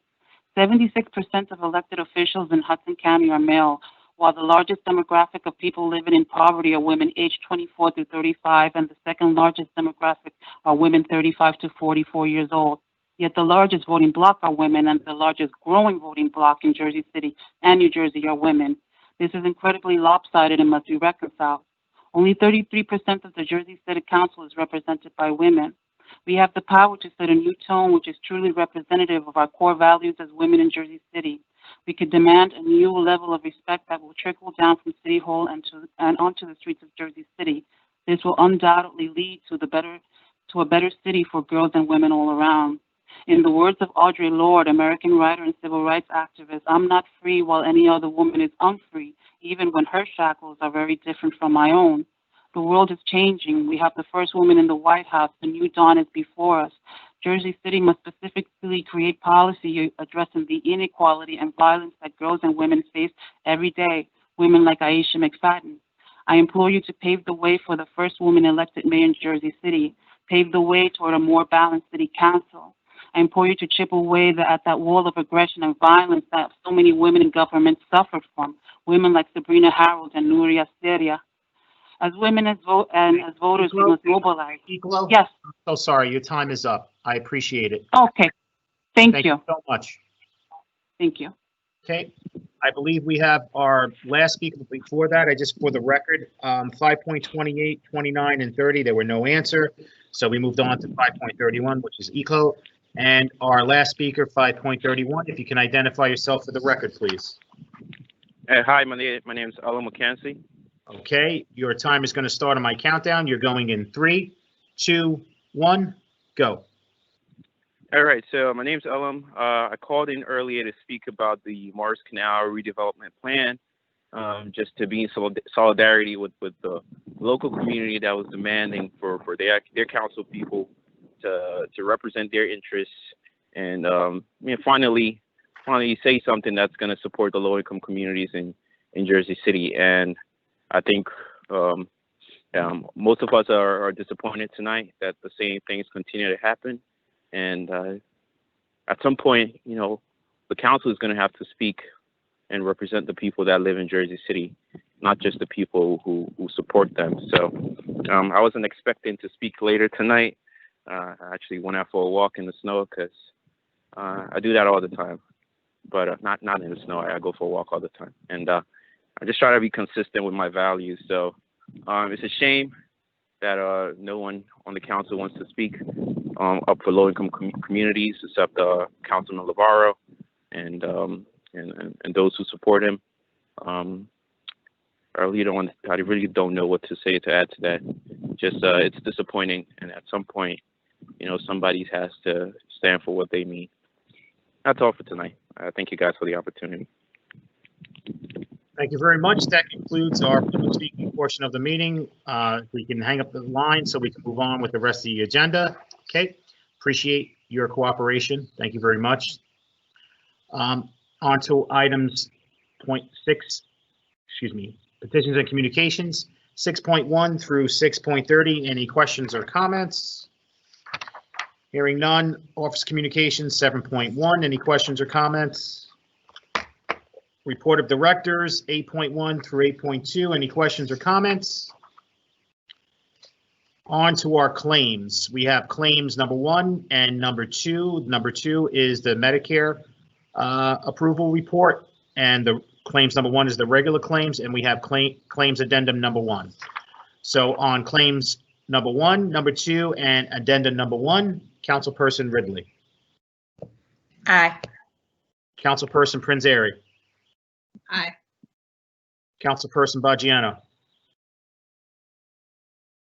You're muted, sir. Aye. Thank you. Councilperson Saleh. Aye. Councilperson Solomon. Aye. Councilperson Robinson. Aye. Councilperson Navarro, Aye. Aye. and Council President Pro Temp Rivera. Aye. Claims number 1, number 2, and addendum number 1 are approved 8-0 with Council President Waterman absent. On to our resolutions. I'll be taking a vote on items 10.1 through 10.14. Again, it's 10.1 through 10.14. Councilperson Ridley. Aye. Councilperson Prinzary. Aye. Councilperson Baggiano. Aye. Councilperson Saleh. Aye. Councilperson Solomon. Aye. Councilperson Robinson. Aye. Councilperson Navarro.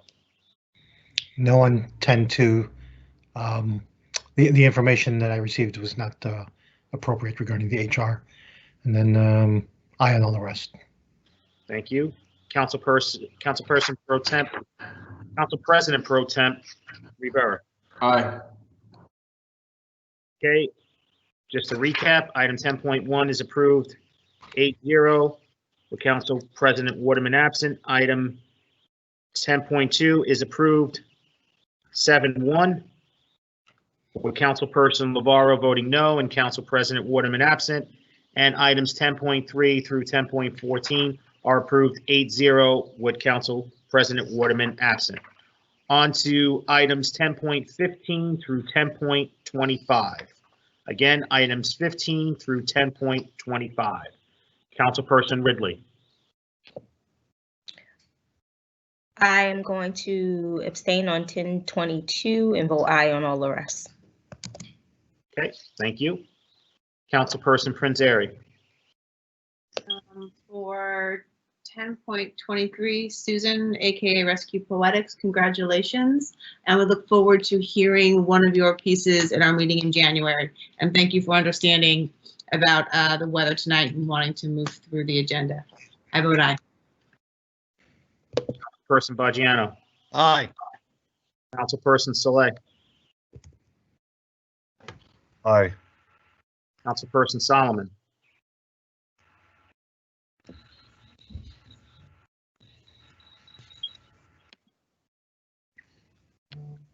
Sorry about that. I vote aye. No problem. Councilperson Robinson. Abstain on 20 and abstain on 22. Aye on all the rest. So you're abstaining on 20 and 22 and aye on all the rest. Correct? Yes. Thank you. And Councilperson Navarro. Yeah, there were some open issues, I think, with regard to 22 and the appointment. This is not, I don't think any of the council people have anything personal with regard to Ms. Watson. But I believe there were questions raised in the past and it hasn't been addressed. So I'm going to abstain as well. I will also echo the councilwoman's applause for Rescue Poetics. Congratulations to her as the Poet Laureate for 2021. And I and all the rest. Thank you. And Council President Pro Temp Rivera. Aye. Okay, if I can just recap. Items 10.15 through 10.19 are approved 8-0 with Council President Waterman absent. Item 10.20 is approved 7-0-1 with Councilperson Robinson abstaining. Item 10.21 is approved 8-0 with Council President Waterman absent, and Council President Waterman absent was also absent on the 10.20. Item 10.22 is approved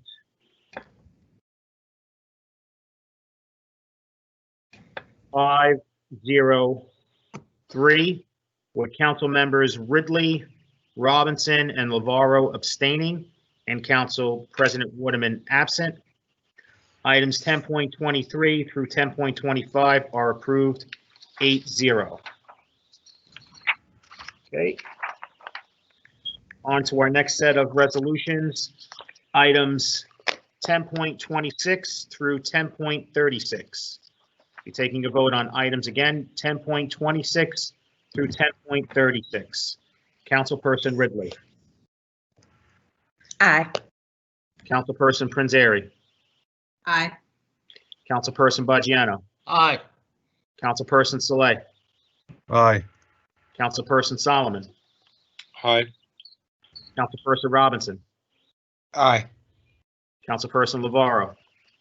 Aye. And Council President Pro Temp Rivera. Aye. Items 10.26 through 10.36 are approved 8-0 with Council President Waterman absent.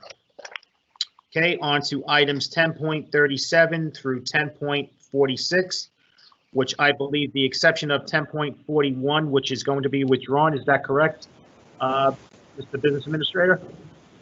Yes, thank you, Sean. 10.41 is withdrawn by the administration for further review. Okay, thank you. So we're taking a vote on items 10.37 through 10.46 with the exception of 10.41, which has been withdrawn. Councilperson Ridley. Aye. Councilperson Prinzary. Aye. Councilperson Baggiano. Aye. Councilperson Saleh. Aye. Councilperson Solomon. Aye. Councilperson Robinson. Aye. Councilperson Lavaro. Up until what number? Item 10.37 through 10.46 with the exception of 41. So it's up to 46. I vote aye. Thank you. And Council President Pro Temp Rivera. I vote aye. Thank you. Items 10.37 through 10.46 are approved 8-0 with the exception of 10.41, which has been withdrawn with Council President Waterman absent. For the balance of resolutions, items 10. If I'm correct, 10.47 is being withdrawn, Mr. Business Administrator. Correct, Sean. 10.47 is also pending further review, so that'll be withdrawn by the administration. Thank you very much. Okay, so we're taking a vote on items 10.48 through 10.52, which is the balance of the resolutions. Again, items 10.48 through 10.52, with the 10.47 being withdrawn. Councilperson Ridley. Aye. Councilperson Prinzary. Aye. Councilperson Baggiano. Aye. Councilperson Saleh. Aye. Councilperson Solomon. Aye. Councilperson Robinson. Aye. Councilperson Lavaro. Voting no on 49 and aye on all the rest. And Council President Pro Temp Rivera. Aye. Okay, just let me recap. Item 10.47 is withdrawn. 10.48 is approved 8-0. With Council President Waterman absent. 10.49 is approved 7-1 with Councilperson Lavaro voting no. Council President Waterman absent. And items 10.50 through 10.52 are approved 8-0. And may I ask the magic call of a motion to adjourn at 10:27 Second. p.m. So we have a motion made by Councilperson Prinzary and seconded by Council President Pro Temp. Did I get that right? Rivera? You guys have a great new year. On the motion to adjourn, all council members in attendance by acclamation, please say aye. Aye. We are out of here at 10:27 p.m. Thank you so much, ladies and gentlemen, members of the public, the city council, President Pro Temp, and council members. Congratulations again to our council president on the birth of her grandchild, and also congratulations to Councilman Robinson on the birth of his grandchild as well. Stormy. And also, I want to wish everybody a very happy holiday and a very happy and healthy new year. I'm praying that 2021 is a big turnaround from 2020. I can't wait to kiss 2020 goodbye. I think we all kind of feel the same way. I just want to let a little personal note out there. I mean, I don't mind saying this, but your clerk is going to turn 50 on December 25th. So happy birthday. That's that. Happy Yeah. birthday. It was Been some 50 year for the me. last 3 years. Happy birthday. I knew I was open to criticism, but anyway. So You guys members are of the awesome. public, remember, when you're out and about, please mask up, even with this snowstorm. We're beyond, we're not out of the fight yet. The second wave is pretty strong, so we want to fight it as best as we can. Jersey City is doing a great job, and let's continue to do a great job. Please stay safe, everyone. Please be careful going home, and God bless everyone, and have a great night. Stay safe. Okay, Sean. Thank you. Happy birthday, happy holidays, everyone. Happy holidays. Happy holidays. Happy holidays, everybody. God bless. All Good night. right. Goodbye, Sean.